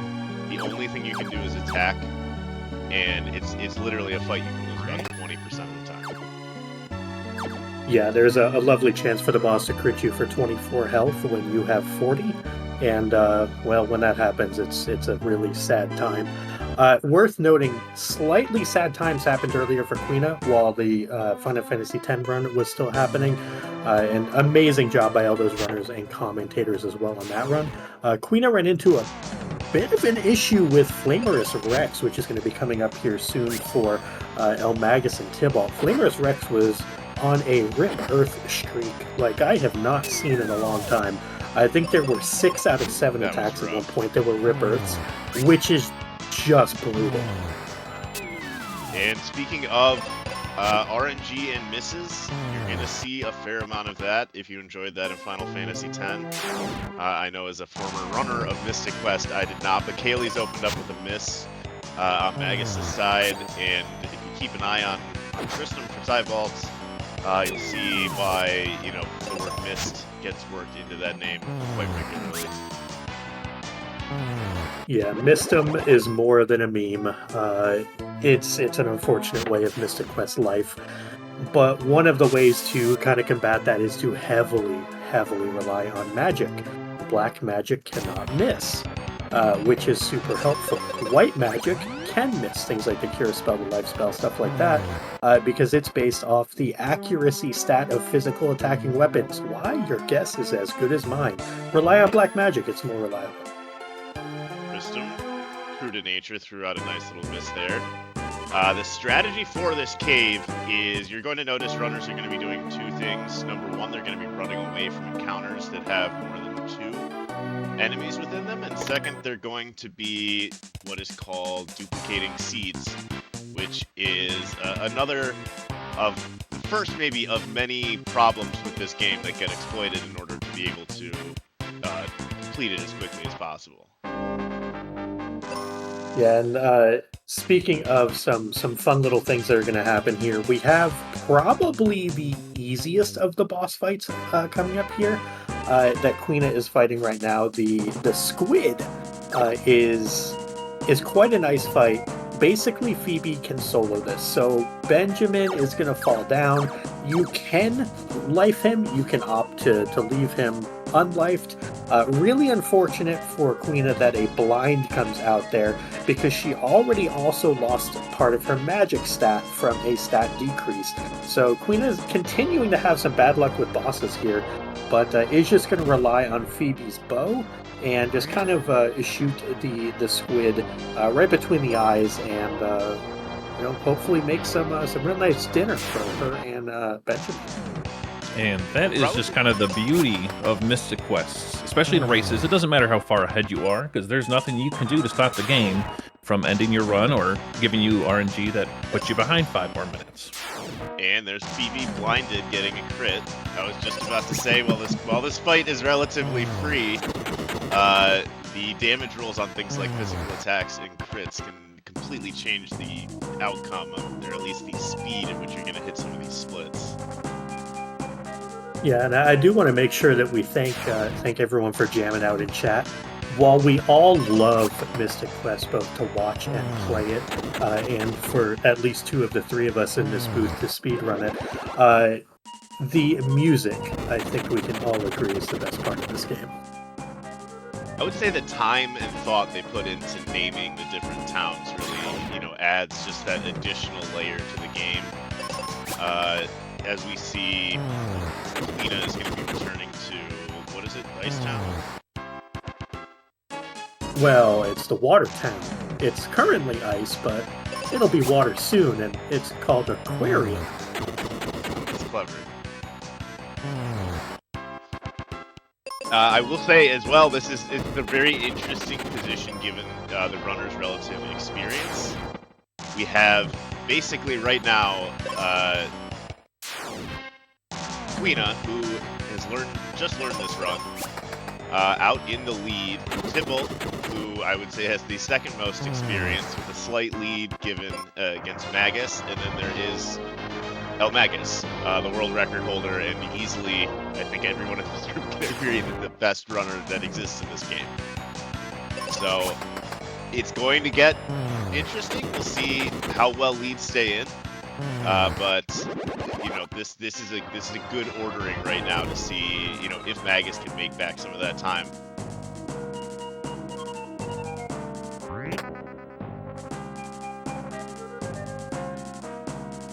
Yeah, I have no doubts that we'll see, things get a little closer, but I do think that I would love to see, Quina and Tybalt put up some PBs here.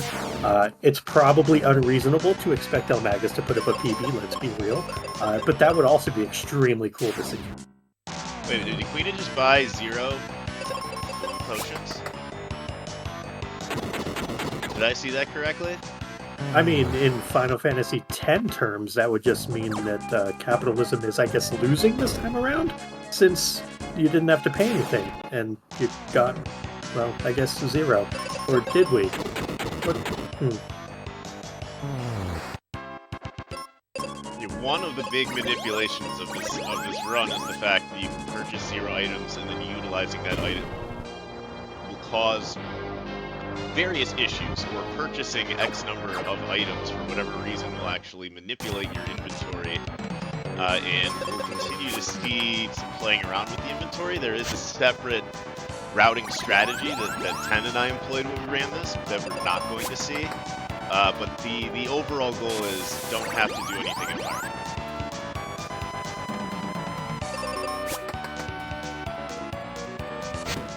Yeah, Firebird is, well, y'all guessed it.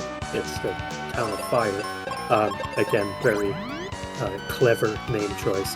That town is basically skipped over in the any percent run, which is a shame, because for me, 2 of the top like 3 songs are in that zone, and we don't get to hear them.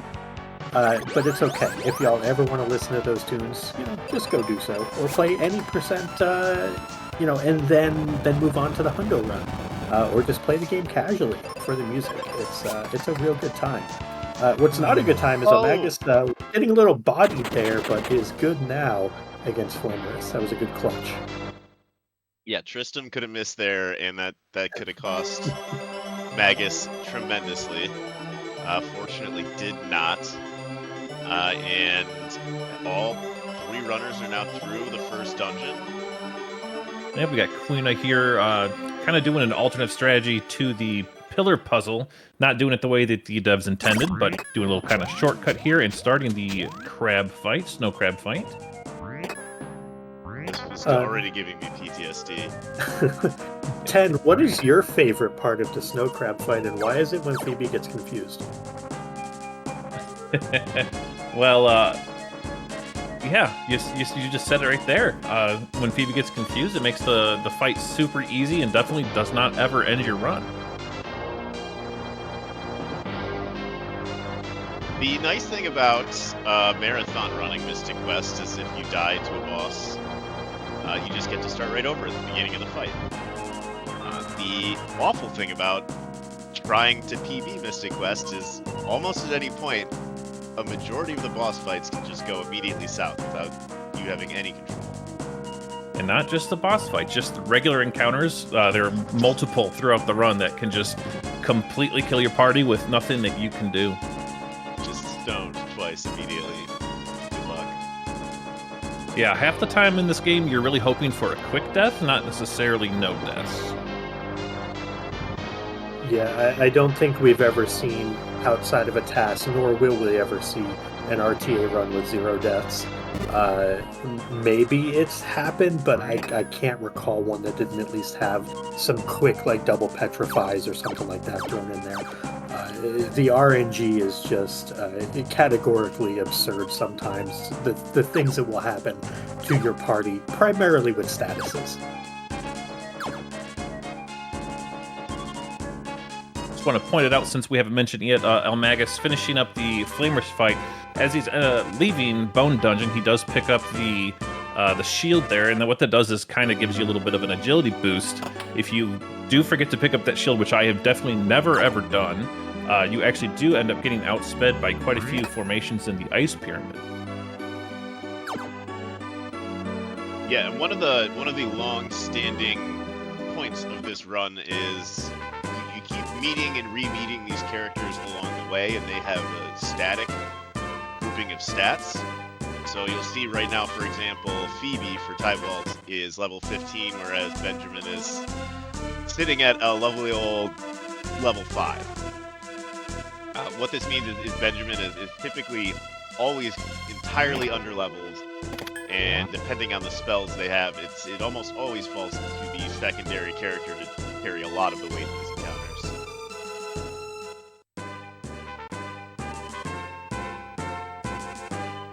Yeah, and again, this is kind of where the magic is so clutch, especially from the companion characters, that you're seeing fire just, tear through everything here in the Ice Pyramid, and then, in the Wintry Cave. You'll see both lightning, and fire being used in the Ice Pyramid, where Quina is right now. Just reliance heavily on that black magic and the wizard magic, which will be coming along later. It's just very unreliable to hope that physical attacks will hit, and they don't do AoE damage on physical hits except for the bombs, so it leaves you kind of in a bit of a pickle if that is where you are set up, is for physical fighting.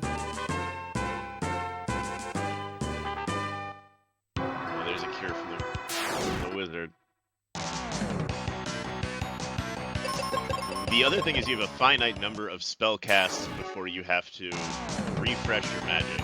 And part of the manipulation on this route are those seeds that you use to actually regenerate. So the goal is to get through the fights, casting as few spells as possible. So every time you have to do something in addition, that's going to add potentially to the number of seeds you have to create, which requires you to run away from the fight. Yeah, and typically for the main character, Benjamin, every 4 levels, he's going to pick up an extra spell cast in the different schools of magic. And because it's a speed run and you're keeping him super low level, you're maxing out endgame with his best spells only being able to be cast 4 times before you have to basically use this game's version of an ether on him. So it's pretty rough, even for the main character once the magic is acquired.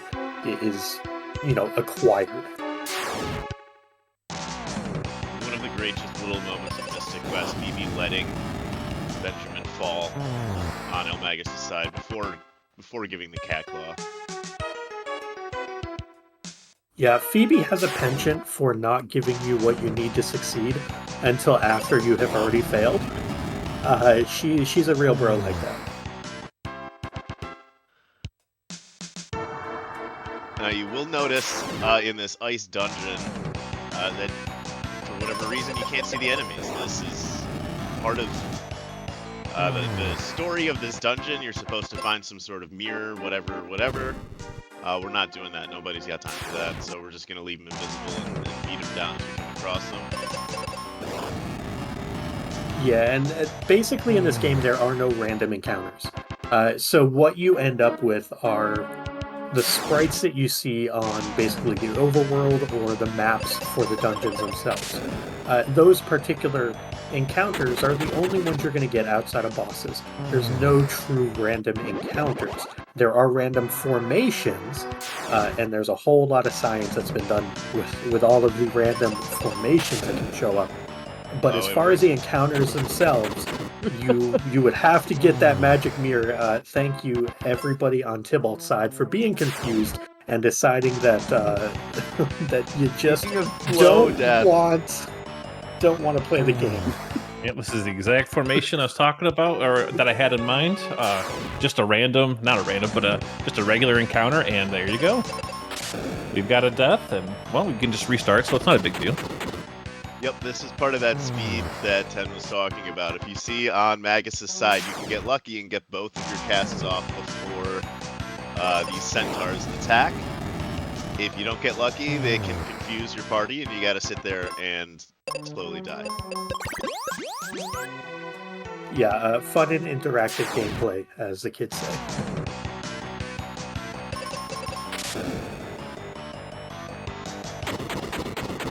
But we have Quina moving up here in the ice pyramid pretty well. Still running into these encounters, but basically these are all dispatched with either fire, the lightning spell, or if the birds show up.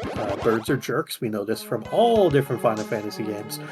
The birds, you will have to usually use an arrow to dispatch of them, but thankfully Phoebe comes with a bow and arrow. And she hits it about 2/3 of the time. Which is funny because she should crit mathematically more than she misses, but it's Mystic Quest, so.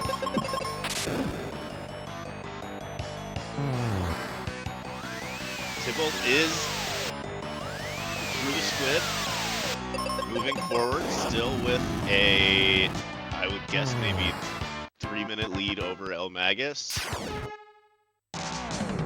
And again, you know, Magus is, I would say, the fastest runner of the group, but any encounter can, I mean, if you weren't marathon running, force you to just immediately reset out of your run.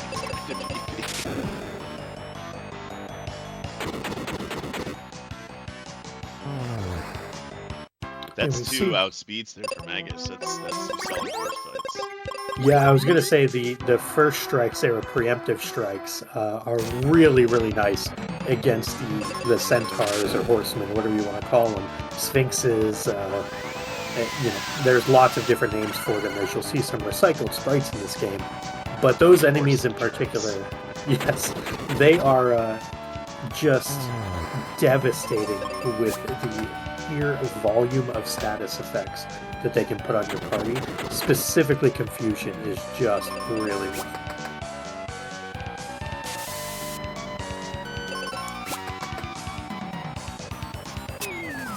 There's a crit on Magus' side. You'll notice the runners are really picking and choosing which items they grab, and this is deliberate in a way to just set your inventory exactly the way you need it to be for those manipulations to just break the game and have it give you some things you would otherwise have to do a dungeon for. So on Quina's side, we saw a drop down into this room here, and we're picking up noble armor. Noble armor, I mean, that sounds cool, like, but why did we go all the way out of the way to, like, get this armor, drop down the hole, go walk back up these stairs? Like, why couldn't we have just gone and, like, done the next thing?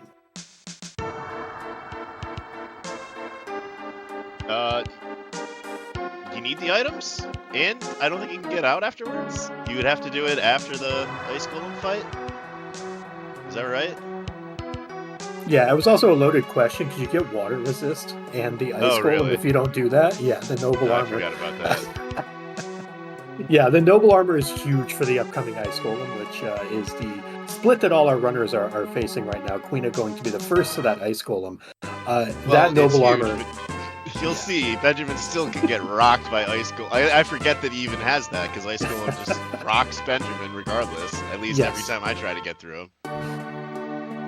That is absolutely true. Ice Golem is also kind of rude, but that's what we get for going in at, you know, level 10 or 11 when you're expected to be level 15 or 16. We're missing, you know, 200 to 300 HP. So yeah. Mike P in chat, the world record holder for this run is eLmaGus with about a 150, what is it, 151 and change. The expected completion times would be around 2:10. Yeah, world record versus marathon run, relay run, usually quite different. The thing with the world record runs and with any, you know, of the top runners' PBs, we'll get to this later, but Pazuzu's Tower, which is going to be coming up in probably a half hour to 45 minutes, there is some RNG that is not RTA viable to control at this point, and you know, good luck. Hopefully you don't get unlucky. Otherwise, it is 10 minutes potentially out of your control that you cannot recoup, which is kind of rough. Yeah, basically you need everything to go perfectly, or as perfect as it can go for Mystic Quest. I say as we see Quina almost get doubled. Oh, there it is. Oh no. Oh, still gets the bombs off though. So nice thing about the bombs. Bombs can never miss. They are the weapon that has basically 100% accuracy. For the sword, it gives you a little bit of an agility boost, a little bit of speed boost. It can miss the axe, lets you cut down trees. The bombs never miss. And then the claw has some extra added status effects to it, as well as a little bit of a magic boost. So even though Phoebe was confused and blinded Benjamin, he was still able to hit with the bomb because it can never miss. So pretty fortunate series of events, even though it was an unfortunate circumstance. Hey, Ice Golem. Yeah, this is the fight. It's gone decently well. A lot of the strategy, well, quote-unquote strategy, a lot of what you would like the bosses to do comes down to attacking your secondary character, because we can explain more, but they also have end-game level protections. So you want Phoebe to just tank. You don't want to get crit like that, and then you want to find opportunities to dole out damage. Thankfully, Quina does get the level 11 Ice Golem fight, which I feel like never happens, but good for them. And here we go, Isolone being a jerk. The issue as well is AoE attacks in this game, if both people aren't alive, it doesn't just do the same amount of damage.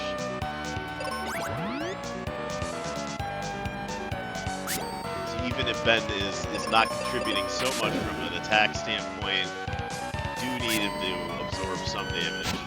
Or like that, just again. Or just take the crit right to and the face. right into the outspeed. Oh man. Why did I agree to do this? I cry myself to sleep watching this. And meanwhile, on eLmaGus' side, Phoebe got hit pretty hard. We queued up a heal spell to remove her confusion, and then she walked off the confusion anyway. So both runners getting a little trolled by bosses here. Quina getting close, though. This is the final form of the Ice Golem, when it's kind of on the ground melting here. That is going to... The problem is he keeps absorbing energy from... Yeah. Well done. Got a YOLO at some point. Yeah, that was a good fight overall, honestly, for the amount of spamming AoE that was there. That was also what happened for Quina in the Flamerous fight, honestly. A bunch of Rip Earths and here a bunch of the Waterfall. So, unlucky, but persevering and getting through. So well done to Quina. Phoebe, meanwhile, hey, thanks for helping me. Thanks for helping me, save the town and everything. I know we're in the middle of a dungeon, but I just realized I have a date. Sorry, Benjamin. Characters abandoning Benjamin right in the dungeon. Like, can we just walk out together, Phoebe? Like, would that be okay? No, it's like, the red buzzer that people just push on the speed dating stuff, and, like, Benjamin just keeps getting red buzzed over and over again. I just want to, like, run in there and give the man a hug. I honestly do. Well, the village just gets destroyed in an unseen, off-screen accident. No mention of family or anything, and now he's just got to save the world. And he's not treated incredibly well for it.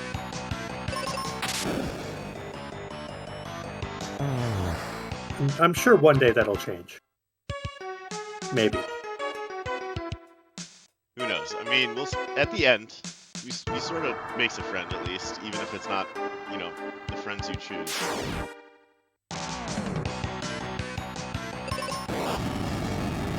But we're about to see Quina get to do the most exciting single series of fights, at least in my opinion, in the entire run, because you get the most important spell, a fantastic little thing we love to call the exit tile. Ken, why don't you talk us through the exit tile a little bit, since this is new and unexplored territory? I'd really prefer not to, but if you insist. As you can see there, Quina gets the very lucky formation of a chimera and a squid. 99% of the time, I feel like those will outspeed you and you'll get instantly confused. You also cannot destroy that formation in one turn. So every time you get a chimera formation, you have to run away. And this is pretty much it feels like a 50-50 sometimes, really, on which formation you get. But obviously you're hoping for 10 straight squid formations, which never happens. But this can be a 2-minute split or a 5-minute split, and I think everybody here has probably had both of those. Yeah, this is... Once again, the PTSD is real. You can get this perfect. The other thing you want to do is outspeed the squid, so you don't want to have to eat the squid's attack. If you eat too many, there it is, I cursed them. You may have to heal, and it also just slows down the encounters. So far, not so bad. Was it 5 and 3? Never mind, there it is.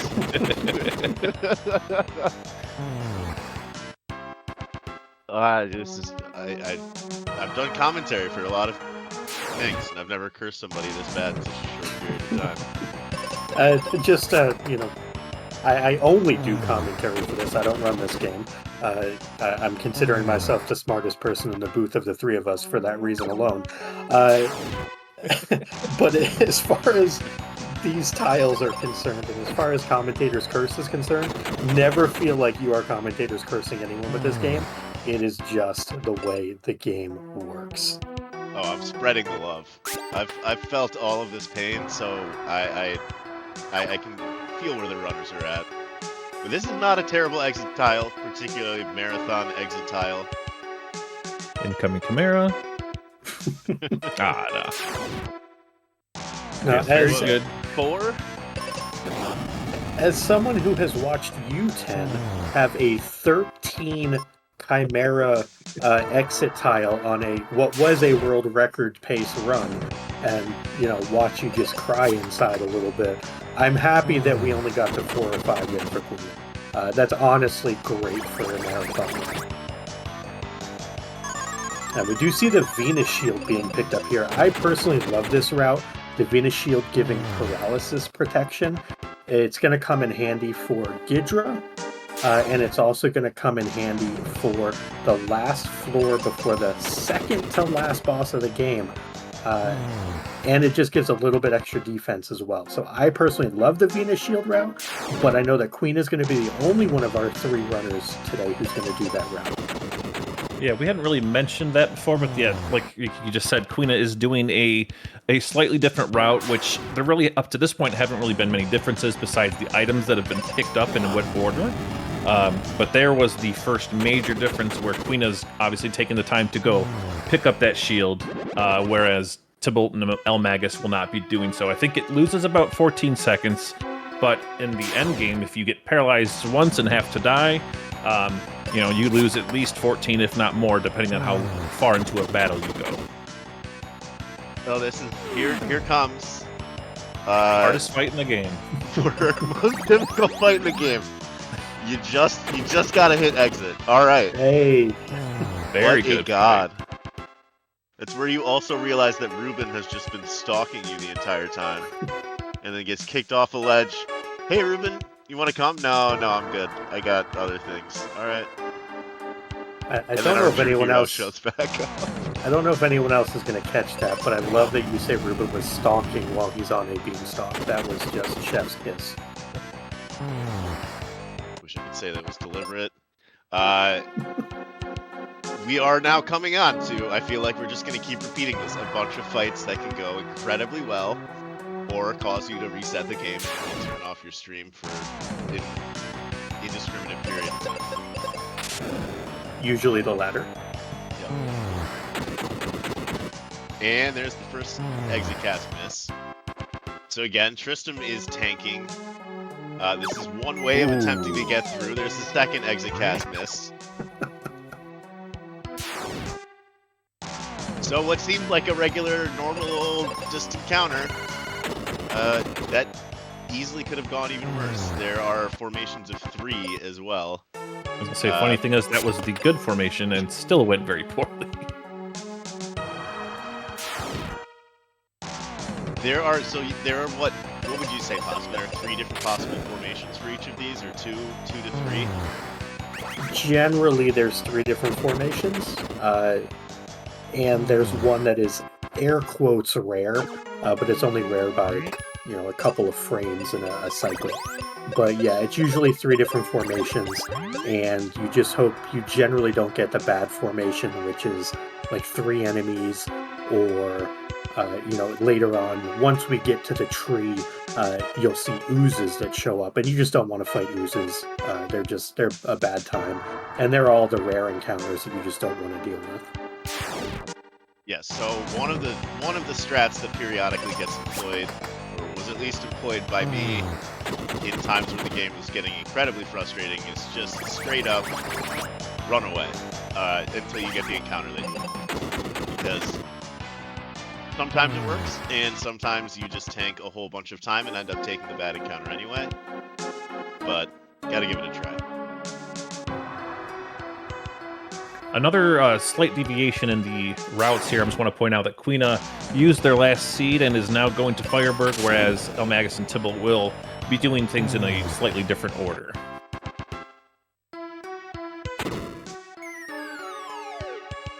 But at least for a very short time. we're going to get some Firebird music now, which is always a good thing, in my opinion.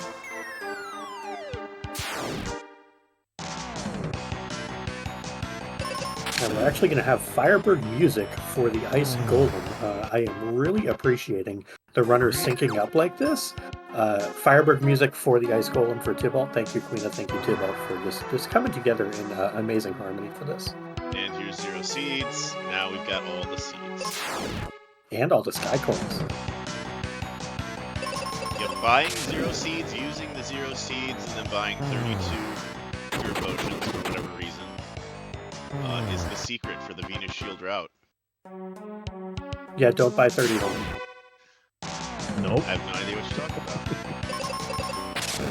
I take direct offense of that. Also, remember to do this part. Because I've never not done that either.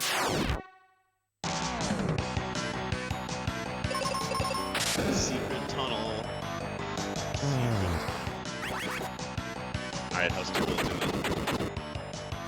doing? He's alive. Phoebe needs to stay alive, though.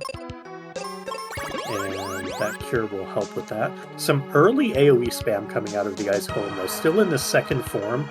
It's kind of surprising to see the AoE spam this early.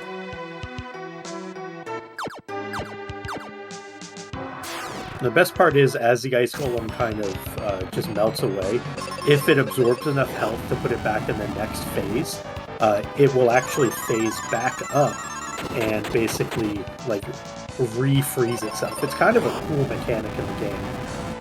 Tybalt, yeah, goes for the life here, which is smart, because that could have gone sideways, but right on his tail now. eLmaGus in his Ice Golem fight as well. Right off the bat, though, Benjamin decides that he's going to take a nap. Tybalt gets through, so our runners are 2 for 2 on Ice Golem fights. That is always a good thing. Well, when you're running a marathon, you know, you should theoretically be able to get through Ice Golem. It's more of a question of how frustrated you're going to be by how slow the fight went. Yeah. As Ice Golem targets just exclusively Benjamin on eLmaGus' side. Well, he's the main character. He needs attention, right? Also level 11 for Magus. It's level 10 for Tybalt.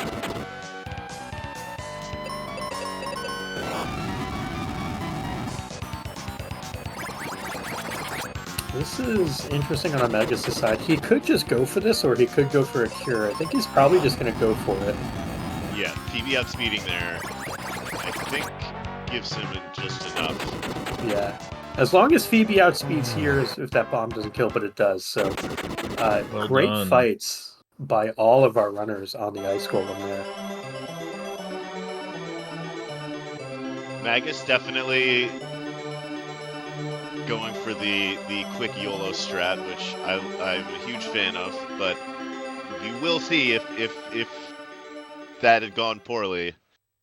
There was easily, what would you say, a 1 in 4 chance that he lost that fight with the inputs he did on that last?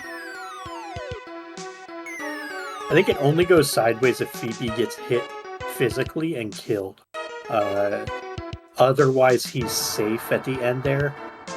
So I think it's probably more like a 1 in 8.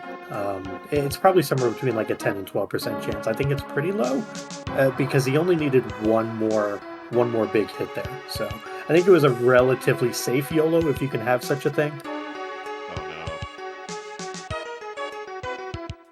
no. Another example of a fight that's supposed to not have any difficulty associated with it whatsoever. Yeah, this is an interesting one because this is where you pick up the arrow spell. And you're supposed to just be able to kind of bust through this fight real easy. Because you're always supposed to get a preemptive here. Because the enemy's agility, if you will, or the formations that you get, are kind of based off the middle enemy's, agility or speed value. And the middle enemy there is like level 3. It's like a level 3 Minotaur from the first dungeon. And so you're almost always supposed to get through that with smooth sailing. But just goes to show you that Mystic Quest does not always cooperate. Concussed Gamer in the chat.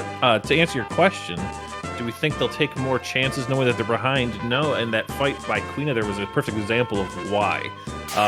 It doesn't matter what you do, as we've said a few times, the game will set you back. It doesn't matter. We'll say eLmaGus there we go again. World record holder, but you know, eLmaGus cannot control the exit tile. No mortal can control the exit tile. Yeah, I've many times said, doing relays and marathons and commentary for, you know, all sorts of Mystic Quest related stuff, that it's not about getting good RNG. It's about avoiding bad RNG. As Quina takes a wipe to one of the safer Yes. fights. It's supposed to just be basically 2 arrow spells, but you can see what needing 2 arrow spells can happen. Yeah, at this point of the game, Benjamin will basically be outsped by nearly every single enemy information.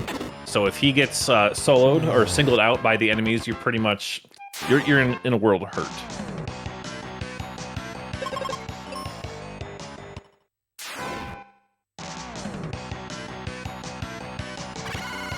Needs an exit tiles for both right now, though. Yeah, Magus actually, well done. Magus actually got to run from one of the squid and chimera fights Nice. without eating an attack or having it be unexpected, which is a big rarity.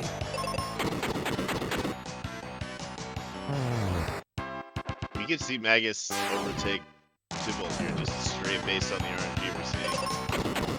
Yeah, he went. Zero decision making, zero anything, just RNG. Yeah, no skill, hold A. If you get a bad encounter, you know, use the run button. Yeah, the perfect menus, and eLmaGus's menuing in this game is as close to perfect as you're going to find. The perfect menuing might make you up a couple of seconds in that, if even. So yeah, it's one of those things where you're kind of just at the whims of the game.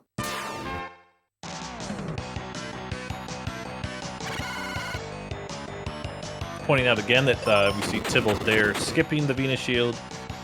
He will not be going into the endgame with the paralysis resistance.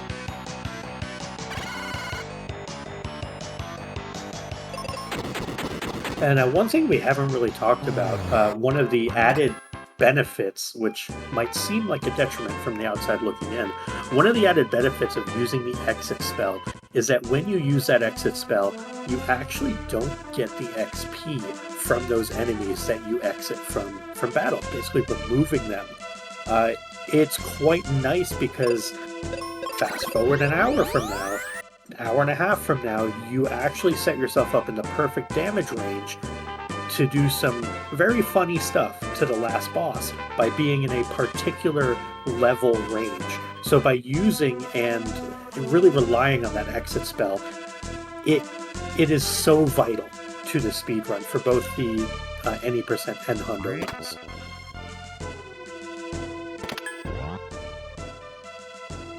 That makes a really cool sound. That too.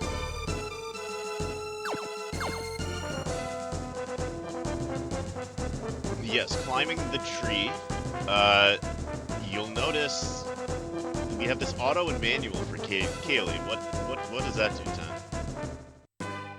So it's a very complicated mechanic of this game. If you're speedrunning, if you're playing casually, it's pretty simple. Auto, just your teammate will always do what they think is best, essentially. If Benjamin's under 50% HP and your teammate's in auto, if they have a healing or a curing spell, they will use that on Benjamin. And if Benjamin's over 50% HP, they will do attack the weakest enemy remaining, or if, like, so see, for example, Quina's screen here, 2 worms, an auto would, actually, I don't know if auto would use arrow there, to be honest, now that I'm saying this out loud. But generally, the teammate will always try to do the, eliminate the most enemies at once, essentially. And here is, as I mentioned earlier, one of the places where sticks in one hand, but you can run from these worms, trying to get a 2-stack formation. Kaylee will kill both with most certainty, on a 2-stack, on a 3-stack, you are, again, at the mercy of RNG. You can also run from 3 worms and re-enter the encounter 6 to 7 times and still get 3 worms, and then just give up on that strategy as well. Yeah, this room has a 50-50 chance, give or take, for a 2-worm or 3-worm formation. And as PK mentioned, 2 worms are very quick because it's a 1-turn kill. 3 worms can be much longer.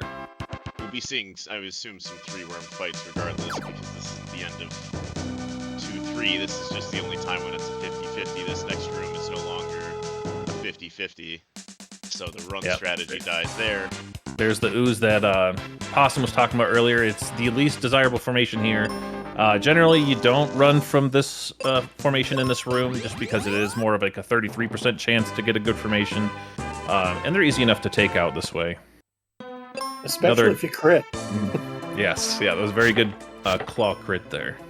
But also the claw can cast, well, apply Petrify to enemies, and that's kind of what I believe kills the oozes here. Or is it Death? I can't remember. One of those. But the oozes deflect magic back at you, so you lose your primary damage dealing strategy, which is hitting everything with black magic. So you have to rely on your characters to hit with their weapons. And it's kind of rudely set up, because up until this point, the oozes that you see, or any of these slime-type enemies, you'd be able to hit them with magic. And then all of a sudden you get the ones here, and you go to use a spell on them, and then the spell gets reflected back to you, and you die. And it's kind of like, oh, thanks. Yes, and as chat has pointed out, eLmaGus' bridge has gone far less frustratingly than Tybalt's, and as a result, we have a flip. We have a new second place in Choco. Yeah, and that's not to say that Tybalt is not running well or doing well. It's to say that eLmaGus has had some good fortune and is also running really well, which is probably not a surprise to many of us, or any of us.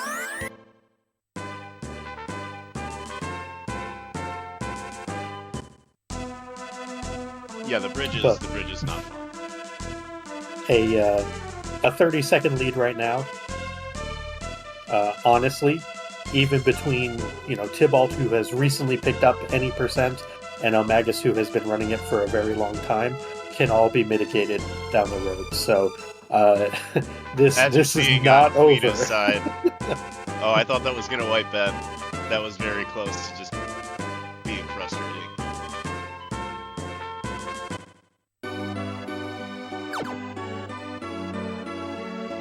Yeah, you just never know what you are going to get with this game. It's one of kind of the cool features from afar, and one of the frustrating features for runners. That you can feel like you're playing great, your menuing's on point, and you can put up a run that is 15 minutes off your PB, and you go, wow, what did I do wrong? And the answer is nothing. You literally did nothing wrong. Toad just tried to paralyze Ben. Speaking of things that can go terribly wrong, the Petrify, the Stone, and the Confuse in this just eliminates one character from the damage pool. Yeah, and given the fact that we're kind of DPS racing basically everything, losing half of your damage is pretty bad.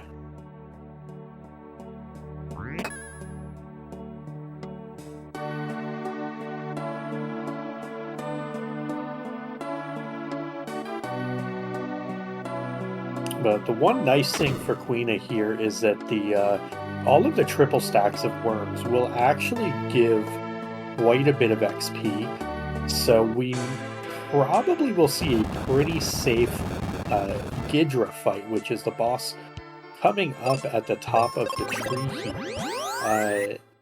Just, a lot of very nice XP fights being taken.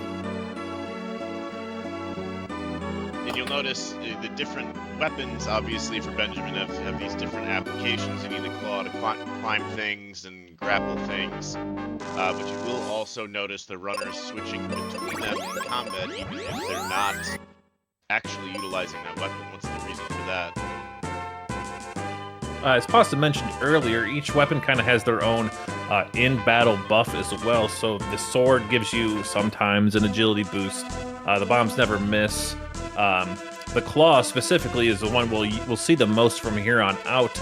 It gives you a slight magic boost, so that when Benjamin finally does start using magic, he'll just end up doing more damage, which is specifically, obviously, helpful with bosses. I love that you included, theoretically, the sword gives you a speed boost. Yeah. As much as everyone says it does, it also feels sometimes like it has the complete opposite effect. But you will see the sword equipped for a lot of the combat where the goal is Benjamin acting before the enemies, and again, it's supposed to, theoretically, but in practice, can leave you wanting. Yeah, you'll see it equipped, or you won't see it actually be useful. Speaking of useful, I'm glad we have an axe, because I don't know how we'd get through these mushrooms otherwise. That sound is so satisfying, too. We see here on Tybalt's screen, you may be confused as to why he exited the tower and then re-entered immediately, as did Quina and eLmaGus.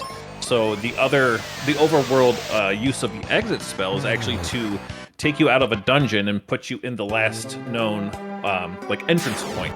So they enter from the backside of the tower, so that when they use exit after getting the arrow spell, it sets them up right where they need to be in the overworld instead of way back at the top of the tower. So there we go. Now he's right next to the forest where he needs to be.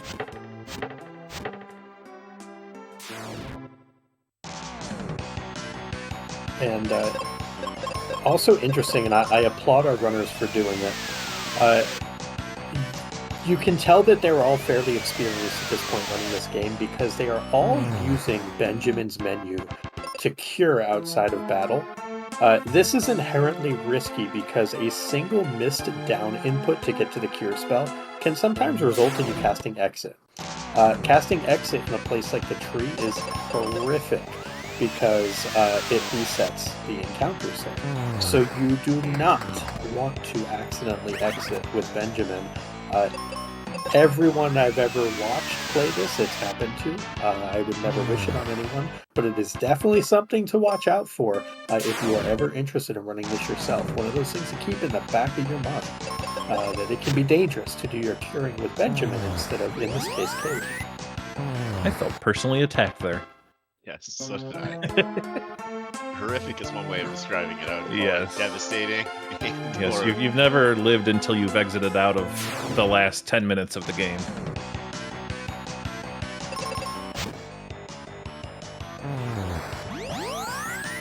But you will see, again, a lot of exit casts, a lot of arrow spells.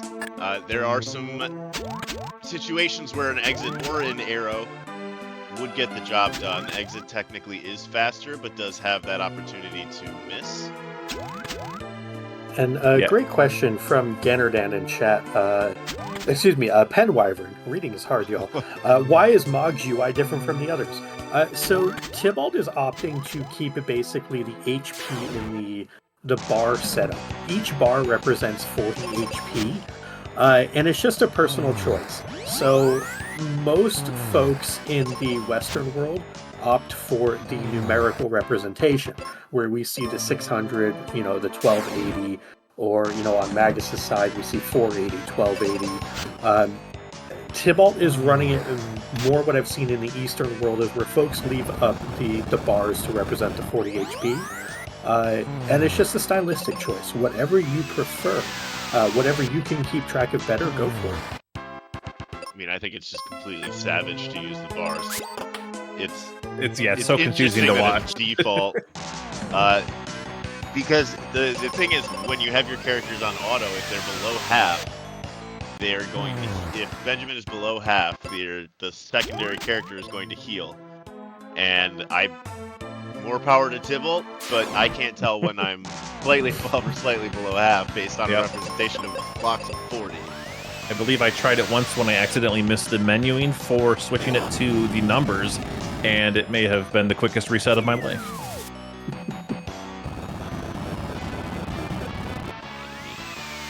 Quina's got some good formations and some very good blob fights so far. Those things, again, just like almost every encounter, can be devastating, and there are various groupings of them as well. So we've seen a lot of only 2 blobs, and that's the best you can hope for there.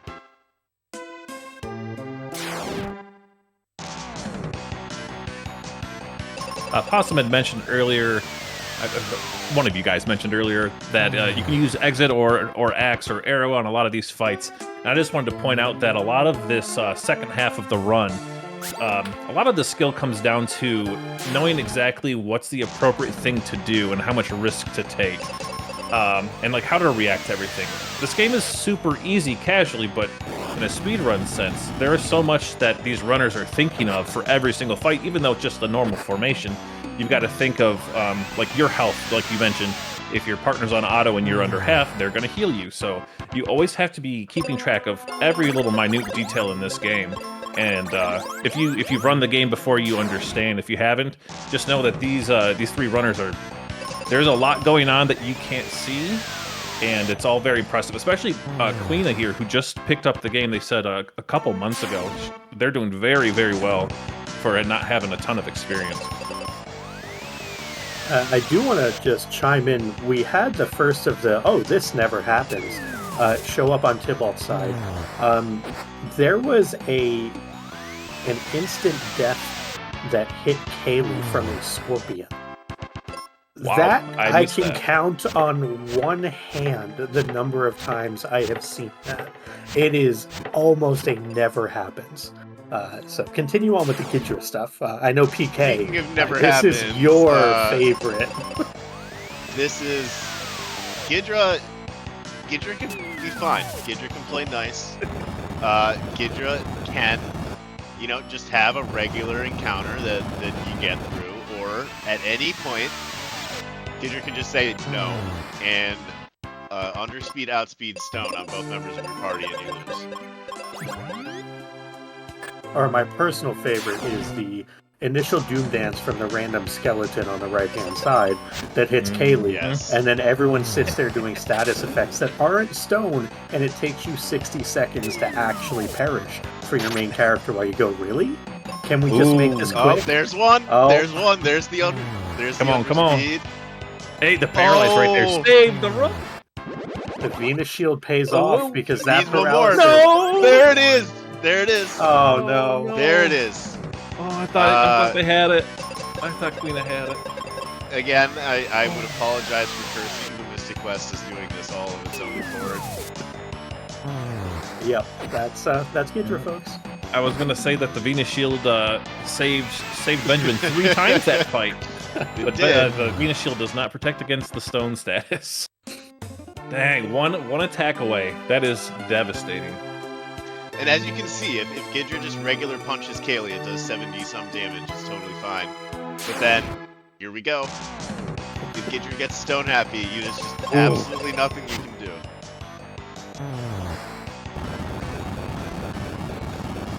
I will say Quina does need to be careful with the heals and the heal pots.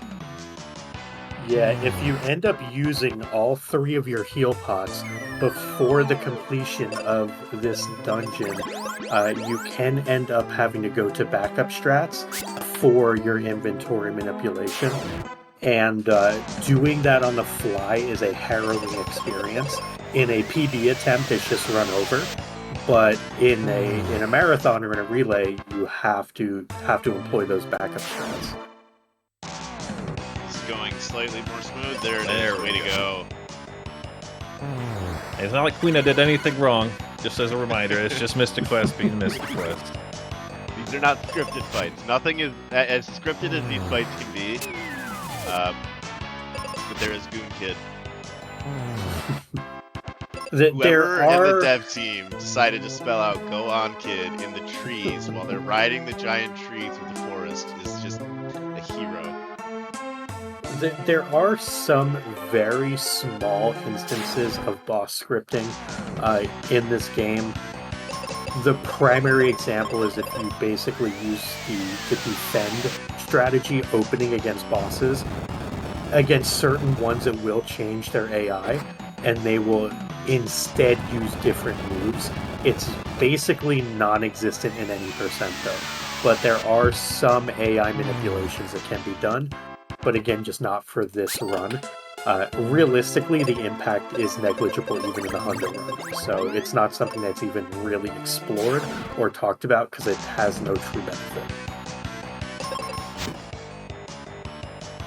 The benefit is the false sense of safety that it provides you.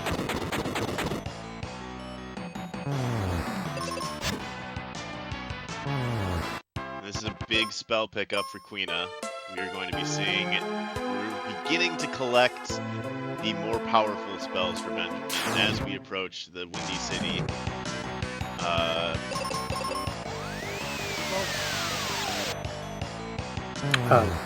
Windia, creative. Oh, wonderful.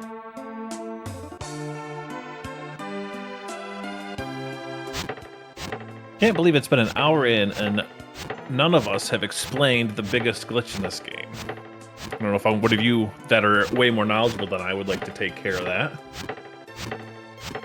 Pass. Which glitch? The resistance glitch that we have just casually glossed over the whole time. Oh, no, I think that's a PK explanation. His is really good for this. Is it? Yeah. Basically, this game is nonsense. And what happens is if your most recent save file is in the final dungeon with the final form of Phoebe, when you go to start a new game, your secondary characters, on top of the fact that they're already much higher level than you are, they're going to get all of the resistances of endgame Phoebe.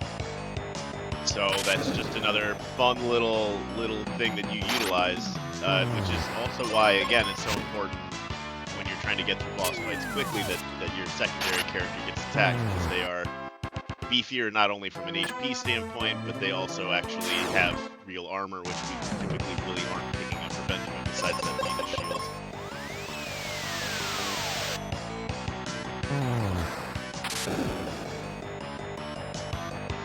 Ionic Iris, is that unintended?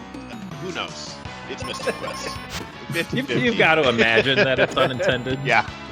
It seems like it's kind of like the RAM doesn't get cleared because you have to like soft reset your console to do it.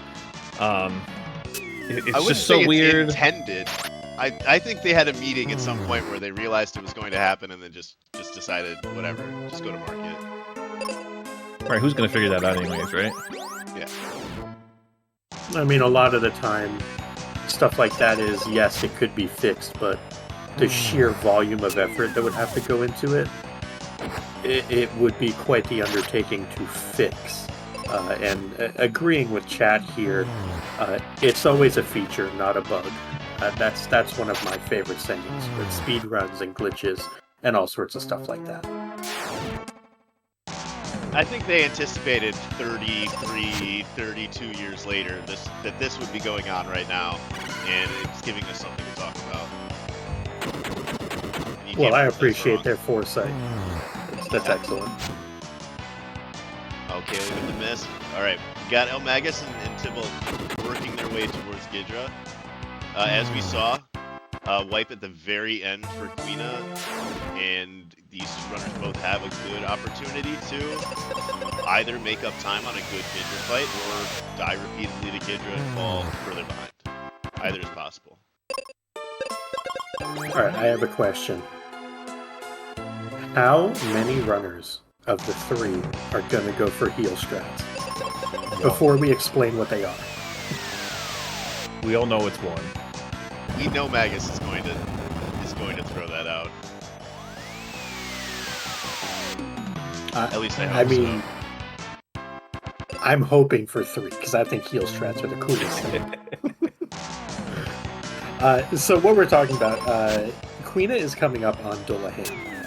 Dullahan is not the worst fight in the world, but also the worst fight in the world. Basically, Dullahan it's one of the bosses where damage actually matters. Typically, it's all about status effects and things like that. But with Dullahan, the damage values can actually just really put a wrench into your plans. But what we're talking about with heal strats is you can actually use heal offensively. And when you do, there's a small chance that you can paralyze an enemy, you can poison them, you can do any sort of things like that. And it kind of just throws, think like using a cabin offensively or a tent offensively in other Final Fantasy games against an enemy. That's kind of what the heal spell does. And so by doing that, you can sometimes get like a 5 or even a 7-turn paralysis on Dullahan, because it actually can be paralyzed.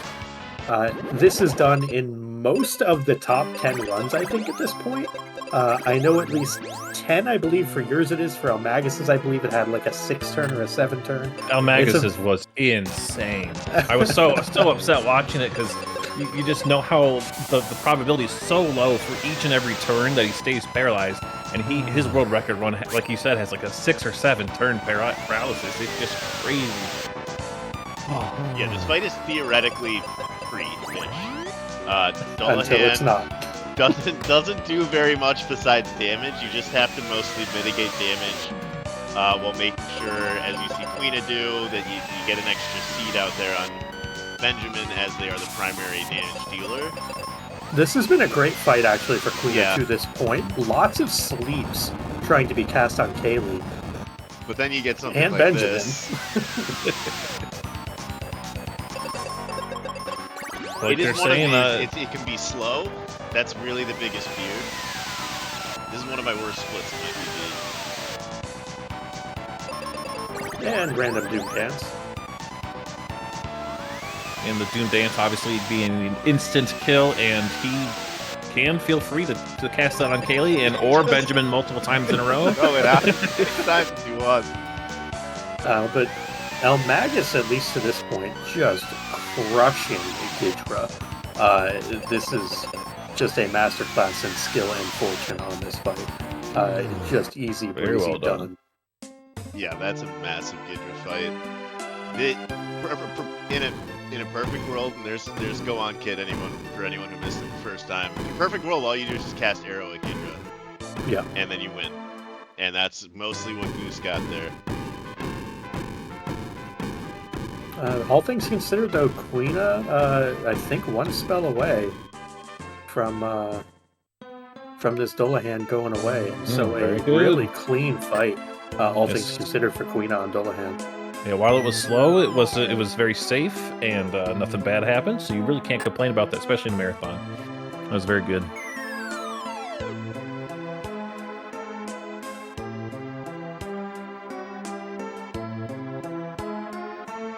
And Tybalt now will be approaching Ghidra. One last runner to get through.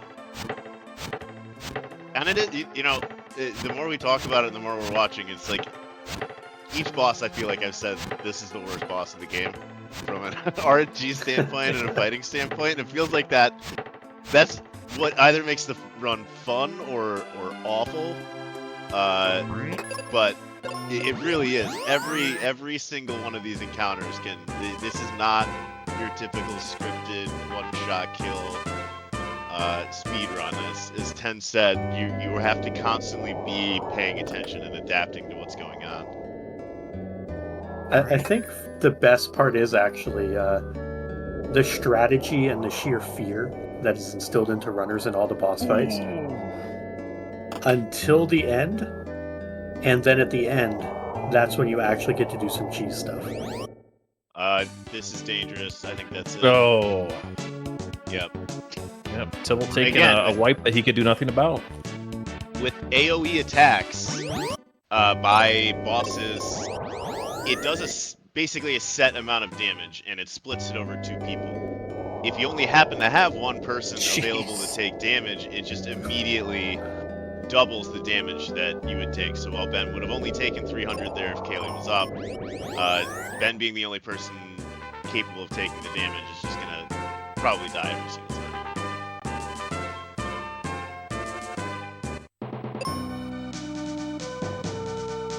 Yes, great examples of a fight going well and a fight going poorly without any difference in overall strategy being utilized by the runners.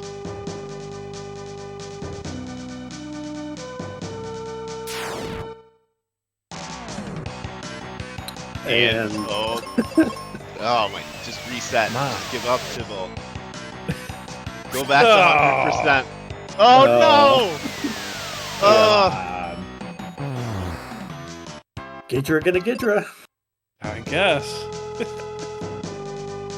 Yes, for anyone interested in running this game as a speedrun, imagine getting all the way to Ghidra on a PB base, and then this happens. Again, for a marathon, right? Like, it's fine because you can restart the boss fight right where you were. It's not like you have to go back to the save point. So it does make for a fun marathon run, but man. Yep, every single fight after about 50 minutes can completely make you just reset if you're going for a PB. It is so much fun. Oh my gosh.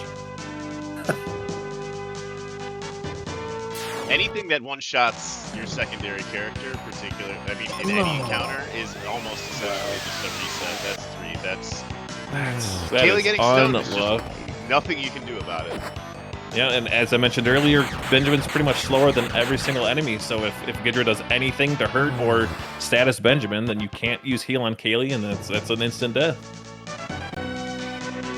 That is crazy, though. Three deaths already is massive bummer in one way to say it. And there's confusion on Kaylee. Here we go. Yeah, just be nice.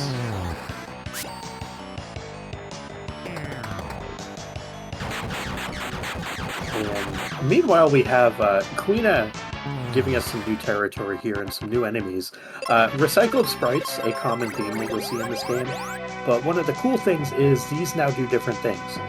These beholders, while they can be rude and do things like instant death, they can also do a kind of self-explode or self-destruct kamikaze style, whatever the attack you want to call is. But the interesting thing about that attack for them is no matter how much damage they have taken, they could be at like 5 remaining health. If they use that move, they deal their maximum HP to you. So you could have them all the way down and then pop, and you take 900 damage, and it's like, oh, cool, thanks. And then you just wipe. And that's just a random enemy. Yeah, well, you're trying to YOLO the enemies also are trying to YOLO you. Oh, love to see that, though. So they also open each round, each encounter by casting the blind spell.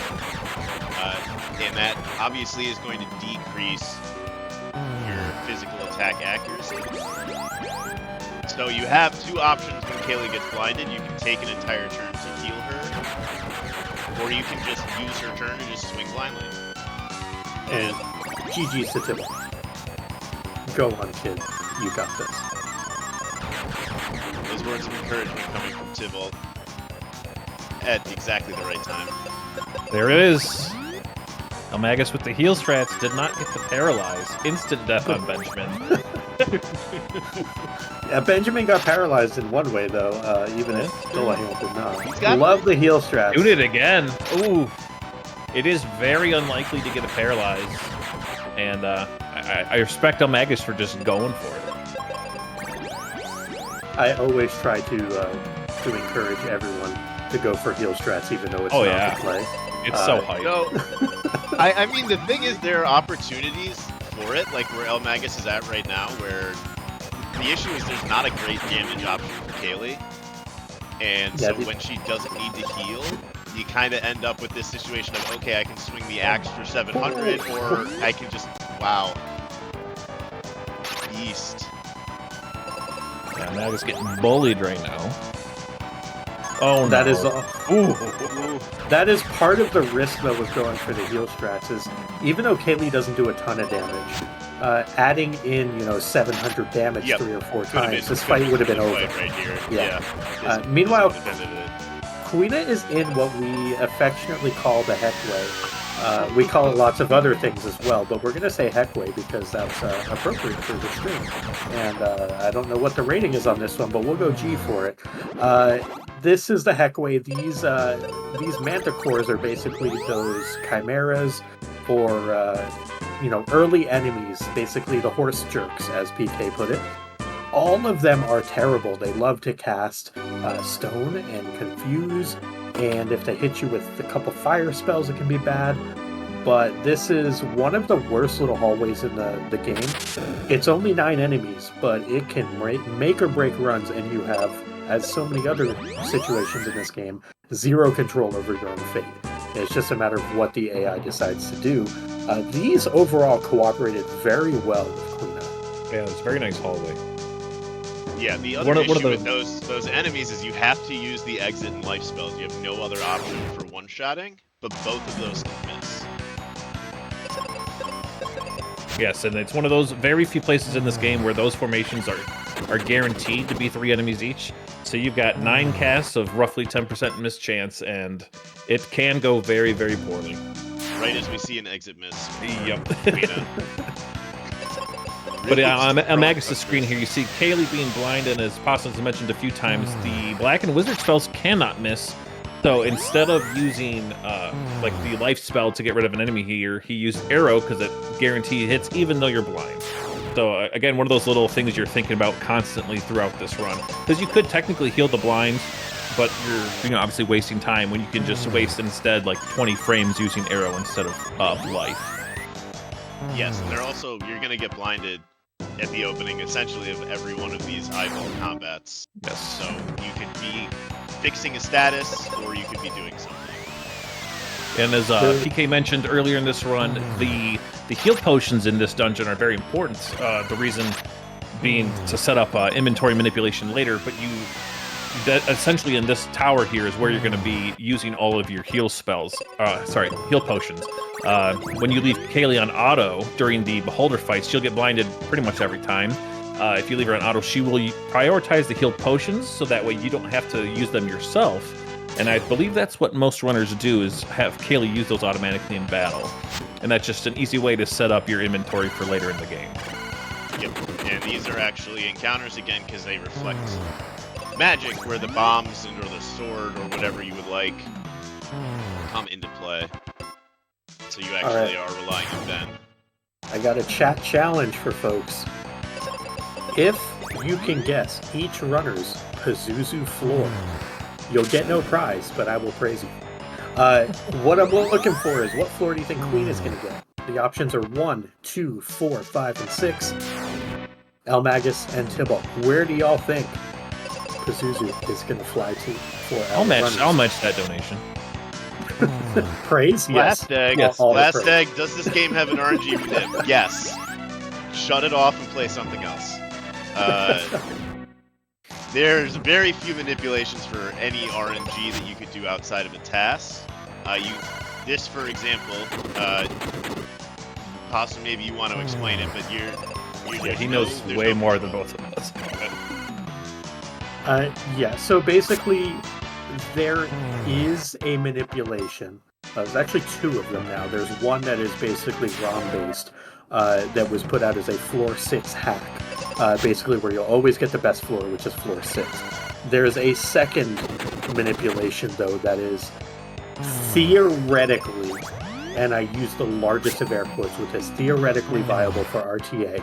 However, it is based on the frame in which you talk to the bird initially, which both Quina and eLmaGus have done at this point. You talk to the bird, it flies away. The destination point, what floor it lands on, is set at that frame that you talk to the bird. Good luck ever doing it RTA. If someone can figure it out, you would be a hero amongst this community. I know there's a lot of a lot of folks that love being heroes. If you ever want to be a hero to the folks that love this game, that's your ticket. Because no one's been able to figure out how to do it RTA yet. Yeah, the main problem that I foresee with that theoretical manipulation also is if you want it to be repeatable, you have to set a seed, and the seed can't be set unless you reset your game. If you reset your game, then you lose your resistance glitch for your partner. So there's a lot of things going on that really have prevented this game from, I guess, getting any sort of manipulation for Pazuzu. So if everything you saw happened up until this point sounded fun, imagine you're now rolling a 5-sided dice and hoping to land on the one correct number for a PB. An hour and a half into a run full of RNG. I mean, all things considered, it's not, you know, what used to be 9 hours into the Final Fantasy IX run and then, you know, Death Guy shows up. But hey, here we are. No meteors there, just some, you know, meteors flying at Dolahan on Tybalt's side. Seems like this fight is going well for him. He also tried heal strats, I approve. Didn't work, but, you know, that's also what happens. We do see Quina. Going a little bit for us on eLmaGus. Go ahead, Tom. Oh, we did see Quina there pick up the flare spell, which is going to be basically the only thing Benjamin does from here on out. It allows him to one-shot formations of 2 enemies for the rest of this dungeon, and just generally does a ton of damage, even though his level is low in comparison. And we're about to see if Quina does get a floor 6 here. As I call it, the moment of truce. We'll see. I also want... I want to see a poison kill on Dolahan on Tybalt's side. Come on, baby. Let's go, baby! Oh! Ooh. Big! Huge for Quina. I don't think anyone I see in chat guessed correctly. No one was betting on the good RNG. What? Like, okay, commentators can curse, but chat can believe. Jan Susi did say 6 for Quina. I saw 1, so praise there. Yes, praise. And Known Me said 2 and 6. Didn't specify who, but there's a 6 in there, so I'm giving it to him. Counts. So I promise not praise, only did you're getting praise. Quina got the good floor, but now they've got to deal with it, exactly that right there. Oh, That's a fight. Because not only are you rolling the die, you have to deal with the actual fight, which is just as bad as the 5-sided die. Yeah, jerk bird, third person. As we saw, it's not always the exact same way that they'll destroy your team, like we saw with Ghidra, but plenty of opportunities to immediately cause this fight to be a reset. And to answer a question from chat with what's going to possibly come across as a snide answer but not intended to be, are they all in the same seed? No. But that is only because you cannot, to our knowledge, manipulate the seed that you're on and keep it consistent in any way. So there's no like step routes, there's inventory management, but it's another one of those where, again, if you want to be a hero, you know, and you want to figure out how to get a seed that can land you like a manipulative or manipulable, I don't know what the word would be there, way to get like Pazuzu on the right floor, or a way to get bosses to cooperate. Best of luck. Yeah, if you could just get Ice Golem to not be a jerk 30 minutes into the run, I would take that. This has been why? Literally, words. As I say it. Oh, got the heal off though. That's surprising. Still alive. You can see the deep breath taken right there. When Pazuzu flaps the bird wings, you cannot use magic. So it's a chance to refill your spells, heal up your team, or potentially just finish the fight. All of those are viable options. This is a little risky going for the arrow with Kaylee here. I love the chutzpah behind it, but now we're in a precarious situation because this needs to be ideally a double cast cure for both Kaylee and Benjamin. But Pazuzu is playing nice right now. We'll see for how long. That's not the worst. Oh, okay, There's the outspeed. There's the outspeed. Still okay. Well, But He's Kaylee is okay. We should be good now. I like the YOLO. I like it. Again, there is an expected turn order. There is a theoretical turn order of most of these fights, which is your secondary character, in this instance Kaylee going, and then the boss going, and then Benjamin going. Besides that one death, that was a very good second fight there for Quina. Very good. Yeah. And floor 6 as well. That's huge. Even if eLmaGus and Tybalt played perfectly from here on out, if they don't get a 6, there's no catching up. Well, pretty much. That's a loaded. I shouldn't say that. As someone who lost 2 minutes on their PB run to the final floor of this final dungeon, the game decides how much time it wants eLmaGus to get.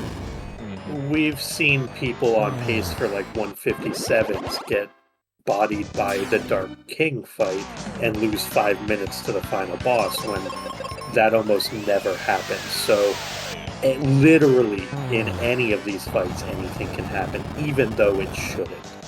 But we get to see on eLmaGus' side what floor we're going to get there, and then Tybalt getting into the tower. Do we have feet on eLmaGus' side? No. We do not. So Tonberry going to retain the advantage for a little longer. That alongside a good bird fight would have brought Magus back. If Quina, again, you'll see how much time Magus has to spend depending on the floor. And Quina managed to skip all of that with the floor 6 RNG manip that they clearly came up with and never told anyone about.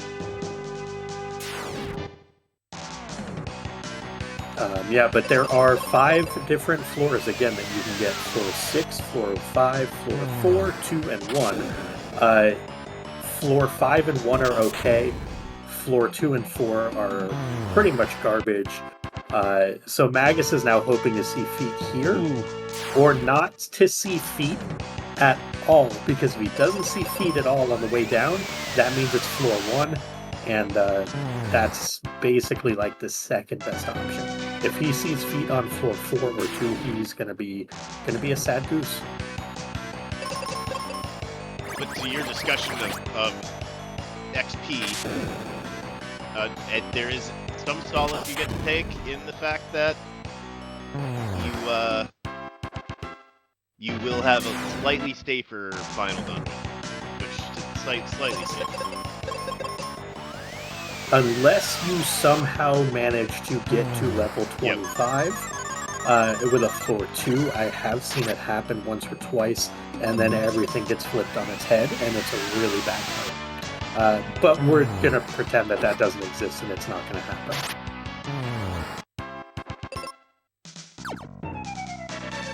Also an opportunity, Tybalt, not so far behind that a floor 6 compared to what Magus gets would give them the opportunity to gain back some of that time lost on Ghidra.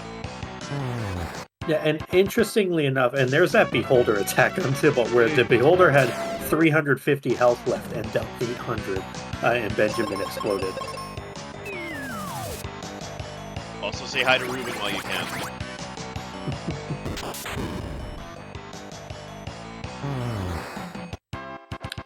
And off to a bad start for Tybalt on this Heckway. We have one petrified character, and eLmaGus is down to a 50-50 for either the second best floor or the worst floor. So he really does not want to see feet the next time he can see feet.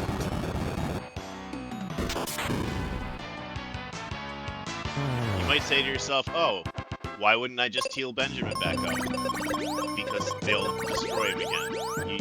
Really, curatives, it is a damage kill race with the Heckway. Yeah. Any additional attacks they get can just immediately ruin you, so you can't take any time. You're just at the mercy of these hitting and the speed of that. And Quina having a good boat so far as well, actually, getting some very nice encounters. Really speeding through this boat, so very well done by Quina. Only, I believe, the 2 encounters left, if I remember right. There might only be 1, though. But good stuff so far. So eLmaGus does get to floor 1 at least, which is, good enough. Yeah, when you don't get floor 6, you will absolutely take floor 1.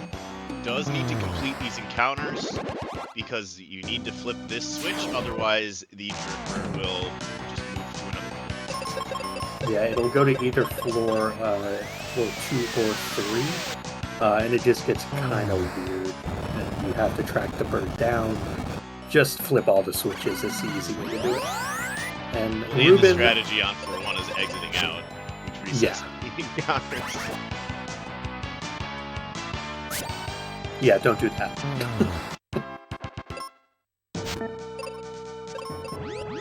We are about to get to our first runner in the final dungeon.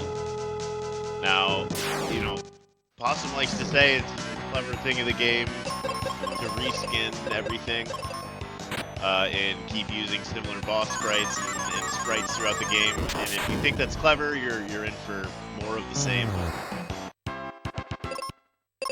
But it is basically the final dungeon is reskinned with slightly different attributes of essentially all the bosses we've already fought. Yeah, and let's see how this fight goes for eLmaGus, currently doing battle with the Jerkbird. And Sky Attack, but It's not bad. we're going to get a life and still going to get the flare off. One of the cool things is, even though Benjamin perishes there, because he has the flare queued and Phoebe goes before him, she lifes him. He pops up and casts a flare anyway.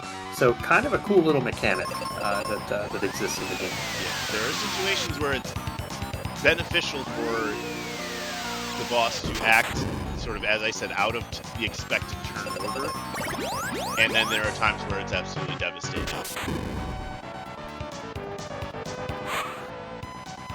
Clean so far.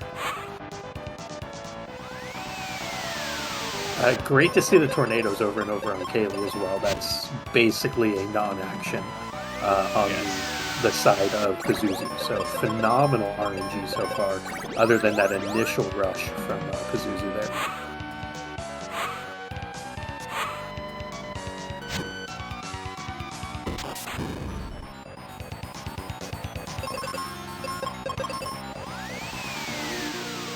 And again, some reskins from previous dungeons. This is the homage, and we'll see how carefully programmed this game was with these upcoming 2 boss fights.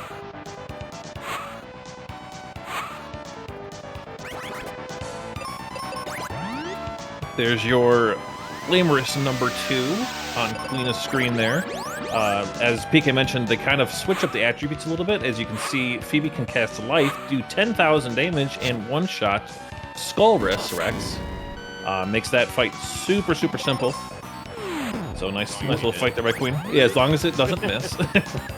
It is funny though also, because Tristan has Life. Why don't we just cast Life against Flamerous? For some reason, I don't know the specifics. In the English version, it does not affect Flamerous, but Cure does, which is why we saw all the runners use Cure with Benjamin against Flamerous. However, it was at the Japanese version, it's kind of the opposite, where Life works on Flamerous, but it doesn't work on Skullress, if I'm remembering correctly. Yeah, it's fun. A lot of stuff got messed up in the US version, basically, what we'll call it. Which is why you see Life and Exit being used over and over and over on stuff that doesn't necessarily look undead, because, well, it's not. But, the Life cast works anyway.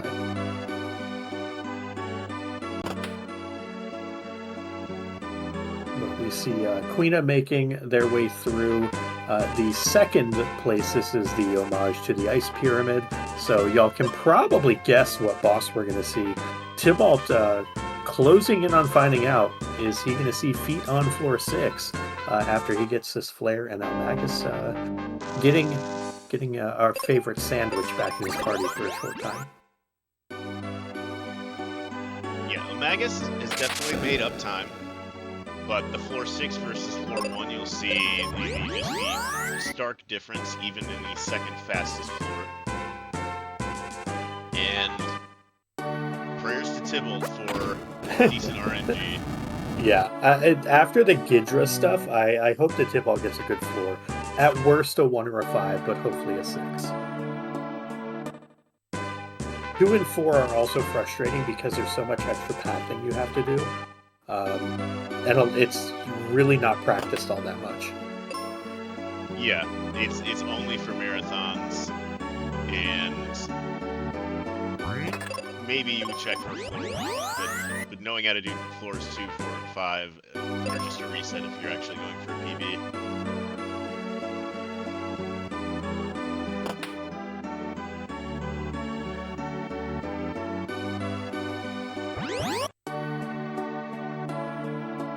Also, always remember to flip the switches. Definitely don't have an actual PB where I forgot to flip one of those switches. So oh wow, this Tybalt! This is interesting because in talking with Tybalt a little bit, my background knowing him from some other games that we play together, he has not had a floor 6 since he started running this. This is actually his first one in about 2 months of practice. His PB is a floor 4 right now, or it may just have been broken on like a floor 5, I think it was. So this is really, really good for him to finally get a floor 6. I'm very happy for him.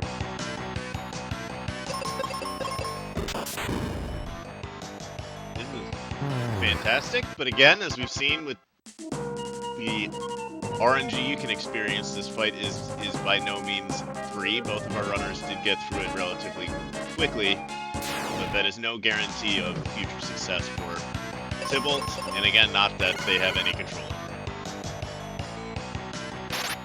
See Quina here fighting the second of the final bosses. Oh, look at that. Exit spell. And he's gone. Yeah, why couldn't we just cast Exit on Ice Golem? Oh, right, we didn't have it. No, you have to persevere before you get the free versions of them.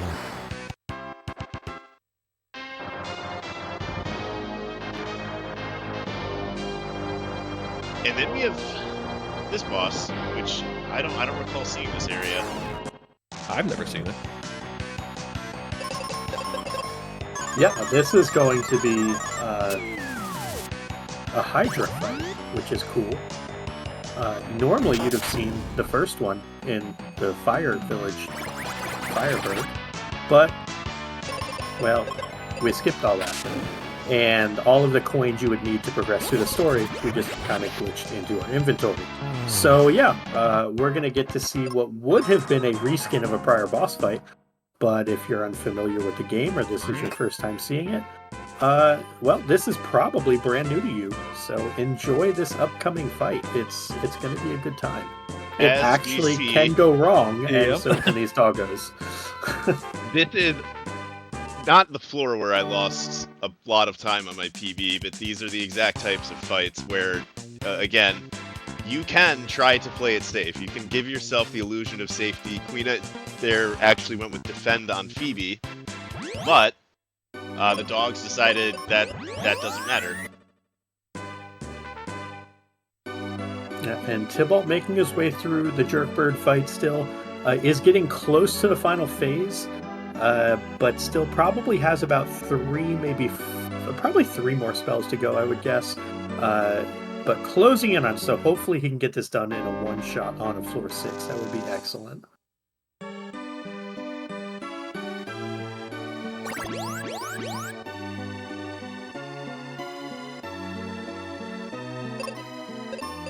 Last form of Pazuzu laying on the ground. Draw me like one of your French words.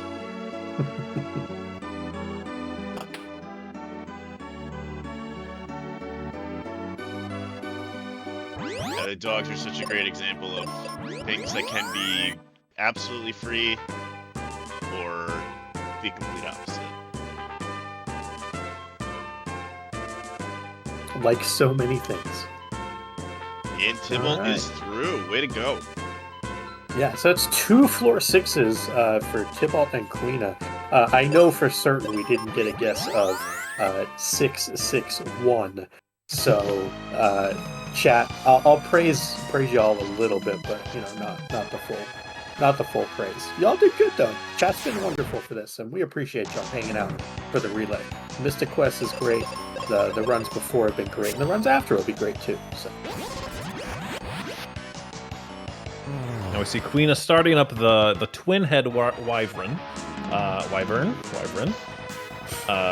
Great fight. Absolutely nothing wrong with it. No frustrating parts whatsoever. Yep, totally have never seen Phoebe get crit for 1400 on a fire that comes out here. This is maybe of all of the boss fights where you're not using some life exit manip, the most scripted. In theory. White and meteor casts. The poison on Phoebe is a little annoying. It eats time and a little bit of HP, but it's not worth going through to heal, because as you can see, one of the most common spell casts, which is re-poison Phoebe anyway. Yep, the only thing you're really hoping to not see is the fire spell against Phoebe. It does over half her health, so if she gets outsped on turn 2, and they use a fire again, then it's a quick GG. But so far, Quina doing just fine. We see eLmaGus beating Skullus Rex there. Moving on to the Ice Pyramid section.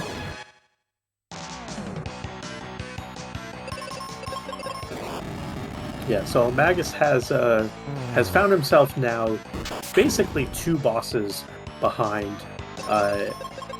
You might think, in a typical speed run, 2 bosses behind, like with what we just saw in Final Fantasy X. Hey, 2 bosses behind, no big deal. There's no way any positions could change hands. Oh, do we have news for you? Stay tuned. Yes, very clean fight. World record pace, right? About world record pace, right, at this point. On my PB. And then what may or may not happen to Quina happened. So this, every time you think you're through, you can wipe the sweat from your face. There are increasing levels of RNG, and this floor in particular can do whatever it wants to you. On the plus side, Quina does have the Venus Shield. That does remove one of the elements of pain from this floor. And for a lot of the folks who don't run the Venus Shield route, you do open yourself up to extra avenues of potential failure. So Quina does have... well, that's called bad luck, my friend. Quina does have that over their competitors here in eLmaGus and Tybalt, having that Venus Shield and the extra paralysis protection.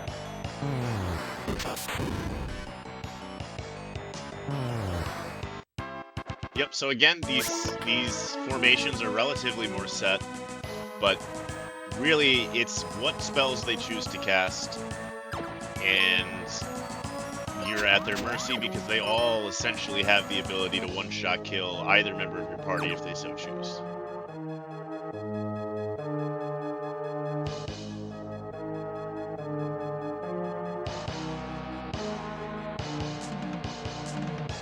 Like that. They're both trying, and they both missed. What? Nice! Yeah, that was very lucky. I think that's called skill, gentlemen. Oh, my mistake. And I believe Ten mentioned this very early on, but not only can they destroy your party immediately, they can leave you basically laying on the ground begging for a quick death. Ooh. Quina with an accidental run with 1 attack left. Not a huge deal, but just, quick 30-second time loss there.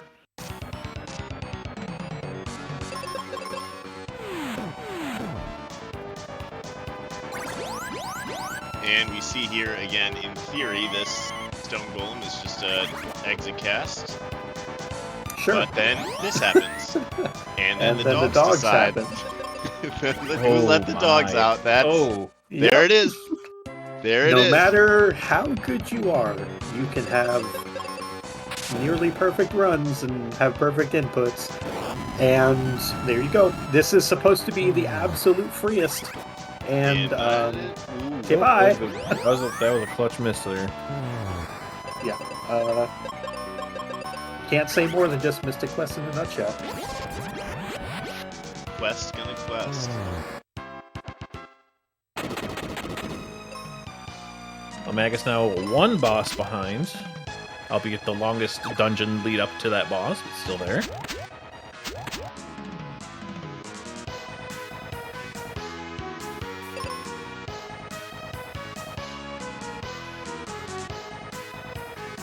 Yep, and again, these encounters on this floor are one half of where you can still have your run die after you get a floor 6, after you get through Gidra, after you get through everything else. You are... Oh no.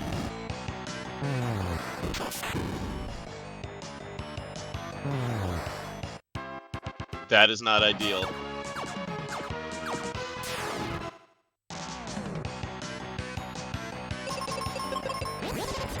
Was that an exit cast? I was going to say, was an accidental exit cast. Look away for 2 seconds. While it's not the... okay, it's not great. So, a few encounters, but fortunately already had that floor available, so can skip a fair amount. At least they can go right back to that the little Pazuzu floor. Yeah. I've definitely also never done that ever. No.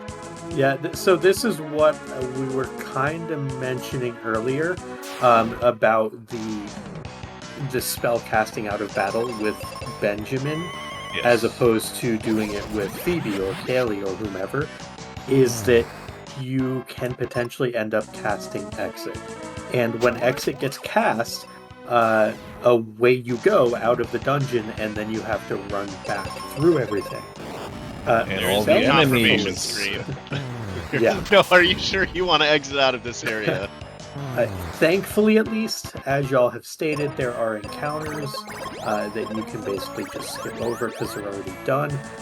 But it's a rough feeling, and you can tell from the movement from Quina that that's not a happy place right now, because then on the way back through there was the miss of getting back to that next floor.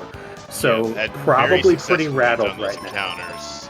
now. Now has to once again go through one of the many heckiest ways that are out there.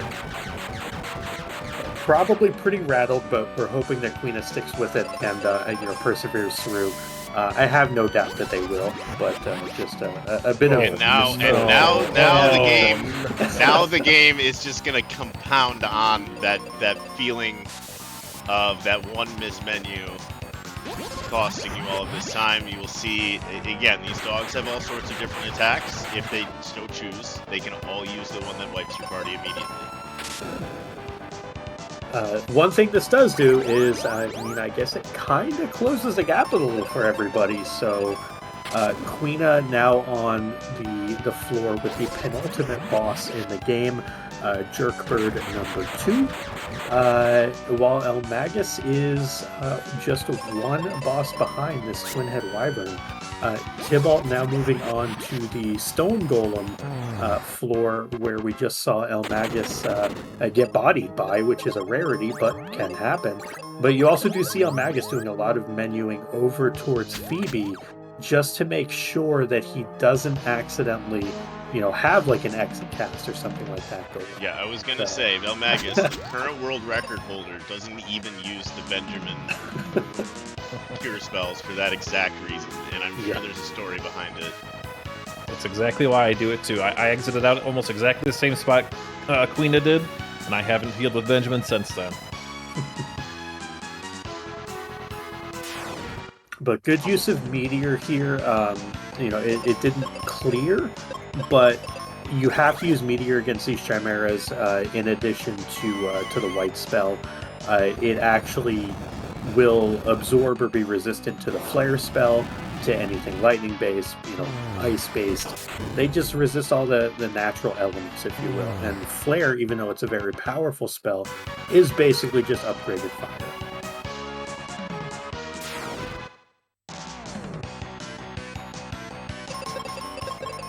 The doggos fire. No, yeah, doggos. This is RNG dependent now, and how well you can handle the final jerk bird. They are right around the same spot, and I know I've said it, but I'll keep saying it. This boss can absolutely devastate you repeatedly. The jerk bird on this floor has a tendency to open up the fight by just immediately killing people. The best part about it is it's not even the jerk bird itself that does the killing a lot of the time. It's the companions that will just decide, oh, no, we want to stone you, we want to confuse you, we want to murder you in 10 different ways. And if you go for a double AoE attack with both of your party members, you run the risk of getting outsped with Benjamin, not killing any of them with Phoebe's white cast, and just getting absolutely obliterated. So it'll be interesting to see the strategies that our runners go with for the zoo fight, because you can make up time if everything goes perfectly. It just pretty much never does. Yeah, outside of Pazuzu, the bosses always start with two characters on their side, and my theory is they know they have a very limited amount of time to impress their boss. They get one turn, and they're gonna make that turn. They're gonna make that turn count. Yes. But we are, I think, only 2 fights difference now between Quina and Magus, and Quina is take those dogs. Oh, went for the run. Went for the run, and the game gives you the death. Hey. Mystic and Phoebe being okay. There it is. Yep. You do not need to fight those dogs, fortunately. Again, any encounter you can prevent yourself from taking is. Tybalt getting bullied by the stone golem fight there. Yeah, so we had 2 runners get bullied by the boss least likely to bully you in the final dungeon. And we also had 2 runners get a floor 6. Just classic. Absolutely classic. And Phoebe taking it again. Oh my heavens. The game giveth, good. but the game taketh a lot. Wow, he actually gets out of that. Ooh, well done. And I mean, again, Tybalt knew to switch and cast Flare in that situation when Phoebe gets dropped. Mm-hmm. But at that point, it's all up to what the doggos want to do. Yeah, very good recovery by Tybalt there. Yeah, still a harrowing experience. Not the first time I've used that word, and it still may not be the last. But we are basically dead even, Quina and Magus on the same fight right now, and everybody's second favorite bird? One of the birds, I don't know. Birds are jerks. This one is no exception. Zuh is basically Pazuzu's older brother. It is technically less difficult because you are stronger while fighting, but its companions are way more rude. So Quina going with the thunder strategy. There it is. There it is. Right out the gate.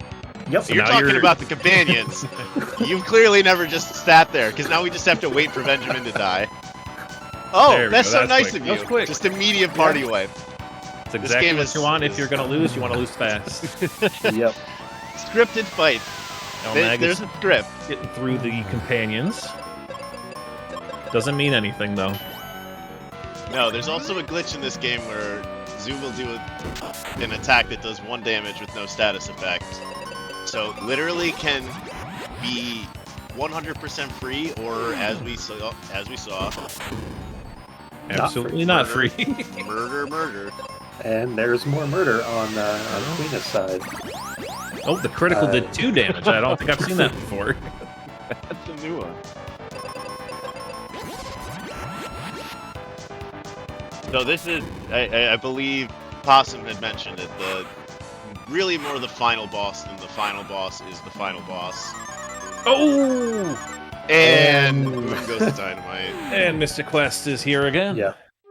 But and it was again, a quick as tap, quick tap. as good as Magus has played, as much as he's caught up, welcome to Mystic Quest. The game takes no prisoners. So yeah, Quina technically back in the lead again, but we'll see for how long, or it's rough. It's still Zoo. Yeah. Meanwhile, Tybalt getting up to the twin head, which is going to put him basically one floor and one boss behind. So still hanging in there, all things considered, after some really rough goes at Ghidra and some other things. So great work by all the runners. Honestly, being this close by the end of it. Yeah, I was gonna say, considering the gap in time between the three teams when we started this race, we are sending you. Oh no! Quina's just got to go for it. Yeah, you gotta YOLO this. It's got to be either arrows or flares. Just I think it was out of. Okay. And just get lucky. Oh my! I mean, that's good. That's the best outcome. One more. Wow! Yeah, let's go. Claps for Quina. Holy cow! Awesome. There, I think we're crazy. Is it about an even probability that the bird can one-shot Solo Benjamin right there? Maybe you can correct me if I'm wrong. And we see the same from Magus. Wow. Now, you would think, okay, the final boss is also one of the most scripted fights, but who knows how much that matters anymore. Cure, defend, cure, defend. That's the final boss. No over levels? Yep. Yeah, 22's where you want to be. You just don't want to be 25. So yeah, this is going to be extremely close between Quina and Magus here. Both of them are going to be in the Dark King fight at the same time, but this is not over yet. You are going to see some huge numbers popping out here from the Cure spell being used offensively. So to put a nice little bow on this, remember when we were casting Cure on Flamerus, and we never cast it again on another enemy offensively? Well, time has come. It's a good start. Everything is it's full all circle. Come down to what the, oh no! That is not what you want to see. The Cure miss is terrible. This is a dead heat now. They're both about to be done. When this boss dies, that's the end of the run. It's when the damage pops up for the final cure. Which will be like 33,000 or so. This is just summarizes the game for me. Paralyze on eLmaGus's Benjamin as well. Not what you want to see. And last cure here for Quina, assuming it hits. And there's time for Quina. Time for Quina. Very well run. And we're gonna... Yes. Coming up on time for Magus. If this hits... No! Okay. Come on. Okay. There we go. There we go. There we go. That's time for Magus. Oh my goodness. Man, this game is great. What a ride. Oh.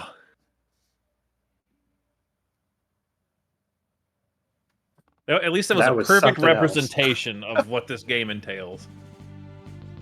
Whenever you get three people running this game, you really get to see all of the variations of nonsense that can occur throughout this run. Yeah. As we watch Tybalt almost get wiped by a regular encounter. But there is at least a happy ending.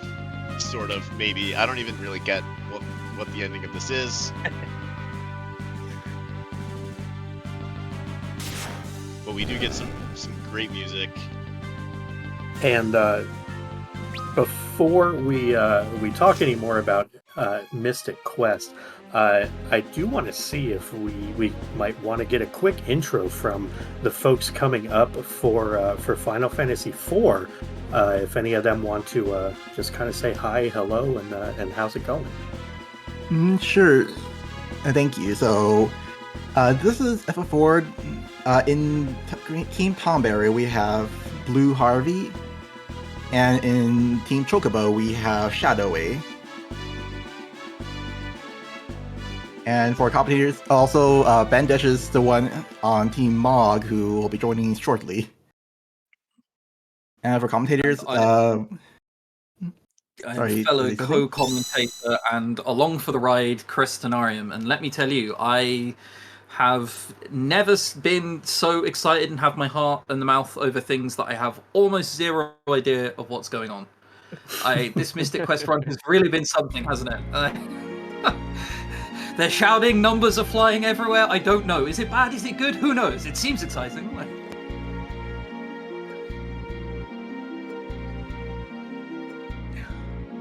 Yeah, well. And we'll watch Benjamin sail off into the sea, but first, everyone's favorite character somehow is on the ship, and this is how Mystic Quest ends. There's FF4 has so much lore associated with it and everything else. This is just, okay, how are we going to end this? I don't know. Why doesn't he sail off into the ocean with Tristan? Sure. Remember when there was the heart room where you find Tristan, and I said he met his soulmate? There it is. The dating simulator has come to an end. Have you written fanfic about this? If I go on Google, am I going to find like Possumorpheus writing about the Tristan Benjamin secret love? You know, I was really that wasn't a no. That was not a no. There's a lot of fanfic out there. Okay, I'm not going to make any promises one way or the other. I'm just going to say that heart room, Tristan, the end, the soulmate. It all comes full circle. Everything in Mystic Quest. It has no story, and yet it comes full circle. It's great. Story is that one friend you made along the way, as you get abandoned by everyone else. Exactly. And the funny thing is, it's the character all the speedrunners hate the most. Yes, by far the least competent of all of the characters you get in the game. Tybalt finally getting through that Mystic Quest fight there. He was just getting absolutely Mystic Quested. It's getting quested all over the place. And it's never over. It's never over until it's actually over. As we saw, that final boss, all you have to do is cast Cure 3 times on him, and that can turn sideways. And that wasn't even the most sideways it can turn. I think it's eLmaGus's 100% world record where he loses 70 seconds or something to the final boss. Yeah, it was like I don't know if it was his world record or the one before it, where I think it was like a 240 when it could have been like a 239, and then he got the 237 or whatever. I forget if that's exactly correct now. It's been a while, but there was definitely a run in there where it went sideways. I know in any percent there have been a number of runners, even some I saw their names in chat, I'm not going to bring up who they were, where the Dark King absolutely bodied them out of getting sub 2s. So it's one of those where Mystic Quest giveth and taketh away, and the best of runners can be bested by the game without having any control over it. So just to address the question, Melodia42, what happened to Mog? Just for people coming in just for the Final Fantasy IV runs, not familiar with Mystic Quest, Tybalt didn't do anything wrong.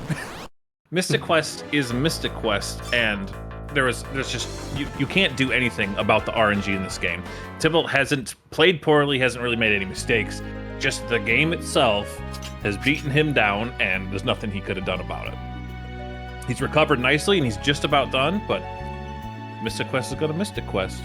Tybalt also came into this one 9-10 minutes behind, I want to say. Yeah, that's true. Yeah, I think he was about 10. No, it was closer to like 13, wasn't it? Behind Tonberry, and I want to say like 2 or 3 minutes ahead of Chocobo.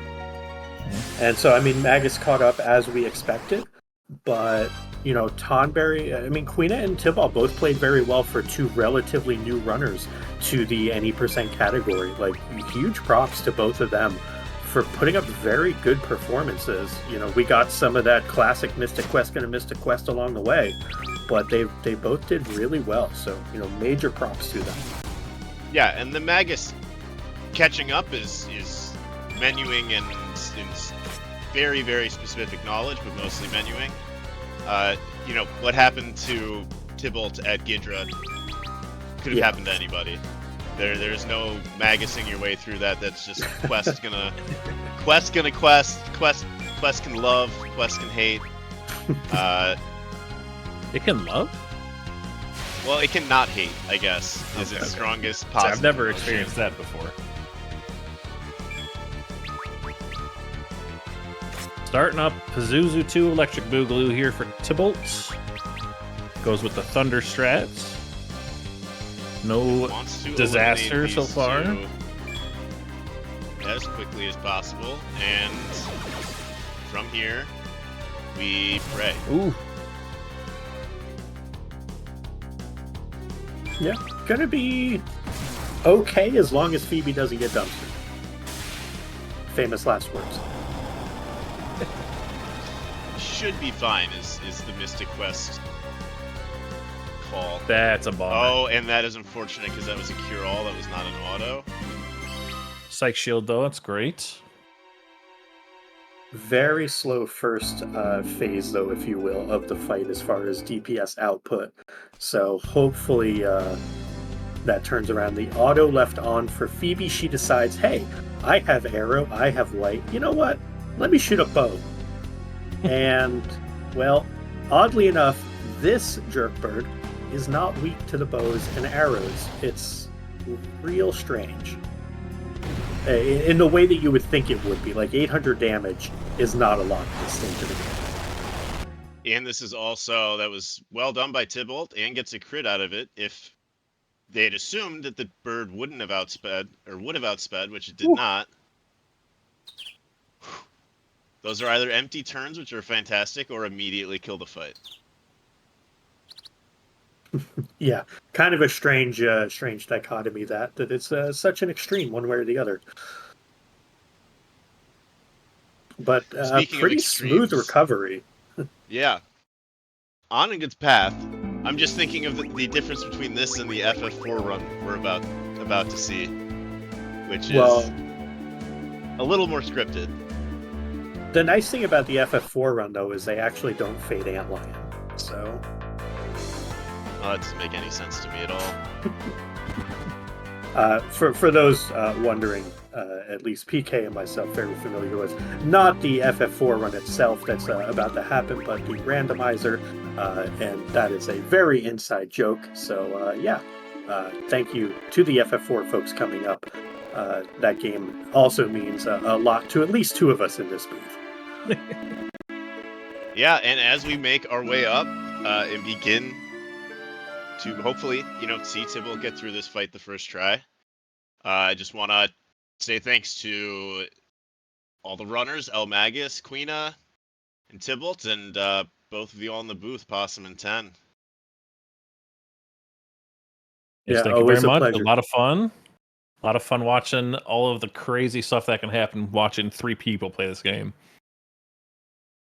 Yeah, 3 times the opportunity for it to fail at every possible fail point, and even as we're doing this wrap up, this fight could not go perfectly for Tybalt, even if the expectation is all you got to do is 3 spells. Yeah, we'll see what happens, but it's been a heck of a ride, guys, and thank you again to the runners, to everyone for having us. That is not the start that you want. All right, that's good. That's Phoebe good. getting bodied. Okay. We're fine. We're fine. Okay, we're coming up on time. Not quite there. We need one more round of spells to go successfully, and then we are on to the next one. Yeah, from one game from the early 90s to the next, and there it is. Nicely done. Good recoveries.